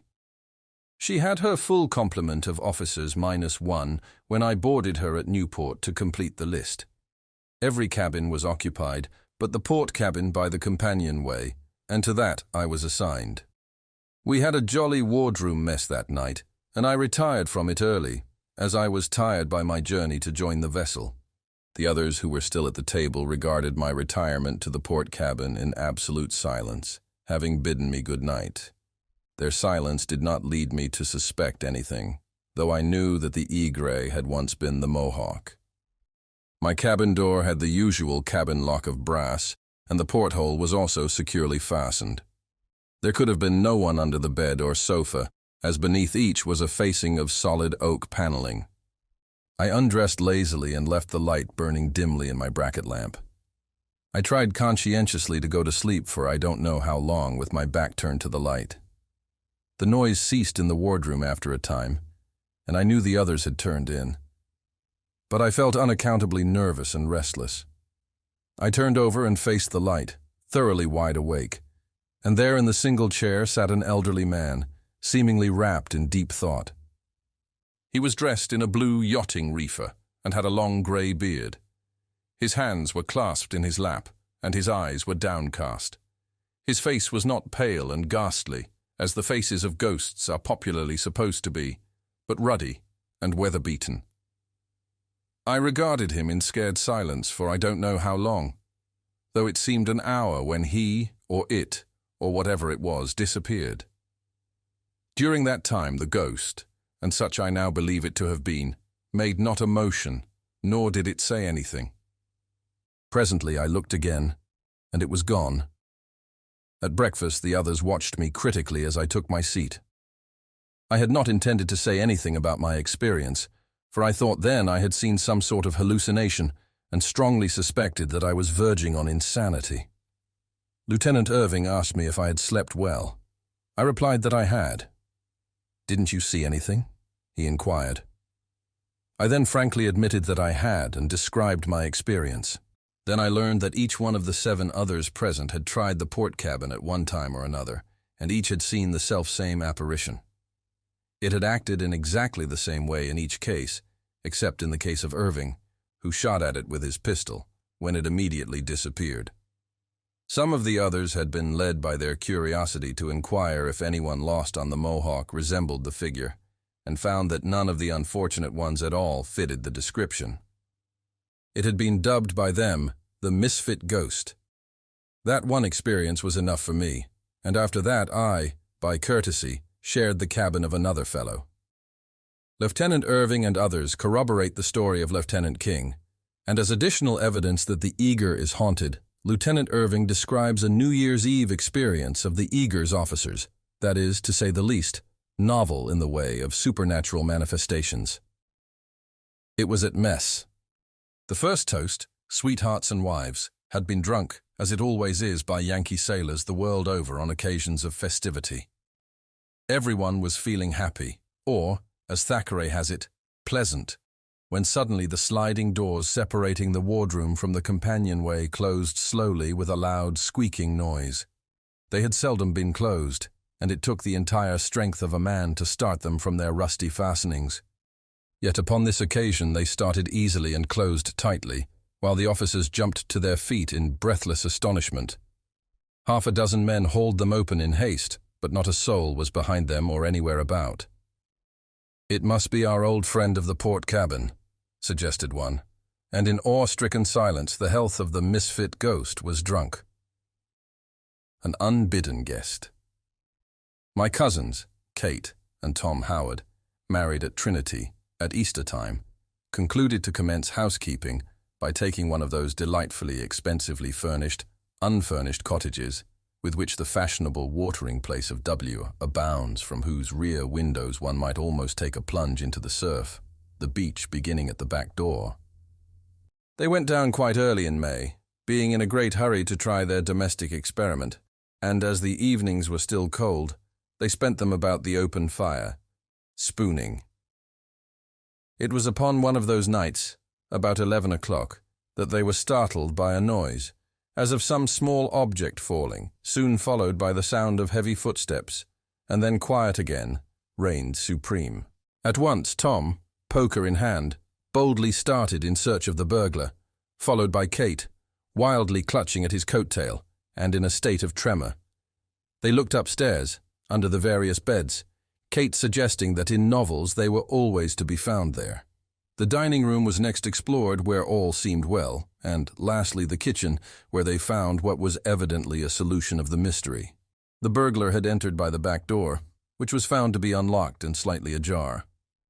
The first excitement subsiding, they returned again to the dining room, where Tom, upon closer inspection, then discovered that one of a pair of quaint little pepper pots, wedding gifts, was missing, and other small articles on the sideboard had been slightly disturbed. The next morning, when Kate mildly remonstrated with the queen of the kitchen for her carelessness, she received a shock by being told that it was her usual custom to leave the door open, so that it would be aisy, convenient loik for the milkmaid. They parted with her, and a new maid was engaged, whose chief qualification for the place was that she was most faithful in the discharge of her duties, especially in locking up. And while they mourned the loss of the pepper pot, still it seemed so trifling when they thought of that lovely repoussé salad bowl sent by Aunt Julia, which stood nearby, that nothing was said of the loss outside of the family, and the little household settled into its normal state once more of billing and cooing.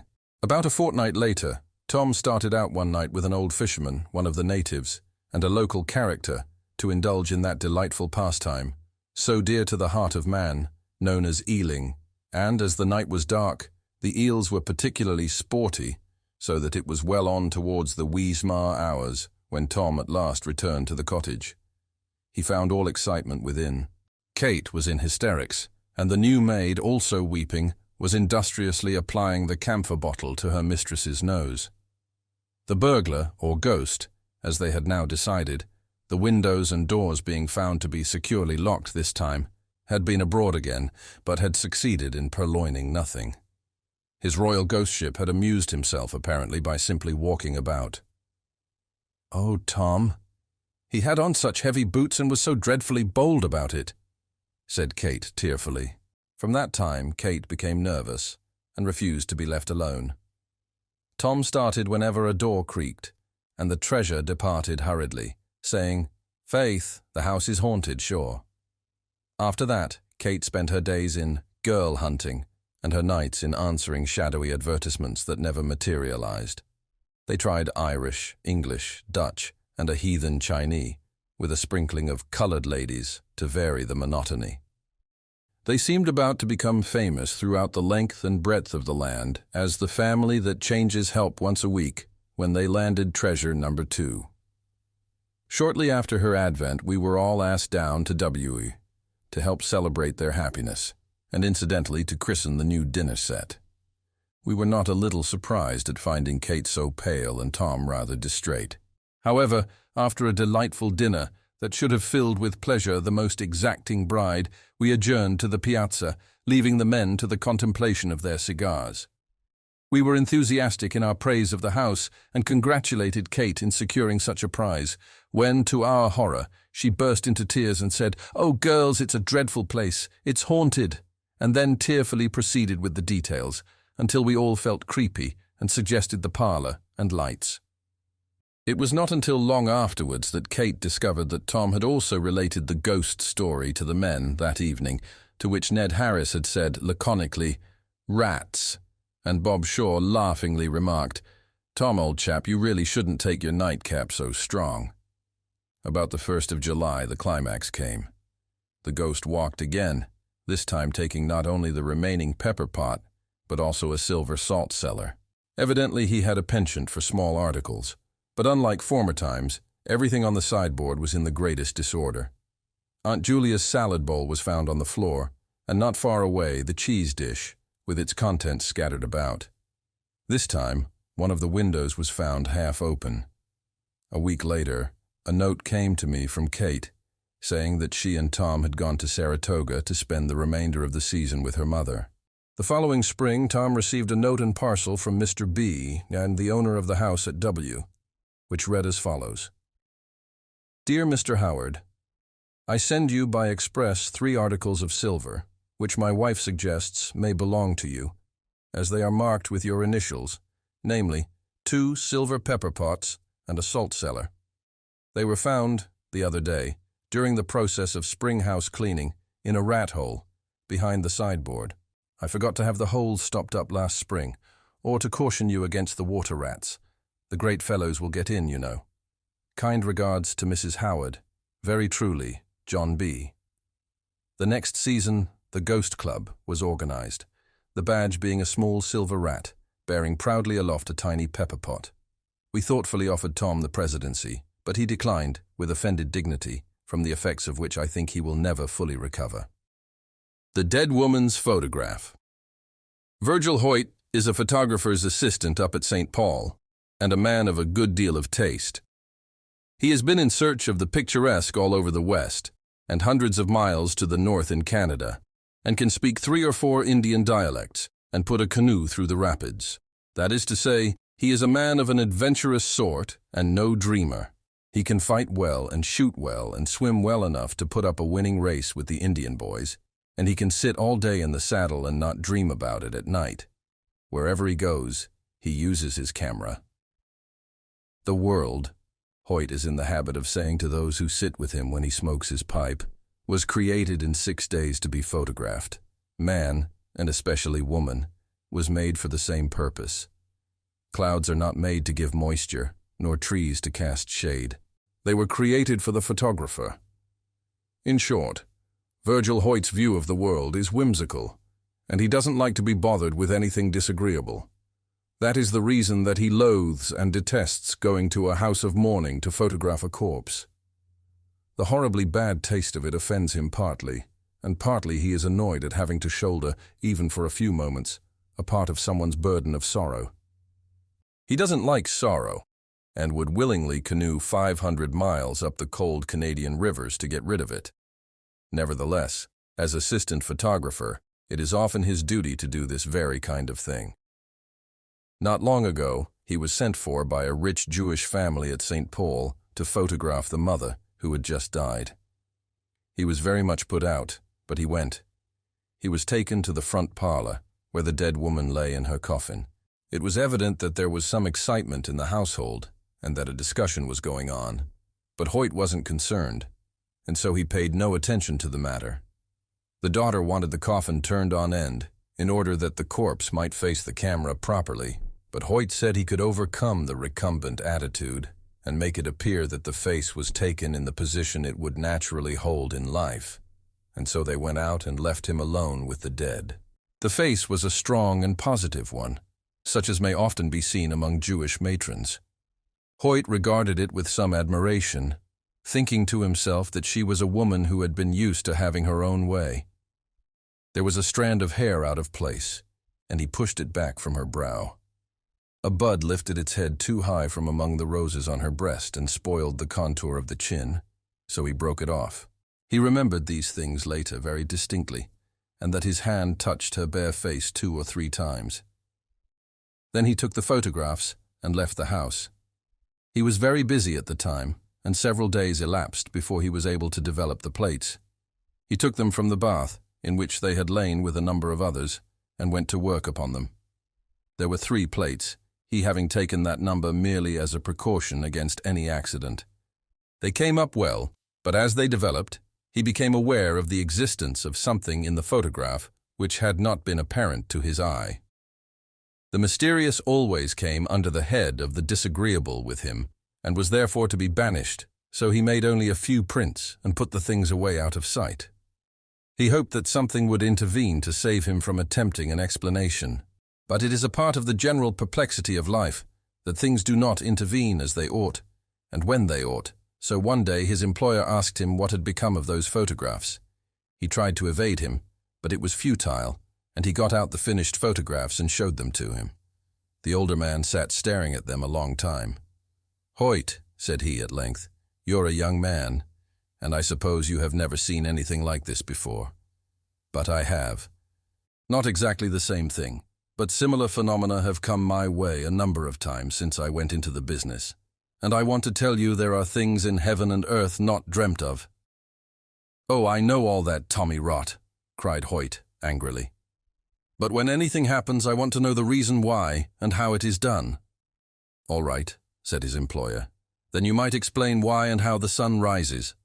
But he humored the younger man sufficiently to examine with him the bath in which the plates were submerged and the plates themselves.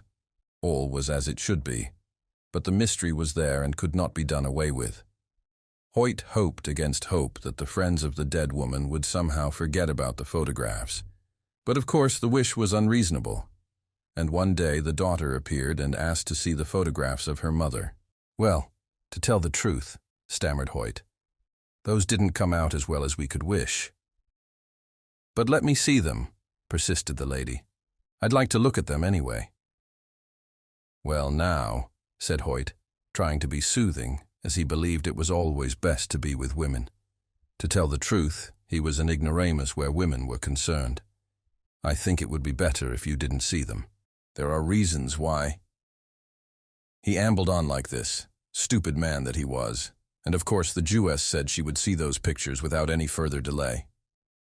So poor Hoyt brought them out and placed them in her hand, and then ran for the water pitcher, and had to be at the bother of bathing her forehead to keep her from fainting. For what the lady saw was this: over face and flowers and the head of the coffin fell a thick veil, the edges of which touched the floor in some places. It covered the features so well that not a hint of them was visible. "There was nothing over Mother's face," cried the lady at length. "Not a thing," acquiesced Hoyt. "I know, because I had occasion to touch her face just before I took the picture. I put some of her hair back from her brow." "What does it mean, then?" asked the lady.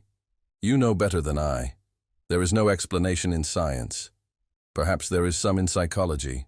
"Well," said the lady, stammering a little and coloring, "Mother was a good woman, but she always wanted her own way, and she always had it too." "Yes?" "And she never would have her picture taken. She didn't admire herself. She said no one should ever see a picture of hers." "So?" said Hoyt, meditatively. "Well, she's kept her word, hasn't she?" The two stood looking at the pictures for a time. Then Hoyt pointed to the open blaze in the grate. "Throw them in," he commanded. "Don't let your father see them. Don't keep them yourself. They wouldn't be good things to keep." "That's true enough," said the lady slowly, and she threw them in the fire. Then Virgil Hoyt brought out the plates and broke them before her eyes. And that was the end of it, except that Hoyt sometimes tells the story to those who sit beside him when his pipe is lighted. The Ghost of a Live Man. We were in the South Atlantic Ocean, in the latitude of the island of Fernando Noronha, about 40 degrees 12 minutes south, on board the bark H.G. Johnson, homeward bound from Australia. I was the only passenger, and we had safely rounded Cape Horn, with the barometer at 28 degrees 18 minutes, and yet had somehow miraculously escaped any extremely heavy gale, had light northerly and easterly winds till we reached 20 degrees, and thence the southeast trades were sending us fast on our way to the equator. I sat on deck smoking my pipe, with a glorious full moon shedding its bright pathway across the blue waters, and chatting with the first mate, a man some 58 years of age, who had followed the sea since he was a boy. For 20 years or more he had been mate or captain, and many and varied were the experiences he could relate. A thorough sailor and skillful navigator, he was as honest as the day is long, had a heart as big as an ox, and was an all-round good fellow and genial companion. Some of his yarns might be taken cum grano salis, yet he always positively assured me that he was telling me the truth. An account of a voyage that he made in a whaler from the Southern Ocean to New Bedford seemed to me worthy to be repeated. He had rounded Cape Horn 6 times, and the Cape of Good Hope 26 times, besides making many trips across the Western Ocean and to South American ports. I give his account as near as possible in his own words.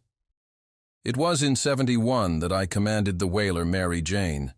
We had been out from home over 3 years and had on board a full cargo of whale oil, besides 2,000 pounds of whalebone, which was then worth $5 per pound.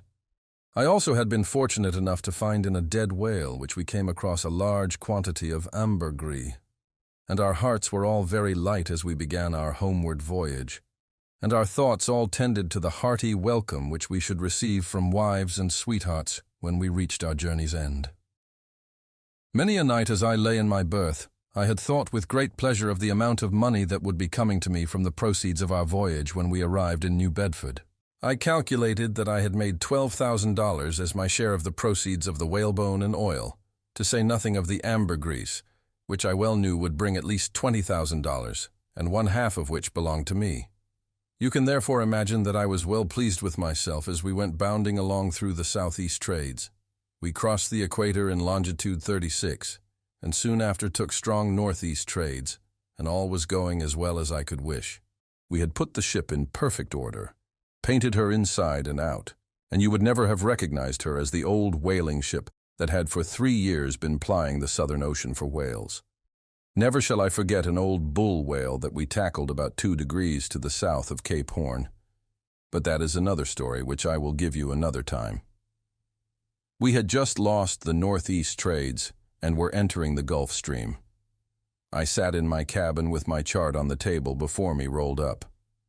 I had just picked our location on it, and was thinking that in a week more I should be at home, surrounded by those near and dear to me, and relating to them the story of my great good fortune. It was always my custom to work up my latitude and longitude about 4 o'clock in the afternoon, and then after supper pick off her position on the chart, have a smoke and perhaps just before retiring a nip of grog, and then at 8:30 o'clock, as regular as a clock, I would turn in. I am a great smoker, and this day I had been smoking all the afternoon, besides having had 2 or 3 nips. We had a dog on board whom we called Bosun, who had been out with us all the voyage, and who was afraid of nothing. He had endeared himself to every man on board, and when Bosun took water, something very serious was in the wind. This night, as I sat in the cabin, I heard a most dismal howl from Bosun, and called out to the mate to know what was the matter with the dog. He replied that he reckoned some of the men had been teasing him, and the occurrence soon passed from my mind. Suddenly I saw someone coming down the after companionway into the cabin. I supposed at first it was the mate and wondered that he had not first spoken to me, But then I noticed that he wore clothes I had never seen on the mate, and as he advanced into the cabin I saw his face. It was the face of a man I had never seen in my life. He was thin and pale and haggard, and as he advanced he looked about the cabin and at the rolled-up chart on the table. There seemed to be an appeal in his eyes, and then there swept over his face a look of intense disappointment, and before I could move or speak, he had vanished from my sight. Now I am a very practical man, and I at once straightened myself in my chair and said to myself, "Well, old man, you have smoked one too many pipes today, or else you have had one drink too much, for you have been asleep in your chair and seen a ghost." I was quite satisfied that I had had a dream, especially as I called to the mate and asked him if he had seen anyone come below.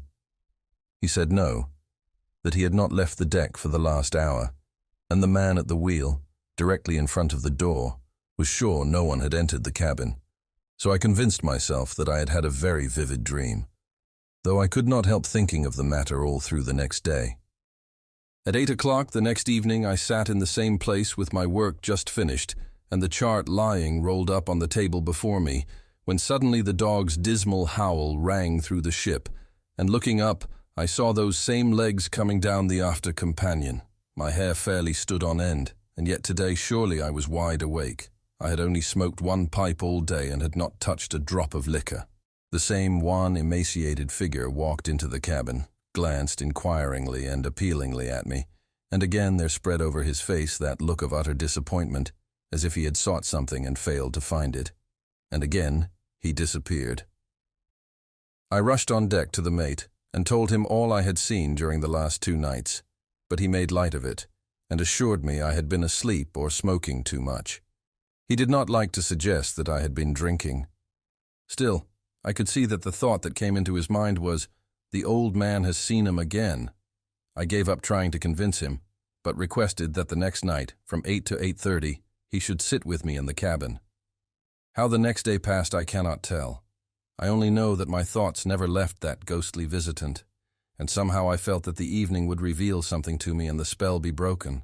I made up my mind I would speak to the thing, whatever it was, and I felt a sort of security in the presence of the mate, who was a daring fellow and feared neither man nor the devil.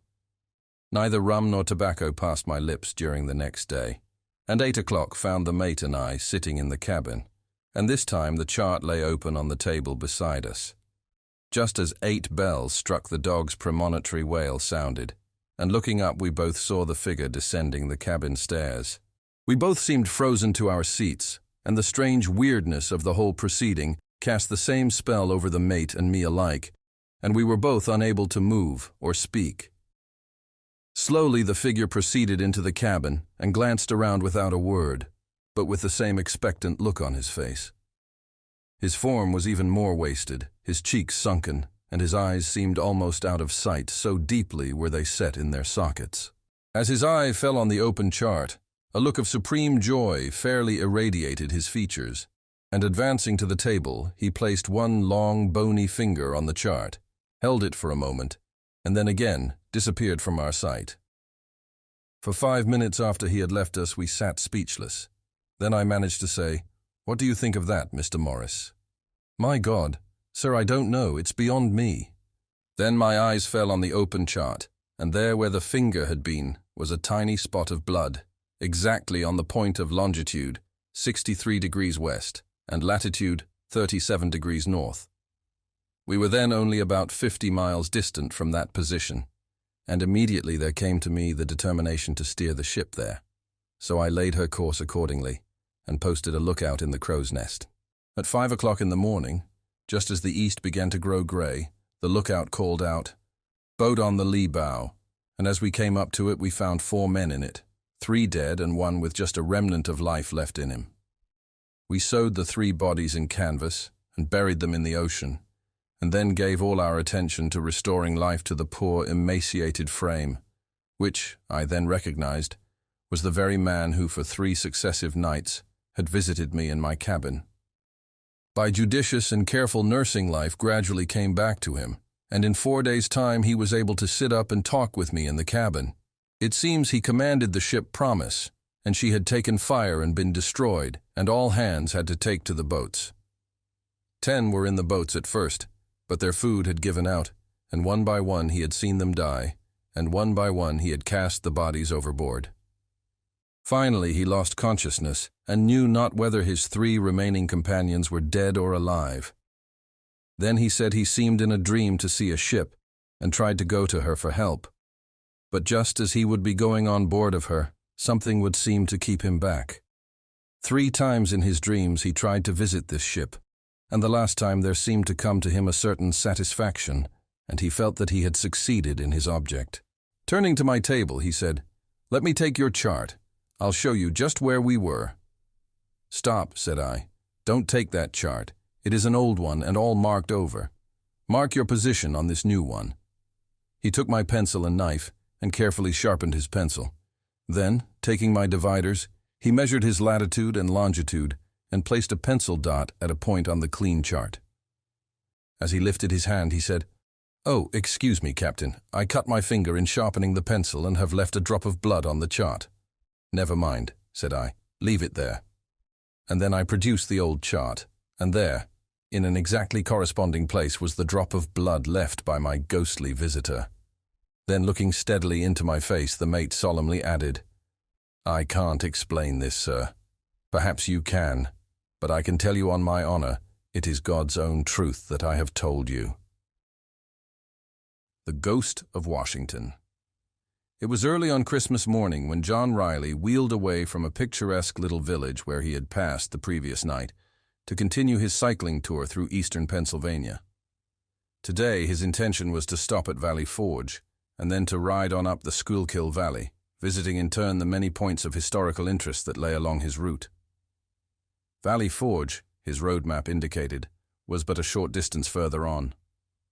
All around him were the hills and fields and roads over which Washington and his half-starved army had foraged and roamed throughout the trying winter of 1777–8, 126 years ago.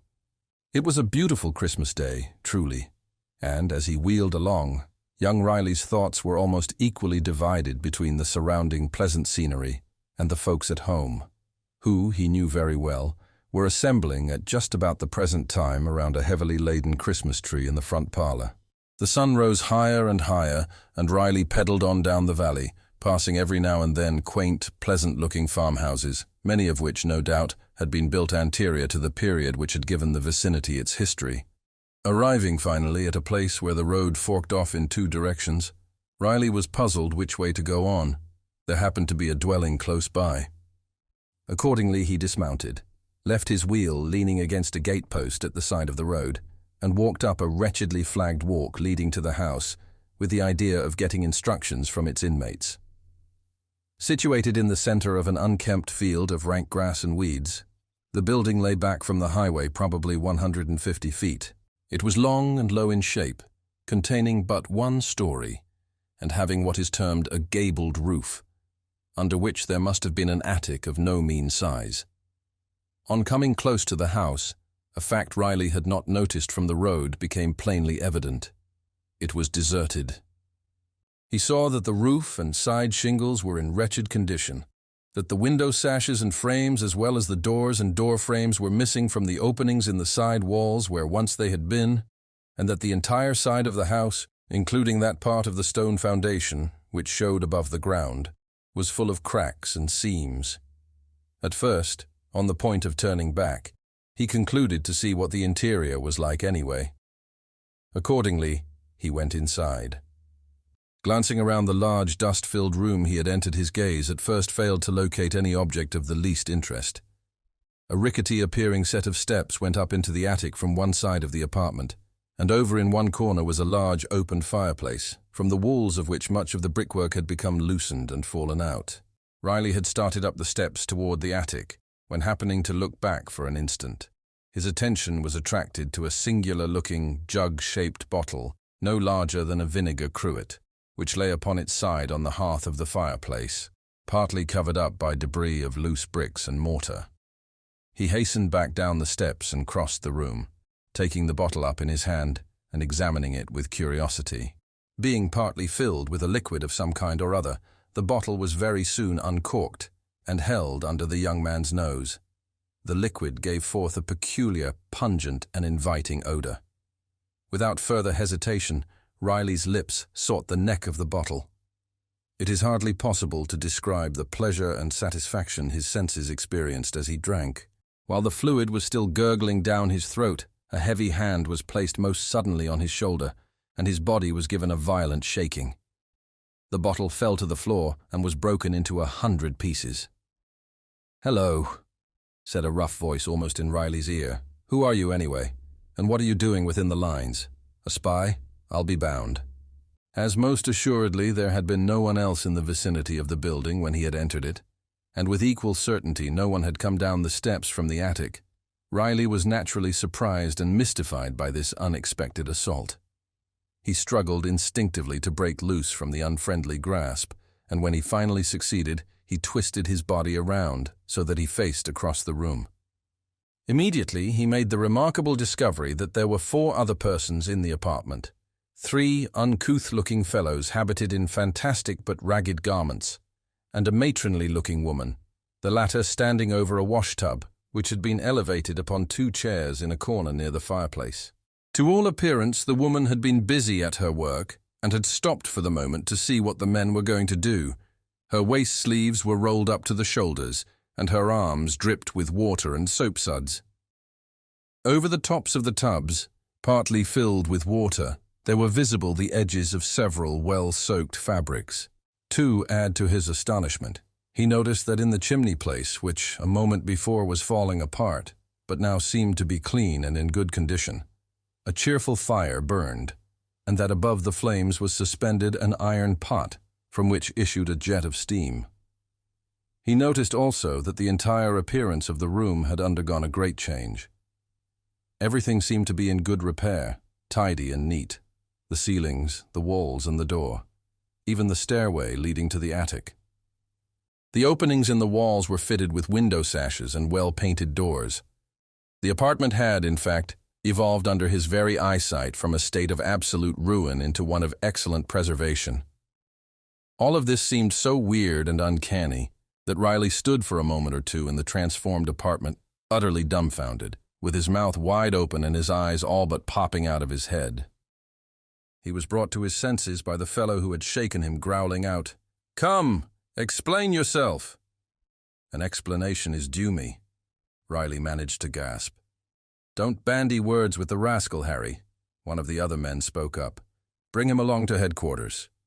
Thereupon, without further parley, the 3 men marched Riley in military fashion into the open air and down to the road. Here he picked up at the gatepost his bicycle, while they unstacked a group of 3 old-fashioned-looking muskets located close by. When the young man had entered the house a few minutes before, this stack of arms had not been there. He could not understand it. Neither could he understand, on looking back at the building as he was marched off down the road, the mysterious agency that had transformed its dilapidated exterior, just as had been the interior, into a practically new condition. While they trudged along, the strangers exhibited a singular interest in the wheel Riley pushed at his side, running their coarse hands over the frame and handlebar, and acting on the whole as though they never before had seen a bicycle. This in itself was another surprise. He had hardly supposed there were 3 men in the country so totally unacquainted with what is a most familiar piece of mechanism everywhere. At the same time that they were paying so much attention to the wheel, Riley in turn was studying with great curiosity his singular-looking captors. Rough, unprepossessing appearing fellows they were, large of frame and unshaven, and, it must be added, dirty of face. What remained of their very ragged clothing, he had already noticed, was of a most remarkable cut and design, resembling closely the garments worn by the Continental militiamen in the War of Independence. The hats were broad, low of crown, and 3-cornered in shape. The trousers were buff-colored and ended at the knees, and the long, blue, spike-tailed coats were flapped over at the extremities of the tails, the flaps being fastened down with good-sized brass buttons. Leather leggings were strapped around cowhide boots, through the badly worn feet of which, in places where the leather had cracked open, the flesh, unprotected by stockings, could be seen. Dressed as he was, in a cleanly grey cycling costume, Riley's appearance, most assuredly, was strongly in contrast to that of his companions.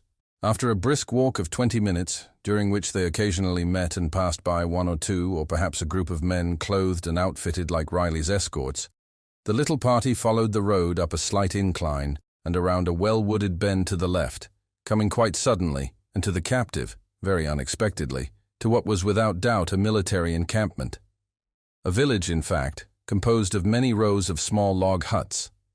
Along the streets, between the buildings, muskets were stacked in hundreds of places. Over in one corner, on a slight eminence commanding the road up which they had come, and cleverly hidden from it behind trees and shrubbery, the young man noticed a battery of field pieces. Wherever the eye was turned on this singular scene were countless numbers of soldiers, all garmented in three-cornered hats, spike-tailed coats and knee breeches, walking lazily hither and thither, grouped around crackling fires, or parading up and down the streets in platoons under the guidance of ragged but stern-looking officers. Harry stopped the little procession of four in front of one of the larger of the log houses. Then, while they stood there, the long blast from a bugle was heard, followed by the roll of drums. A minute or two afterward, several companies of militia marched up and grounded their arms, forming three sides of a hollow square around them, the fourth and open side being toward the log house. Directly succeeding this maneuver, there came through the doorway of the house and stepped up the center of the square, stopping directly in front of Riley, a dignified-looking person, tall and straight and splendidly proportioned of figure, and having a face of great nobility and character. The cold chills chased one another down Riley's back. His limbs swayed and tottered beneath his weight. He had never experienced another such sensation of mingled astonishment and fright. He was in the presence of General Washington. Not a phantom Washington either, but Washington in the flesh and blood, as material and earthly a being as ever crossed a person's line of vision.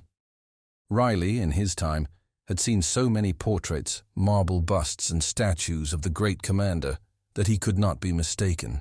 Recovering the use of his faculties, which for the moment he seemed to have lost, Riley did the very commonplace thing that others before him have done when placed unexpectedly in remarkable situations. He pinched himself to make sure that he was in reality wide awake and in the natural possession of his senses. He felt like pinching the figure in front of him also, but he could not muster up the courage to do that. He stood there trying to think it all out, and as his thoughts became less stagnant, his fright dissolved under the process of reasoning his mind pursued. To reason a thing out, even though an explanation can only be obtained by leaving much of the subject unaccounted for, tends to make one bolder and less shaky in the knees. The series of strange incidents which he was experiencing had been inaugurated in the old-fashioned dwelling he had visited after information concerning the roads, and everything had been going along in a perfectly normal way up to the very moment when he had taken a drink from the bottle found in the fireplace. But from that precise time, everything had gone wrongly. Hence the inference that the drinking of the peculiar liquid was accountable in some way or other for his troubles. There was a supernatural agency in the whole thing. That much must be admitted.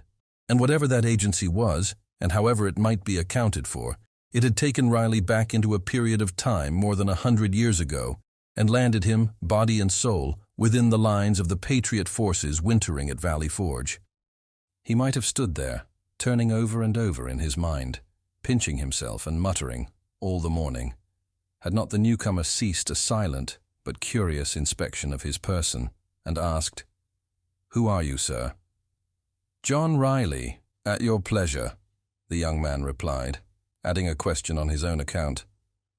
"And who are you, sir?" Immediately he received a heavy thump on his back from Harry's hard fist. "It is not for you to question the general," the ragged administrator of the blow exclaimed. "And it is not for you to be so gay," Riley returned angrily, giving the blow back with added force. "Here, here," broke in the first questioner. "Fisticuffs under my very nose. No more of this. I command you both." To Harry he added an extra caution. "Your zeal in my behalf will be better appreciated by being less demonstrative." Blows should be struck only on the battlefield. To Riley he said, with a slight smile hovering over his face, "My name is Washington. Perhaps you may have heard of me." To this Riley replied, "I have indeed, and heard you very well spoken of too." Emboldened by the other's smile, he ventured another question. "I think my reckoning of the day and year is badly at fault. An hour ago I thought the day was Christmas Day. How far out of the way did my calculation take me, sir?" "The day is indeed Christmas Day, and the year is, as you must know, the year of our Lord, 1777. Riley again pinched himself. "Why do you bring this man to me?" Washington now inquired, turning to Harry and his companions. "He is a spy, sir," said Harry. "That is a lie," Riley indignantly interpolated. "I have done nothing to warrant any such charge." "We found him in the Widow Robin's house, pouring strong liquor down his throat. I had gone inside after information concerning the roads, which he was getting from a bottle, sir. If drinking from a bottle of necessity constitutes being a spy, I fear our camp is already a hotbed," Washington somewhat sagely remarked, casting his eye around slyly at his officers and men. "Tell me," he went on, with sudden sternness, looking Riley through and through, as though to read his very thoughts. "Is the charge true? Do you come from Howe?" "The charge is not true, sir. I come from no one. I simply am making a tour of pleasure through this part of the country on my bicycle. With the country swarming with the men from 2 hostile armies, any kind of a tour, save one of absolute necessity, seems ill-timed. When I set out, I knew nothing about any armies. The fact is, sir." Riley started to make an explanation, but he checked himself on realizing that the telling of any such improbable yarn would only increase the hazardousness of his position. "Well?" Washington questioned, in a tone of growing suspicion. "I certainly did not know that your army or any other army was quartered in this vicinity." Riley hesitated for lack of something further to say. "You see," he finally added, prompted by a happy idea, "I rode my wheel from New York." "You may have come from New York, though it is hard to believe you came on that singular-looking machine so great a distance. Where is the horse which drew the vehicle?" Riley touched his bicycle. "This is the horse, sir, just as it is.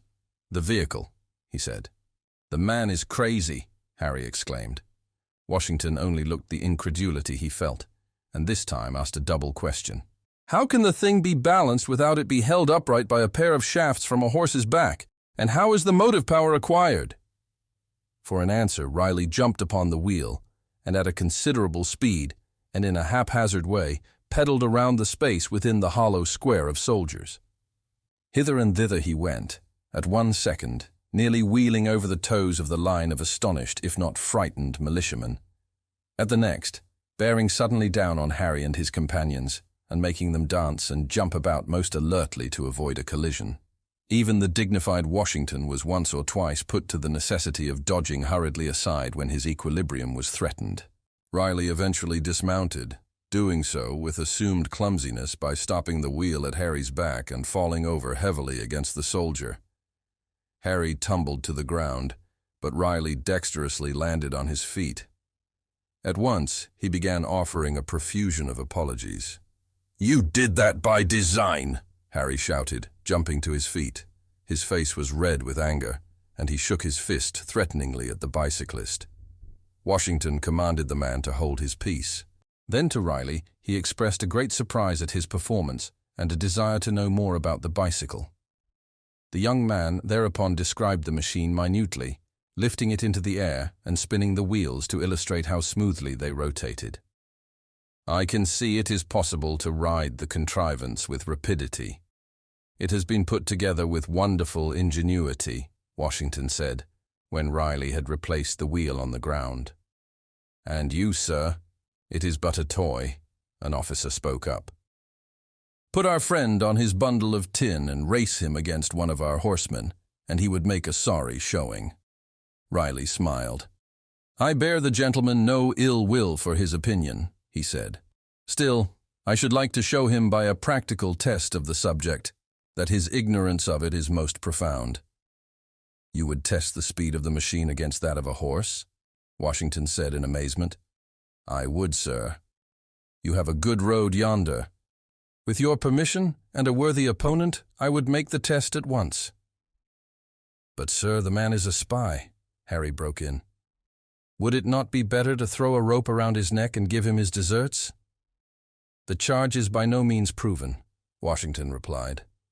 Nor can it be until a court-martial convenes this afternoon, and I see no reason why we may not in the meantime enjoy the unique contest which has been suggested. It will make a pleasant break in the routine of camp life. A murmur of approval went up from the masses of men by whom they were surrounded. While they had been talking, it seemed as though everybody in the camp not already on the scene had gathered together behind the square of infantry. Then, sir, Harry said with some eagerness, I would like to be the man to ride the horse. There is no better animal than mine anywhere, and I understand his tricks and humors quite well enough to put him to his best pace. I confess I have heard you well spoken of as a horseman, Washington said. Be away with you. Saddle and bridle your horse at once. It was the chain of singular circumstances narrated above which brought John Riley into the most remarkable contest of his life. He had entered many bicycle races at one time or other, always with credit to himself and to the club whose colors he wore, and he had every expectation of making a good showing today. Yet a reflection of the weird conditions which had brought about the present contest took away some of his self-possession when a few minutes later he was marched over to the turnpike and left to his own thoughts, while the officers were pacing out a 1-mile straightaway course down the road. After the measurements had been taken, 2 unbroken lines of soldiers were formed along the entire mile, a most evident precaution against Riley leaving the race course at any point to escape across the fields. Washington came up to him again, when the preparations were completed, to shake his hand and whisper a word or two of encouragement in his ear. Having performed these kindly acts, he left to take up a position near the point of finish. The beginning of the course was located close to the battery of half-concealed field pieces. Riley was now conducted to this place. Shortly afterward, Harry appeared on his horse. He leered at the bicyclist contemptuously and said something of a sarcastic nature partly under his breath when the two lined up side by side for the start. To these slights, Riley paid no heed. He had a strong belief that when the race was over, there would be left in the mutton-like head of his opponent very little of his present inclination toward the humorous. The soldier's mount was a handsome black mare, 14.5 hands high, strong of limbs and at the flanks, and animated by a spirit that kept her prancing around with continuous action. It must be admitted that the man rode very well. He guided the animal with ease and nonchalance when she reared and plunged, and kept her movements confined to an incredibly small piece of ground, considering her abundance of action. Keep to your own side of the road throughout the race. I don't want to be collided with by your big beast, Riley cautioned, while they were awaiting 2 signals from the starter. To this, Harry replied in some derision, I'll give you a good share of the road at the start, and all of it and my dust too afterward. And then the officer who held the pistol fired the first shot. Riley was well satisfied with the conditions under which the race was to be made. The road was wide and level, smooth, hard and straight, and a strong breeze which had sprung up blew squarely against his back. His wheel was geared up to 84 inches. The breeze promised to be a valuable adjunct in pushing it along. Awaiting the second and last signal, Riley glanced down the 2 blue ranks of soldiers, which stretched away into hazy lines in the distance and converged at the termination of the course where a flag had been stuck into the ground. The soldiers were at parade rest, their unceasing movements as they chatted to one another, turning their bodies this way and that, and craning their heads forward to look toward the starting point, and then jerking them back, made the lines seem like long, squirming snakes. At the end of the course, a thick bunch of militiamen clogged the road and overspread into the fields. Crack, the signal to be off. Riley shoved aside the fellow who had been holding his wheel upright while astride of it, and pushed down on the pedals. The mare's hooves dug the earth. Her great muscular legs straightened out. She sprang forward with a snort of apparent pleasure, taking the lead at the very start. Riley heard the shout of excitement run along the 2 ranks of soldiers. He saw them waving their arms and hats as he went by, and on ahead through the cloud of dust, there was visible the shadow-like outlines of the snorting, galloping horse, whose hoofbeats sounded clear and sharp above the din which came from the sides of the highway. The mare crept farther and farther ahead. Very soon, 100 feet or more of the road lay between her and the bicyclist. Harry turned in his saddle and called out another sarcasm. "I shall pass you very soon."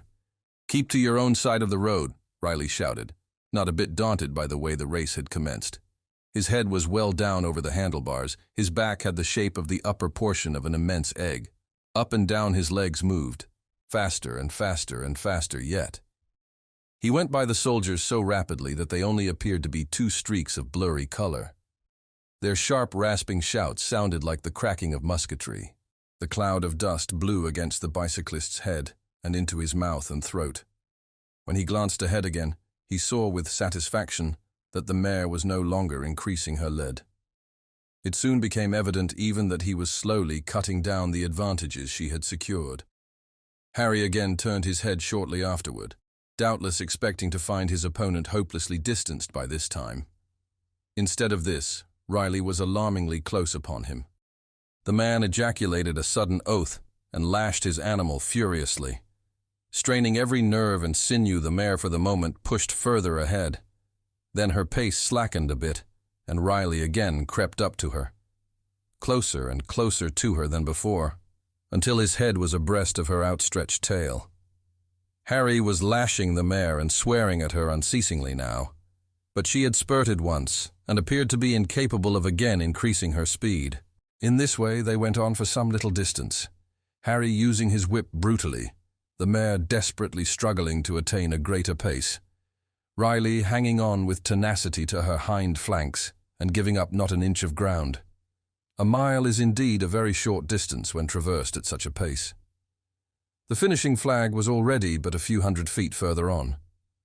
Riley realized that it was time now to go to the front.